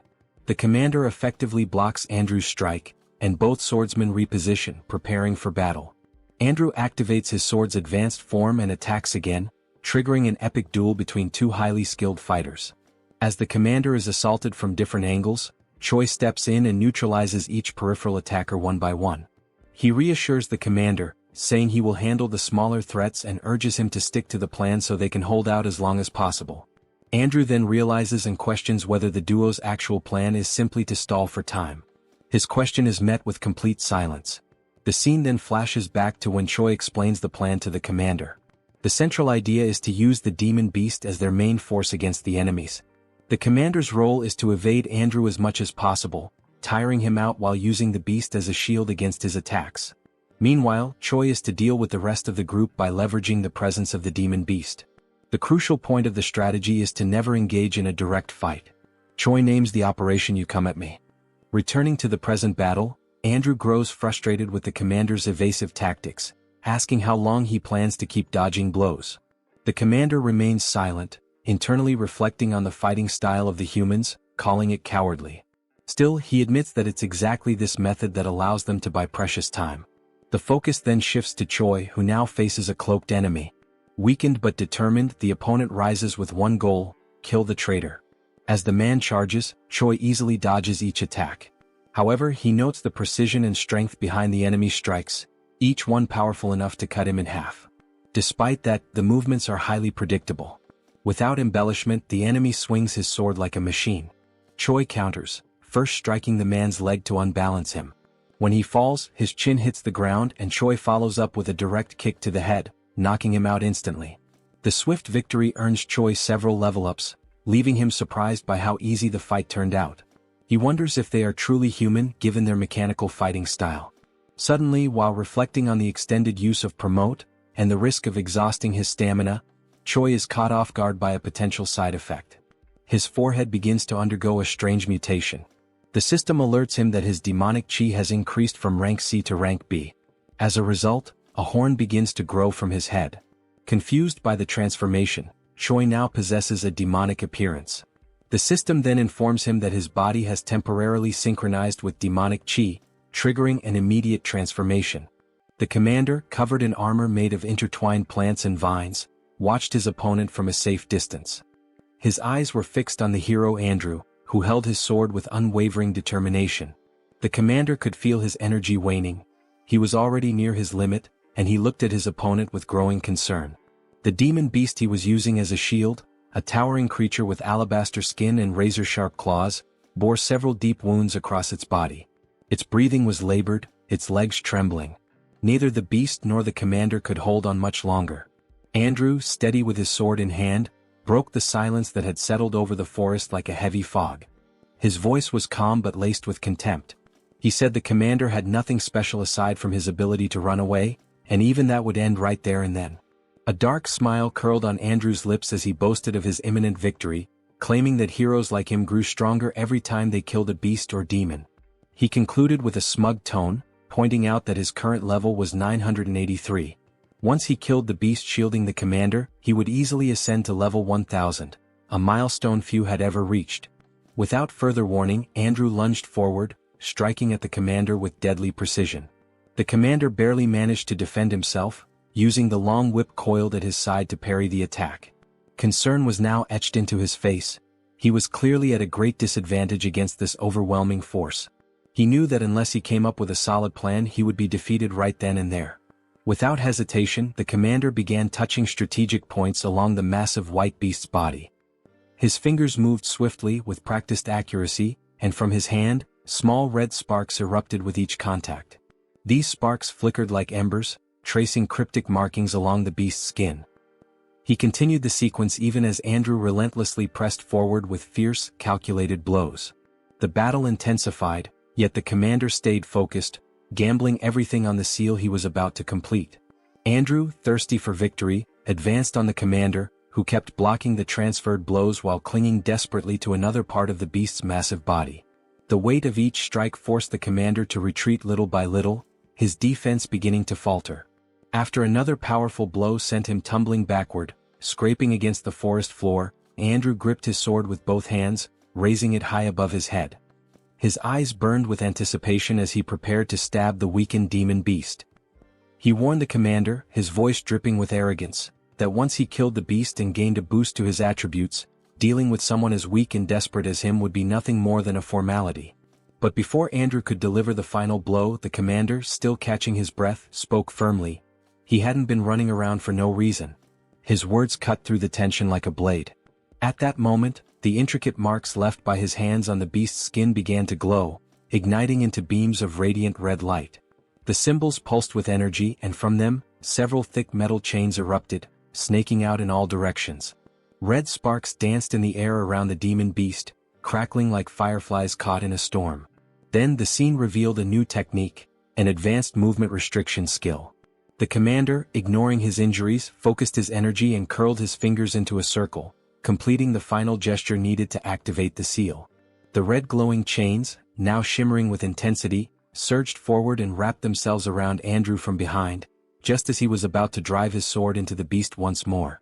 The narrative then shifts to a memory, showing the commander and Choi discussing the second part of their plan in a quiet moment before the battle.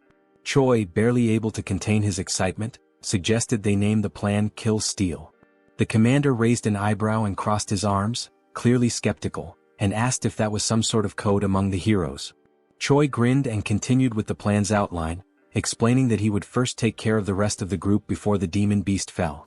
The commander, always cautious, asked what would happen after that. With a confident smirk, Choi concluded that the commander would keep buying time, just like he was doing now, and when the right moment came Choi would return to help finish off the beast. The two shared a look that said they both understood the risks, even if they didn't speak them aloud. The commander scratches his head with an awkward laugh, accepting that they had no other options anyway, but he points out that Choi's plan has two glaring flaws. 1. Would he really be able to come back in time? 2. Even if he did, could he actually defeat that guy after leveling up? Choi, with his usual blunt honesty, admits that the chances of everything going according to plan are less than 1%. But, he adds with a sharp glint in his eyes, if they gave up now, the chances would be exactly 0. Choi clenches his fist with resolve. If those were his only options, he'd bet everything on that 1%. There was no room left for fear, only for action.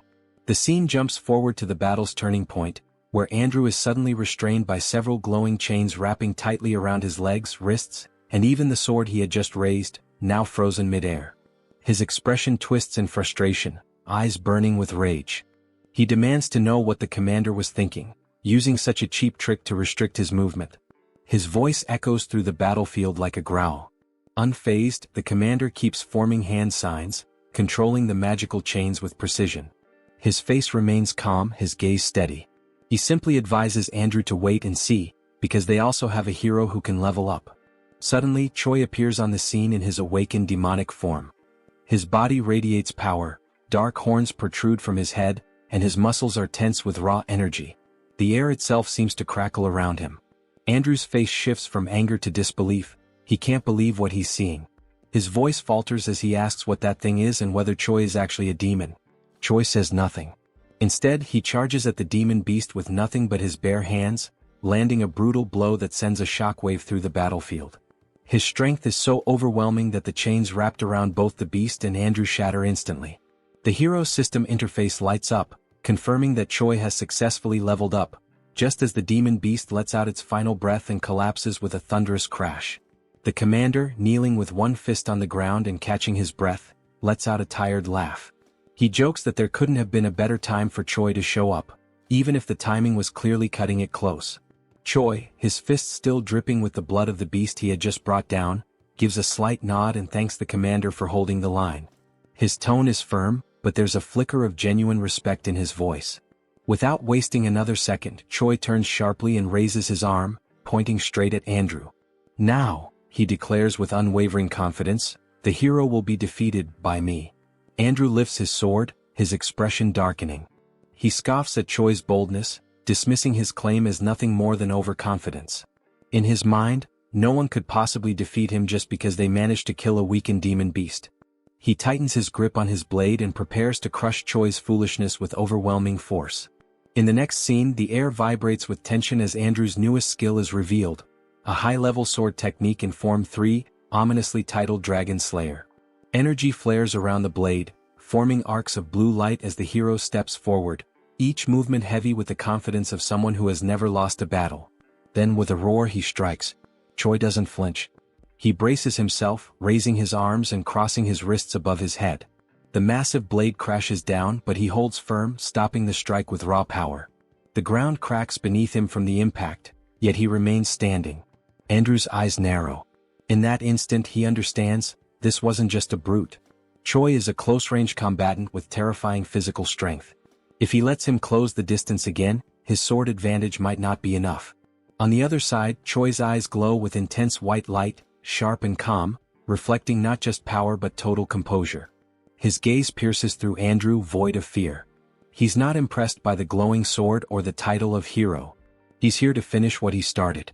Andrew begins delivering a series of strikes with his sword skill, one after another, tirelessly forming blue beams around Choi. Yet Choi defends against all of them effortlessly. Worried that level 3 won't be enough, Andrew pushes the skill to level 7. He charges again to land another blow, but before he can finish, Choi retaliates with absurd force, releasing violet lightning that sends Andrew flying. He crashes down from atop the demon beast, stopped only by a wall of rocks that cracks under the impact. Blood drips from Andrew onto the ground. His teeth are clenched, his eyes wide in a desperate scream. He wonders what the hell Choi is, and if he truly is a demon. Choi, now standing on the forest floor, radiates a violet aura. He walks toward where Andrew fell and calmly states that every opponent he's faced until now had been stronger than him.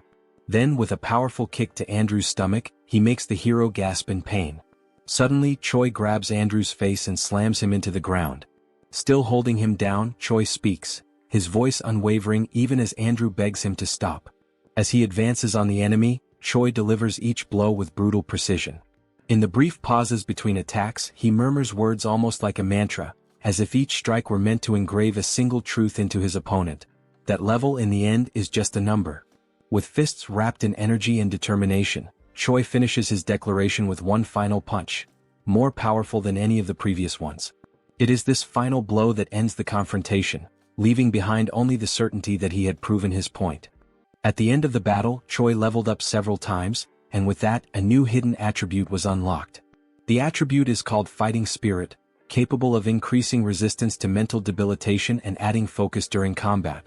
Choi starts with 10 points in this new attribute.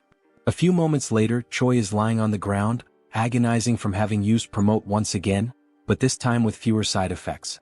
He takes the opportunity to be dramatic, saying that he's going to die, although clearly he's not that bad.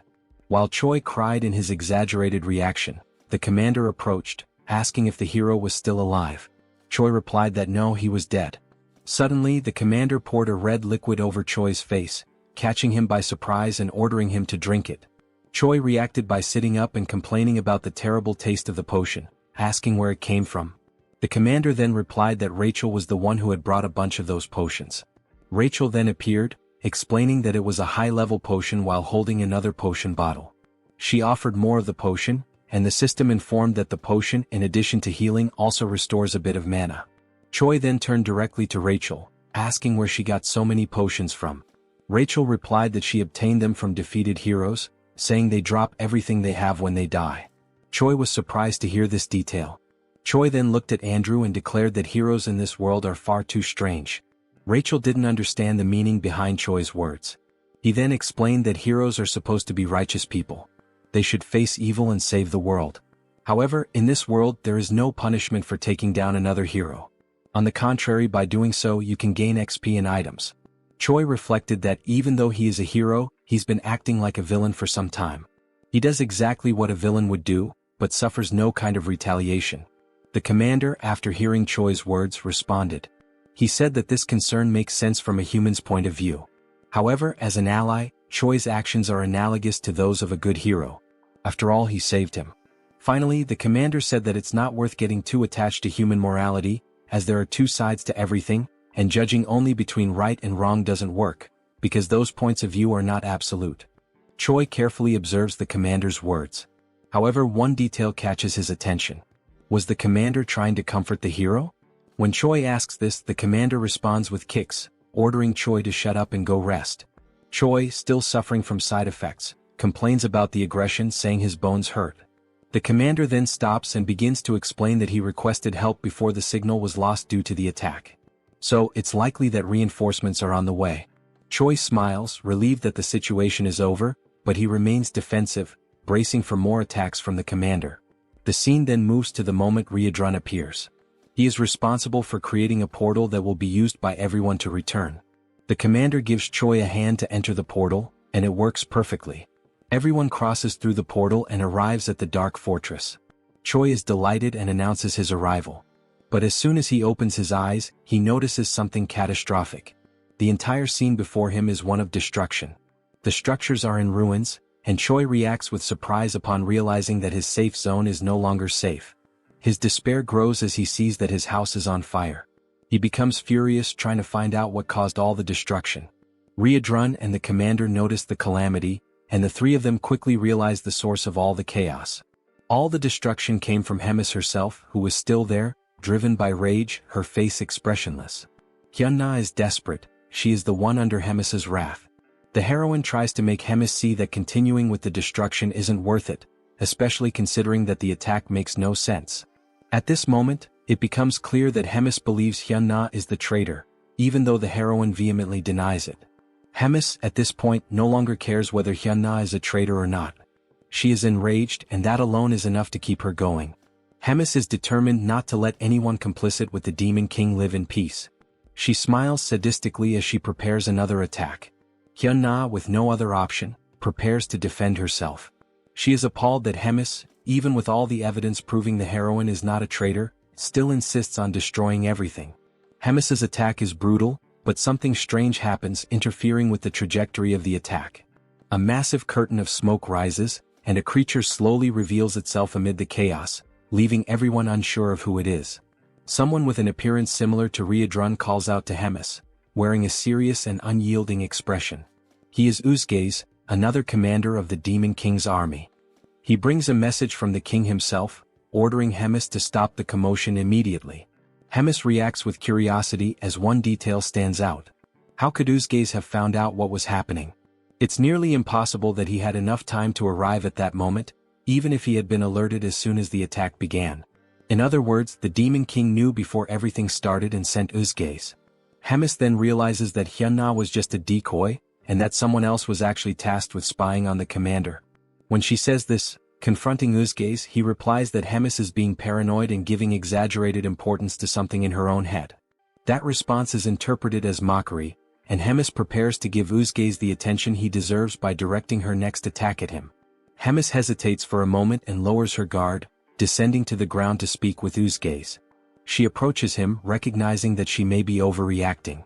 Then she begins to mention that she was unjustly punished for saving Rotak from the humans and was confined for 100 years in the Dark Fortress. With this, she reveals her interpretation of Uzgaze's words, asking if he truly thinks she is arrogant and paranoid. Hemis begins casting a spell that spreads across the ground. As the magic advances, Hemis declares that perhaps saving Rotak was a mistake. Uzgaze, sensing the threat, is surprised by Hemis's offensive move. As the dark aura surrounds Uzgaze, Hemis finishes her speech by asking if he agrees with that statement. He, in turn, remains still, standing, almost as if he knows that nothing bad could happen. Suddenly, a voice echoes through the scene. It's Riadrun who shouts, drawing Hemis' attention and asking her not to proceed with the attack. Uzgaze acknowledges Riadrun's presence, showing that the two share a certain familiarity. But before any concern can arise, Hemis calmly walks forward and touches Uzgaze's shoulder, telling him that he can relax because there's no more need for confusion. Hemis says she already got everything she wanted. She then tightens her grip on the commander's shoulder, warning him to thank his nephew. It becomes clear that Riadrun is Uzgaze's nephew. Sometime later, Choi is lying in bed, still processing everything that happened. He is surprised that there is so much disorder within the Demon King's army. Abelson is once again by his side, helping with his recovery. She takes the opportunity to ask if he plans to continue in the Demon King's army, considering he is about to be promoted to commander of a battalion. Choi replies that he probably will, since there is an official war declared between the Dark Fortress and the Gartran Empire. He also adds that even if he wanted to leave, it would be practically impossible to live among humans now. Choi now has horns growing from his head and is a user of demonic chi. Abelson laughs at the hero's situation. Choi soon remembers the events during the trial, especially the appearance of the heroes. Something seemed very strange about the heroes in that group with the exception of Andrew. They had a strange appearance. All of them looked dazed, and no matter how injured or even killed they were, their expressions never changed. When asked if she knows anything about those heroes, Abelson responds to Choi that she isn't sure. She recalls that she was expelled and therefore doesn't know the internal workings of the kingdom. However, she confirms that the Empire has many strong heroes, and that most of the wars against demons are not fought by heroes of priestly rank. Amid this, it remains a mystery how the divided Empire manages to gather so many strong heroes so quickly. However, there are rumors that inhumane methods are being used to make that possible. As soon as she finishes speaking, their conversation is interrupted by someone arriving. Riadrun apologizes for interrupting and ruining the mood between the two, but he informs them that Hemis wants to see them. The scene shifts to the meeting in Hemis' office. There they are warmly welcomed by the commander. She happily announces that they have a new mission. There is a need to install a spatial interference magic shield. Choi is confused about what that is. Hemis then explains it simply, asking him to think of it like a barrier capable of preventing unauthorized teleportation. She argues that it's important so that he doesn't wake up with an assassin waiting in his room. Hemis explains that only the Second Corps can carry out such a task. Choi then understands where she is going with this, and Hemis continues by saying they will go on a work trip, under the cover of being a messenger and the messenger's personal medic. Hemis states that this is basically to protect them from humans so it won't be hard to fulfill a simple task. Moreover, she will send a trusted guide to lead the two. And that guide is, once again, Commander Roy, who reads the travel order with fire in his eyes, irritated at being dragged into another ridiculous task. The room where the group gathered was wide and imposing, bathed in the vibrant light of a flaming structure at the center, whose presence not only illuminated the space but also reinforced the grandeur of the place. On its sides, swords meticulously positioned on the walls reflected the firelight, symbolizing both the opulence and the power of those present. In front of the flame, a long solid wooden table stretched out, with 7 chairs designated for the members present, although only 5 were occupied. At the head of the table rested the most ornate chair of all, occupied by the host of the meeting, a figure of authority and command. One of the seats, however, remained empty. The absence was notable but not surprising. It was just another one of Rotaka's recurring absences. The 5th commander, named Uzgaze, who wore the head and hide of a bull, shrugged, knowing that Rotak never showed up to the meetings. Dorichigus, the 1st commander, dressed in purple armor, was irritated by Rotaka's absence, even though the meetings weren't mandatory. Hyuna, who until that point was comfortably lounging in one of the chairs, resting her arm over her bent leg, claimed carelessly that if Rotak had come, he would just be talking nonsense. Hemis, who was right in front of the fourth commander, observed the conversation without being able to add anything more to what the others were saying. Tigrid, the Supreme Demon King commander, had imposing, wavy horns that grew from his forehead. He had a serious expression when he finally announced to the other commanders present that they would begin the meeting. The reason for the meeting was revealed. They had gathered to talk about Commander Hemis. She had carried out a major event without reporting it. Scenes are then shown of the battle between Choi in his demonic form and Andrew. Tigrid continued explaining that the border had been left exposed, and the humans had created an ambush that resulted in severe consequences. Uzgaze then interrupted the Demon King's speech to specify that the effects of that battle were 97 dead, 100 wounded, and an even greater number missing. Tigrid had his black claws resting on the armrests of his golden throne. His expression was calm as he continued speaking about Hemis attacking the fourth commander for no apparent reason and, according to the rules, battles between commanders require prior approval. Then, with a serious look, Tigrid announced the beginning of the discussion regarding the punishment that would fall upon Hemis, based on her actions. At the moment he opened the floor for objections, Hemis promptly interrupted, wishing to express her side. She raised her hand and requested attention to object. With no resistance from the others, Hemis began to speak, aiming to defend herself against the claim that she had acted without cause. She then explained that everything happened because there was someone acting as a spy against her. She explained that the attack on the fourth commander happened because she thought he was the spy, given the circumstances. With that, Hemis raised a question, suggesting that the ideal would be to find out who was trying to harm her, not try to punish her for defending herself from something so sneaky. Tigrid's expression changed. He was irritated by the question, seeing it as an affront. He then asked if such a proposal was a way of challenging his authority. Hemis simply replied that it was nothing more than a humble suggestion. She smiled, and her bold expression spoke louder than her words. Such an attitude only raised Tigrid's indignation, who was stunned by the commander's boldness and clenched his fists on the armrest of his throne. Some time later, Uzgaze, Dorichigus, and Hyuna gathered in the corridors, in front of the meeting room, discussing what had just happened. Uzgaze pointed out how terrible the emotional outburst of both commanders had been in front of them, rendering the meeting useless. Hyuna expressed her frustration, irritated by the possibility that Rems and the Demon King would never be friends again. Dorichigus commented that he thought it impossible for them to be as united as they once were, and Hyuna declared that she didn't like the direction things were taking. In the end, the group decided to put these events aside and not give them much importance, as situations like this would probably repeat themselves frequently from then on, and the only thing left to do was to choose a side to stand on. Meanwhile, in the magical tower of the fourth command, Shai's group approaches, and the hero is soon mesmerized by what he sees. They are then received by the fourth commander's bodyguards, who immediately request everyone's identification. Roger introduces himself as the commander of the 3rd Regiment and notes that he is accompanied by 2 humans. The guard receives the referral sent by Hemis, reads the contents of the paper, and greets everyone enthusiastically, declaring that the commander is waiting for them, and then guides the group to the meeting. Meanwhile, Rotak is in his office, relaxed in his chair, reflecting on the human who can use dark mana and who, furthermore, has a body in the process of transforming into a demon. Even though he finds the situation interesting after receiving warnings from Hemis, he ultimately reminds himself that the human is still just a human. Soon, the group arrives at the room and greets Commander Rotak, who receives them and immediately jumps toward Choi, who barely has time to greet him and is caught off guard. While analyzing Choi's body, he is surprised that he doesn't feel anything and then begins the infusion of energy into one of the hero's arms, warning that it will hurt a little, but that Choi needs to endure it.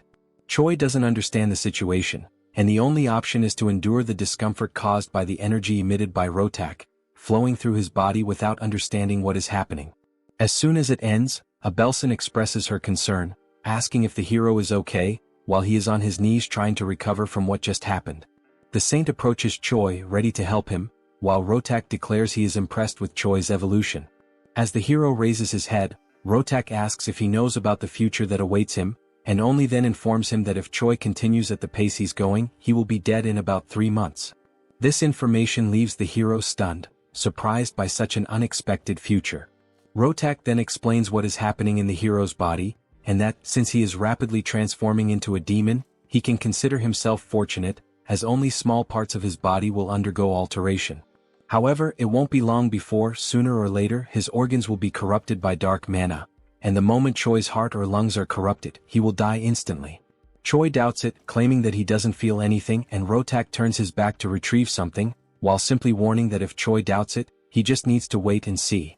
He then picks up one of the papers on his desk and presents it to Choi, informing him that it is something called the Demon Contract, whose function is merely to reveal the truth. This surprises Choi. The Demon Contract then confirms the conversation, stating that Rotaka's certainty about Choi's death in 3 months is genuine, and outlining Rotaka's intention to take care of the hero Choi, foreseeing that Choi will agree to participate in Rotaka's experiments, which will also be conducted using methods that will not result in Choi's death, and that the hero will not contest possible deformations during the treatment. Also, if his intelligence or ego fades during this treatment. Choi realizes the commander's intentions, and Abelson is surprised by the presentation of the contract, asking Choi not to agree, since she will take responsibility for caring for him. Rotak then intervenes, calling Abelson arrogant, warning that dark mana and divine power are opposites, and that her healing power only worked until now because Choi still has a mostly human side. However, in the future he will become a complete demon, and that will completely nullify the effect of divine powers on him. Abelson and Choi are surprised by Rotaka's statement, and he, aiming for urgency in the contract signing, reminds them that 3 months is an optimistic estimate, urging Choi to decide quickly what he wants to do. The group then takes some time to reflect on the situation, and Rachel worries about what might happen to the hero, who apparently has a terminal illness, whose doctor capable of treating him demands that the hero give up his body to undergo psychopathic experiments. Choi explains that he is trying to buy some time before training the battalion, wondering if there is another way to get treatment without needing to be part of some kind of experiment. Rogers then questions why Choi doesn't try to seek an answer from Hemis.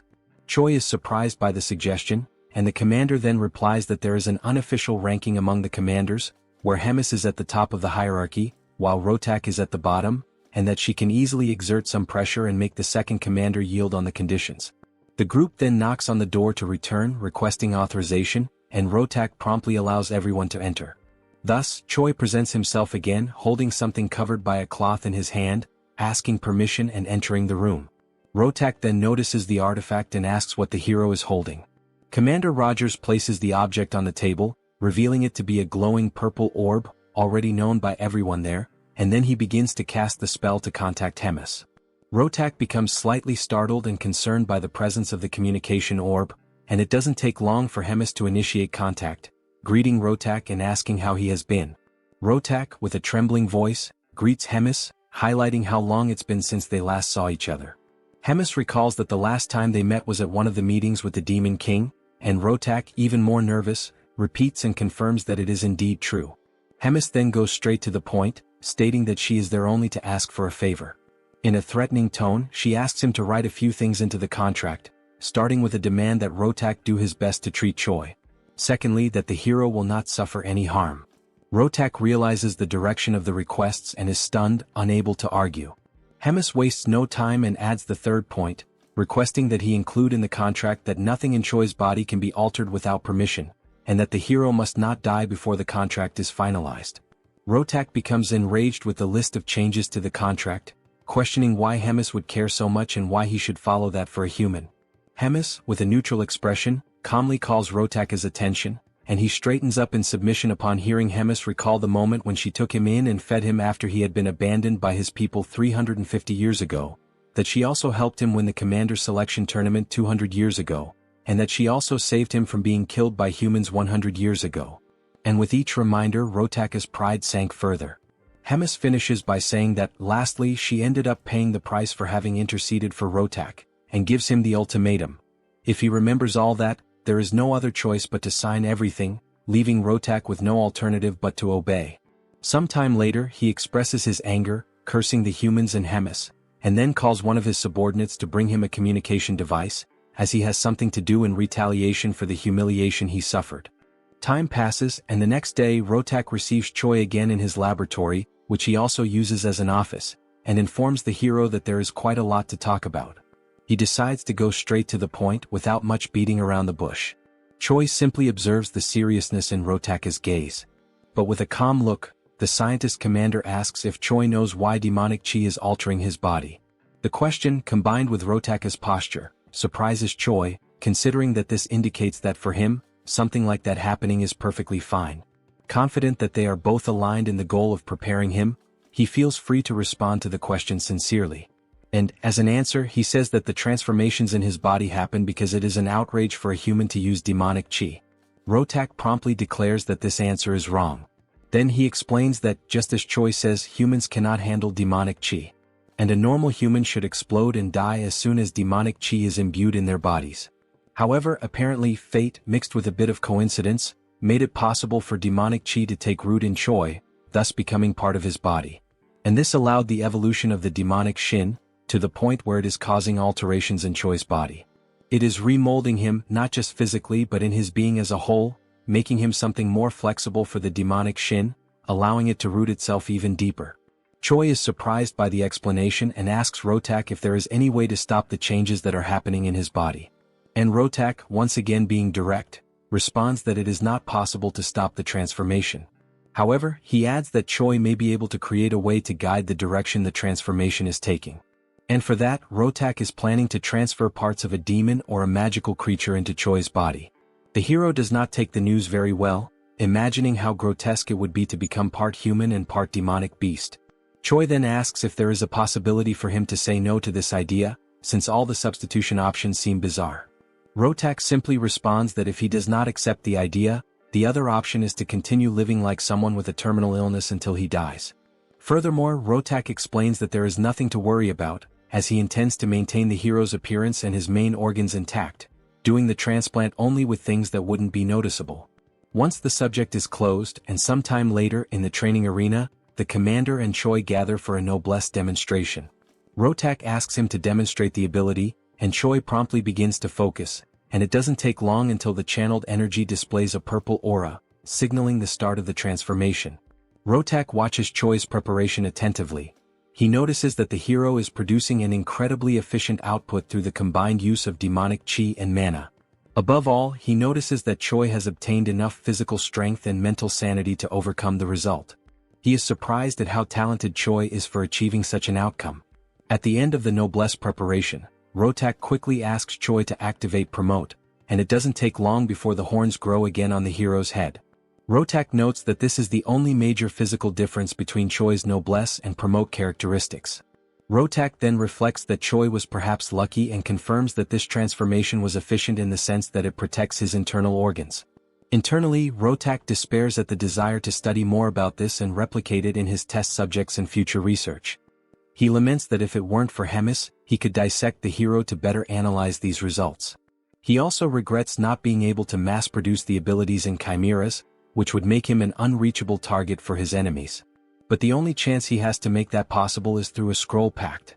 Choi notices that Rotak has entered a spiral of thoughts and brings the commander's attention back. Shortly after, he asks what he should do after using Promote. Rotak refocuses and informs him that there's no need for further demonstrations today and internally, reflects that he already has all the information he wanted. Then he tells Choi that, starting tomorrow, he will begin working on fixing the hero's body and abilities one by one, and advises that it's best for him to get some rest.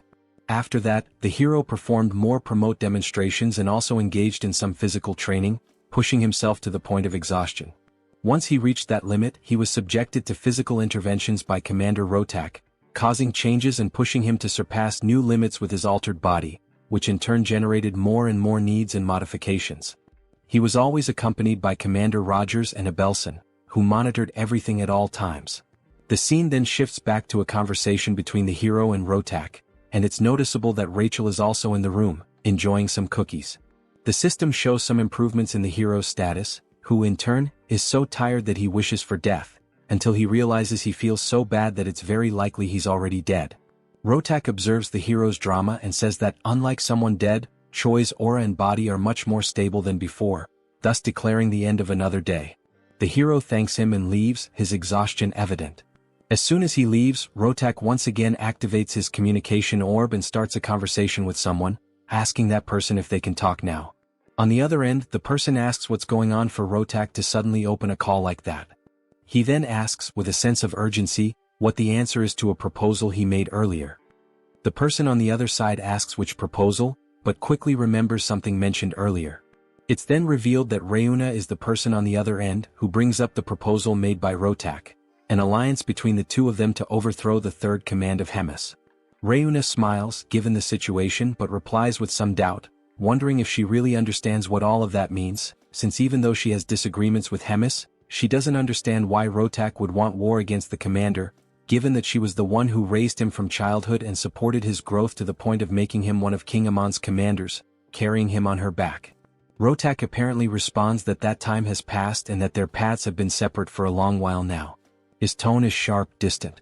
We then see a moment in which Rotak and Hemis talk, where he expresses a desire to proceed with his chimera research, claiming that it is undoubtedly a powerful technique. Hemis scorns Rotak's project, asking how long he intends to keep clinging to cheap tricks. She says that no matter how strong his chimeras become, it's all meaningless if he, their controller, remains weak. Her words cut deep, reinforcing how individually unremarkable Rotak is without his creations. Back in the conversation, Rotak asks Reuna to answer whether or not she will ally with him. The commander pauses, considering whether it might be better for him to just keep ignoring Hemis, just as Hemis ignores him, rather than insist on dragging her down. Rotak says he wouldn't mind continuing that way. However, there's an individual in Hemis's hands who changes everything. Someone too valuable to overlook. If he could replicate that individual's abilities in others, their alliance could become something much greater than revenge. It could reshape their position entirely. Reuna quickly realizes that he's referring to Choi, but asks if it might be someone else, still questioning whether he's really worth the fall of Commander Hemis. Rotak confirms that he is. As an argument, he states that no matter how powerful Hemis is, she won't be able to handle two commanders coming at her at once. If the two of them join forces, her downfall won't just be possible, it will be certain. Reuna reflects for a moment, her expression unreadable. Then, she agrees to the proposal and tells him to contact her as soon as a plan is in place. The call ends with Rotak calmly saying that he'll reach out again in a few days. Rachel, who was still enjoying her cookies, overheard the entire conversation and is shocked by Rotak's plans. It doesn't take long before the team contacts Hemis to talk about the plot forming against her, but to everyone's surprise, Hemis already suspected everything. Choi asks why she isn't surprised. Hemis then asks back why she would be, since everything was already out in the open. She then questions if that was the reason the team used the communication orb. Choi replies that it wasn't, because he has something else to report. He wants to know what he should do in this situation, considering that he is just a small shrimp in the middle of a battle fought by great whales. Hemis reflects for a moment, her gaze turning distant as if measuring the weight of her next words. Then she looks back at them and asks for their opinion on an idea she just came up with. But this idea, while clever, would put Rotak in a very tight spot.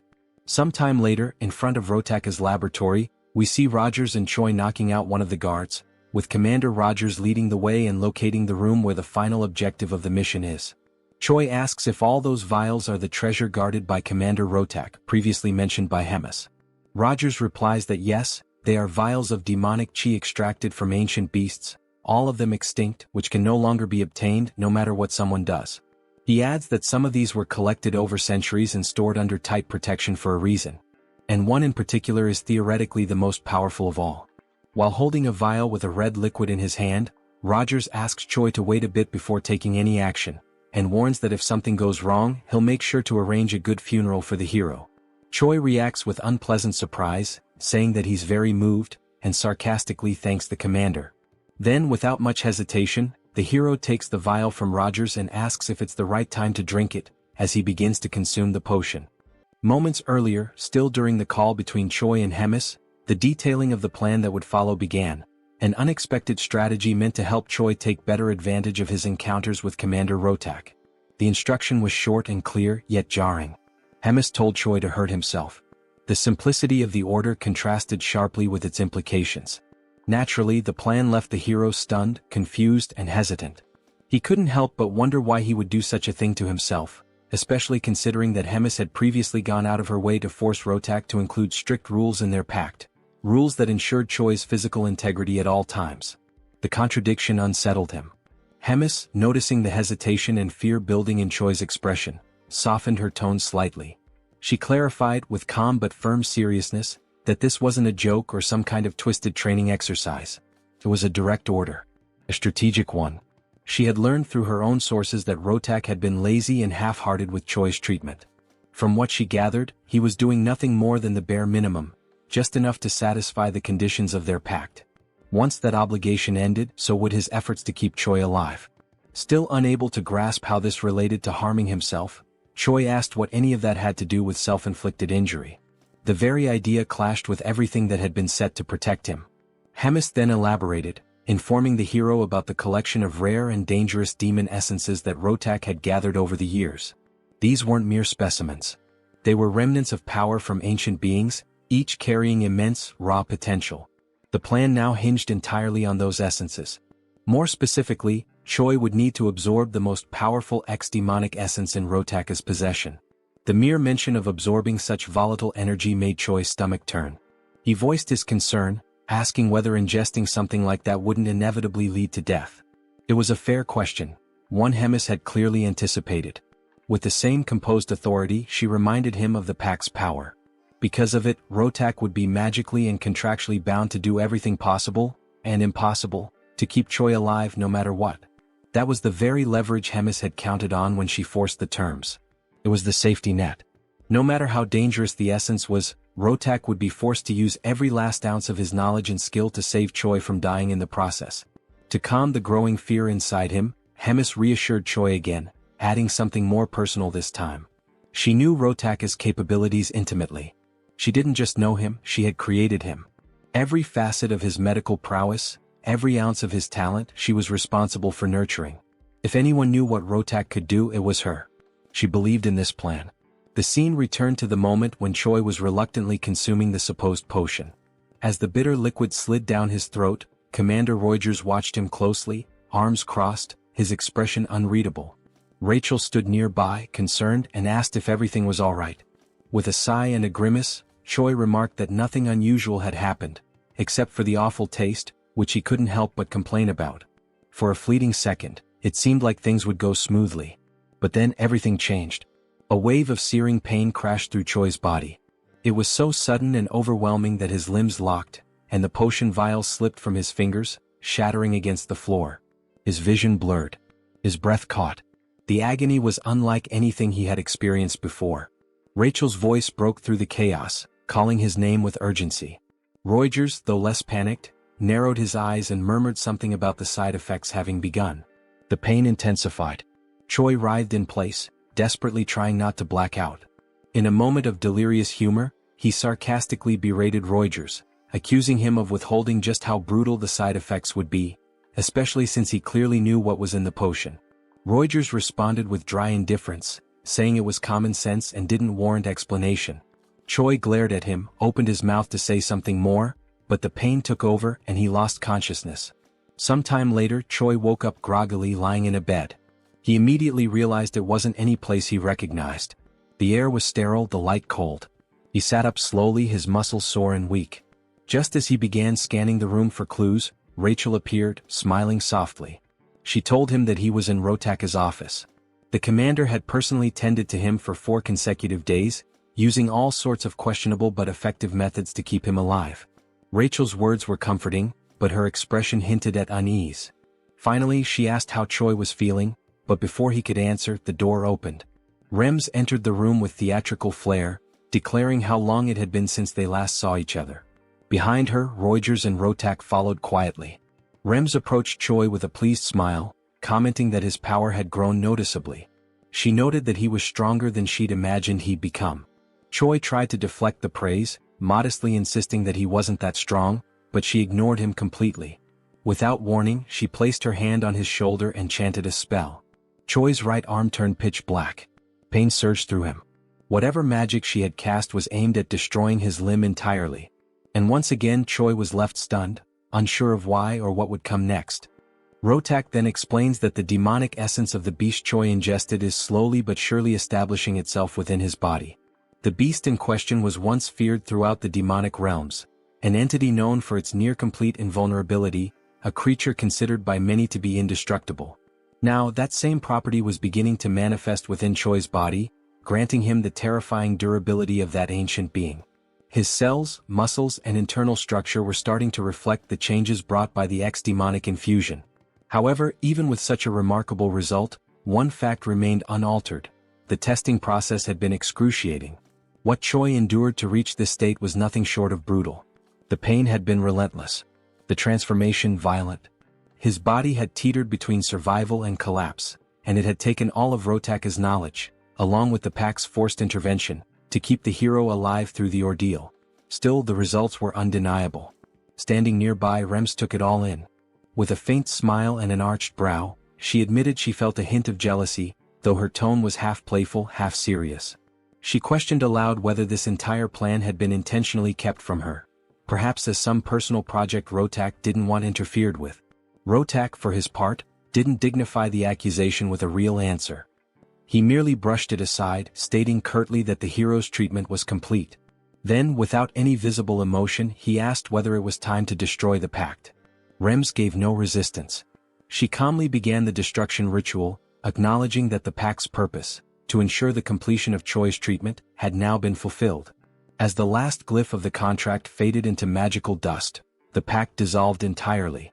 The invisible leash that had bound Rotak to his obligations was gone. With nothing holding him back, Rotak didn't waste a moment. He turned to Rems and, in a voice laced with bitterness, made it clear he hadn't forgotten her interference. In a tone more threatening than professional, he promised she would regret everything. His eyes, cold and unblinking, burned with silent fury. Rems, unfazed, merely smiled. Her voice carried a touch of amusement as she questioned if she truly would be the one to regret anything. Her answer was cryptic, a layered warning rather than a rebuttal.